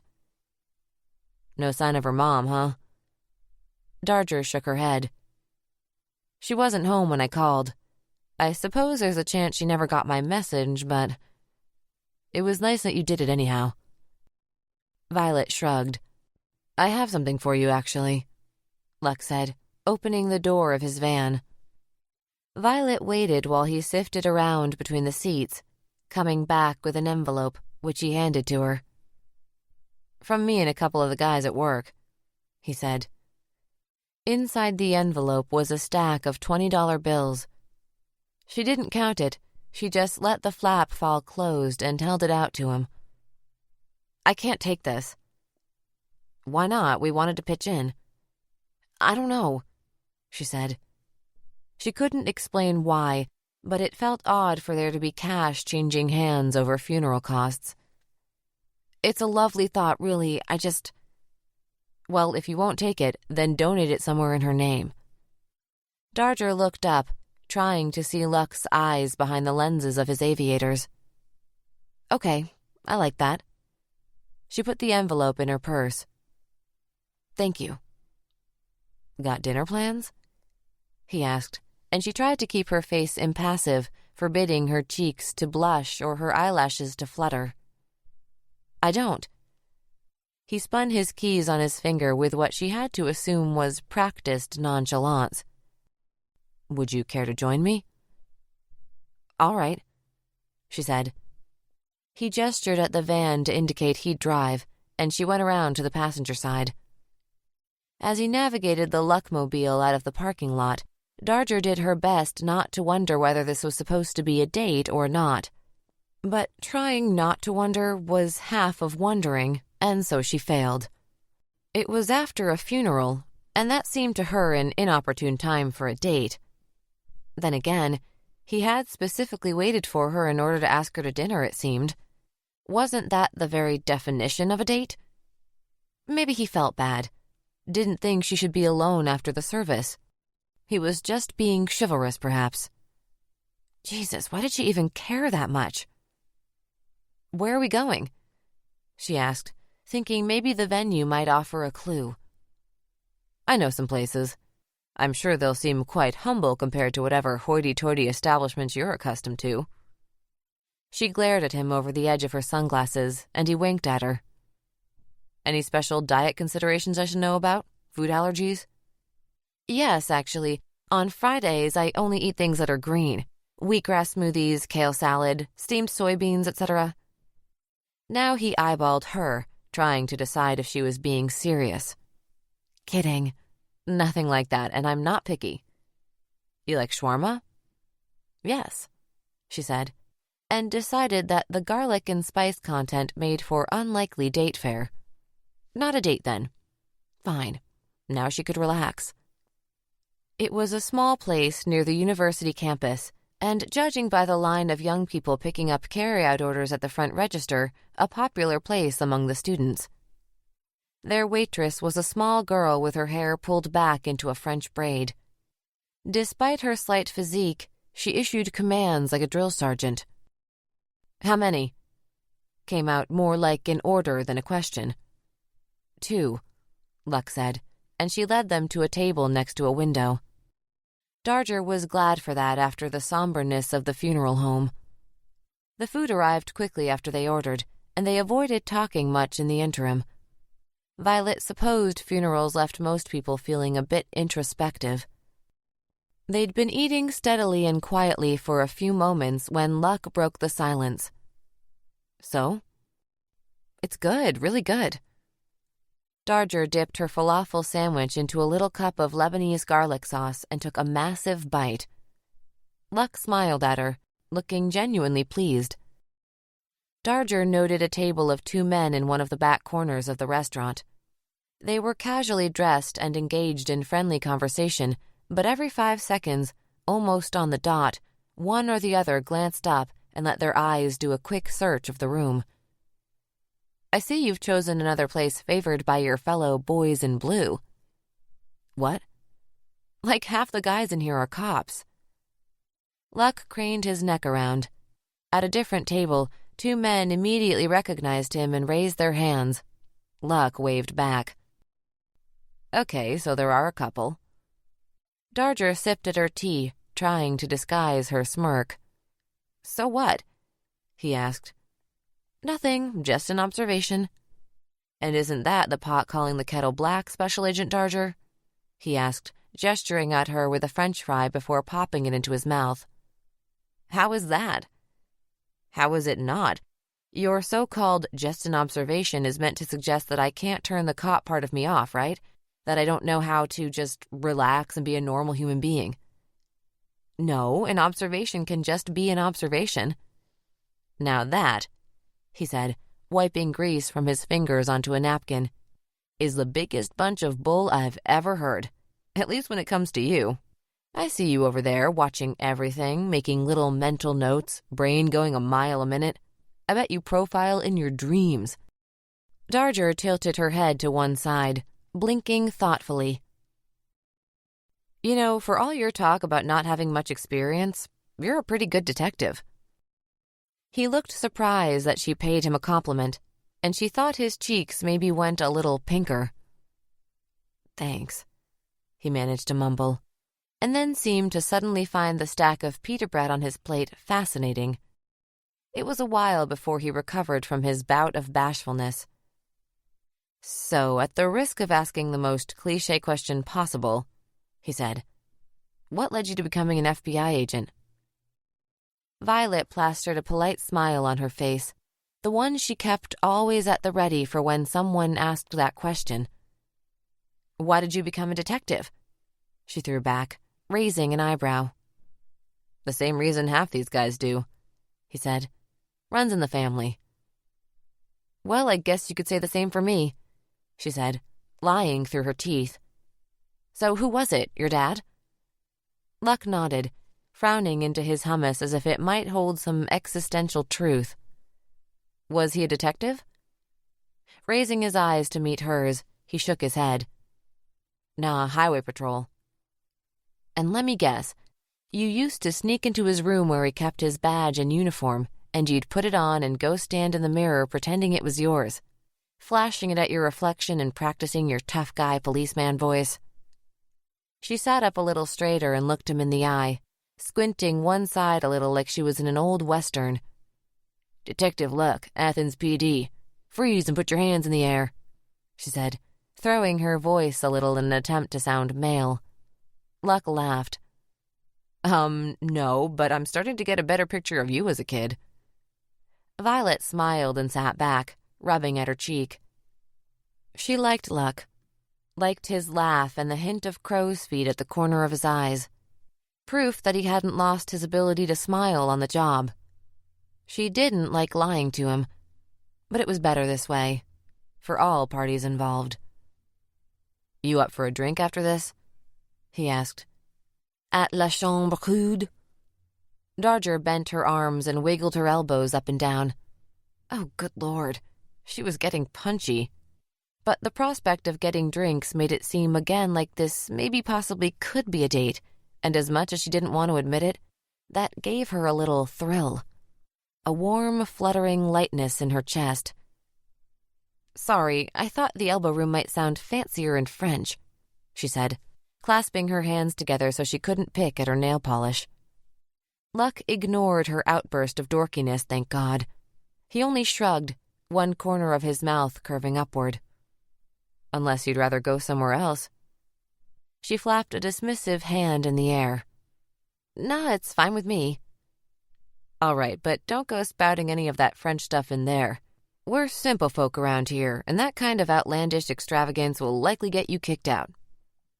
Ice cubes tinkled as Violet set her glass down and gave him a hard stare. "You're never going to let me forget that one, huh?" "No, ma'am," he said with a wink.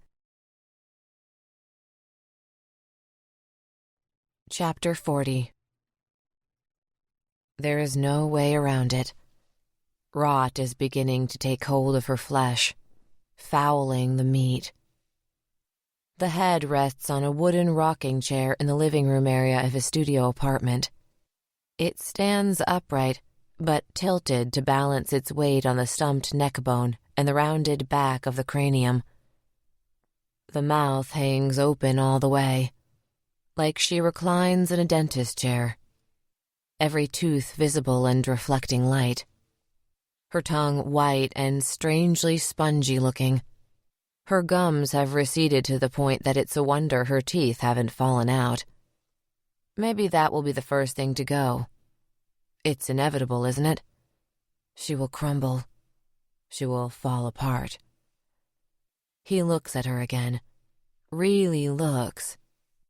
The skin around the eyes droops unnaturally.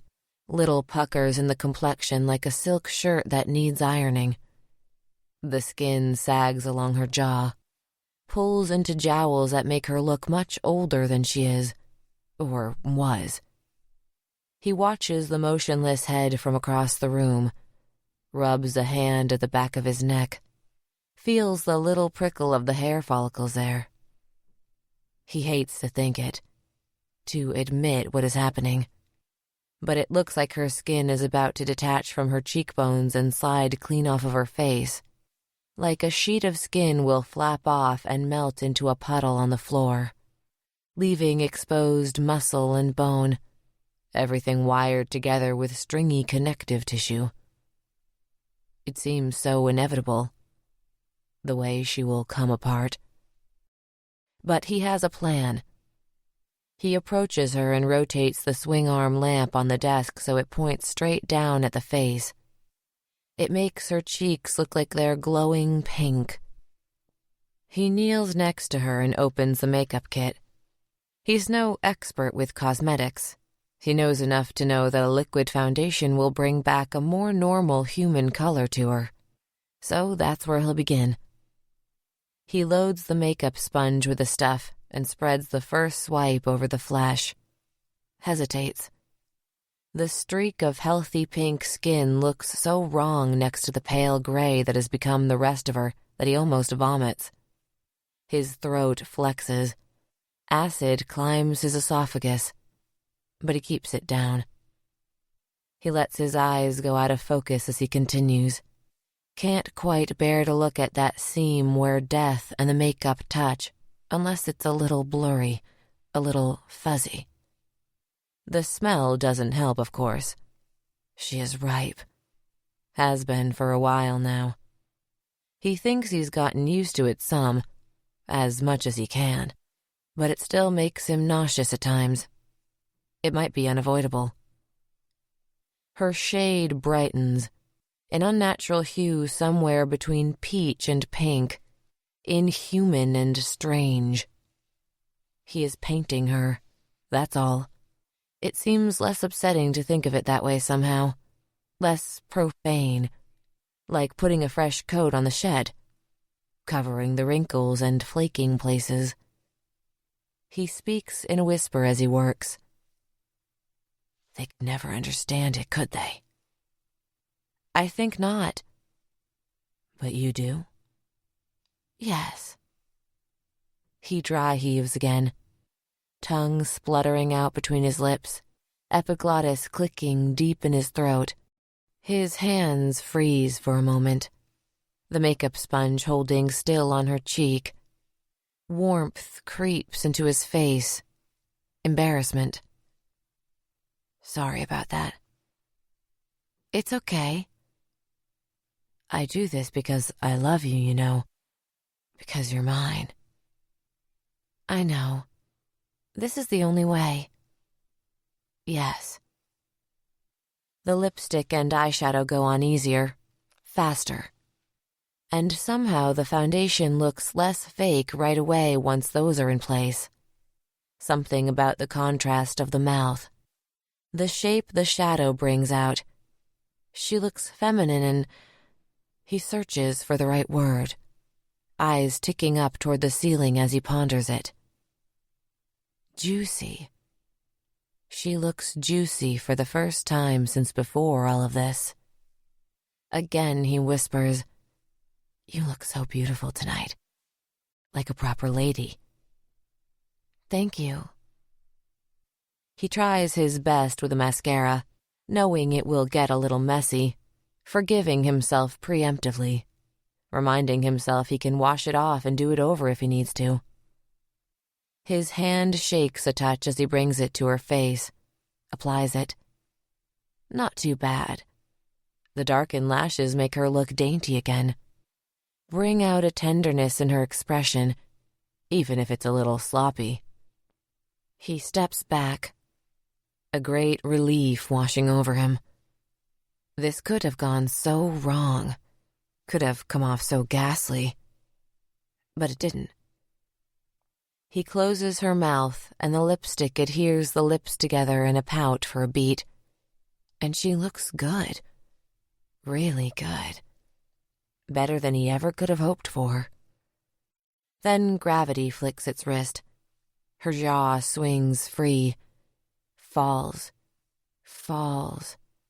bounces just faintly when it can fall no more.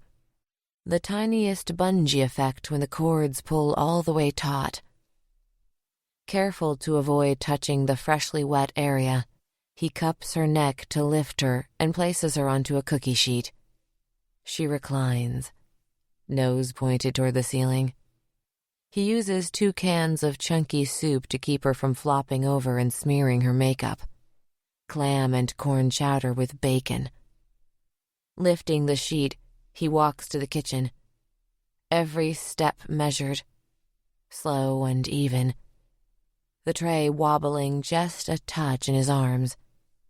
The freezer door swings open, fog swirling and disappearing in the frosty chamber. It stands empty, vacant, ready for its new occupant. In she goes. Chapter 41. They passed another group of off-duty policemen on their way out to the van. Luck greeted them with a polite nod. He unbuttoned his suit jacket before climbing into the vehicle.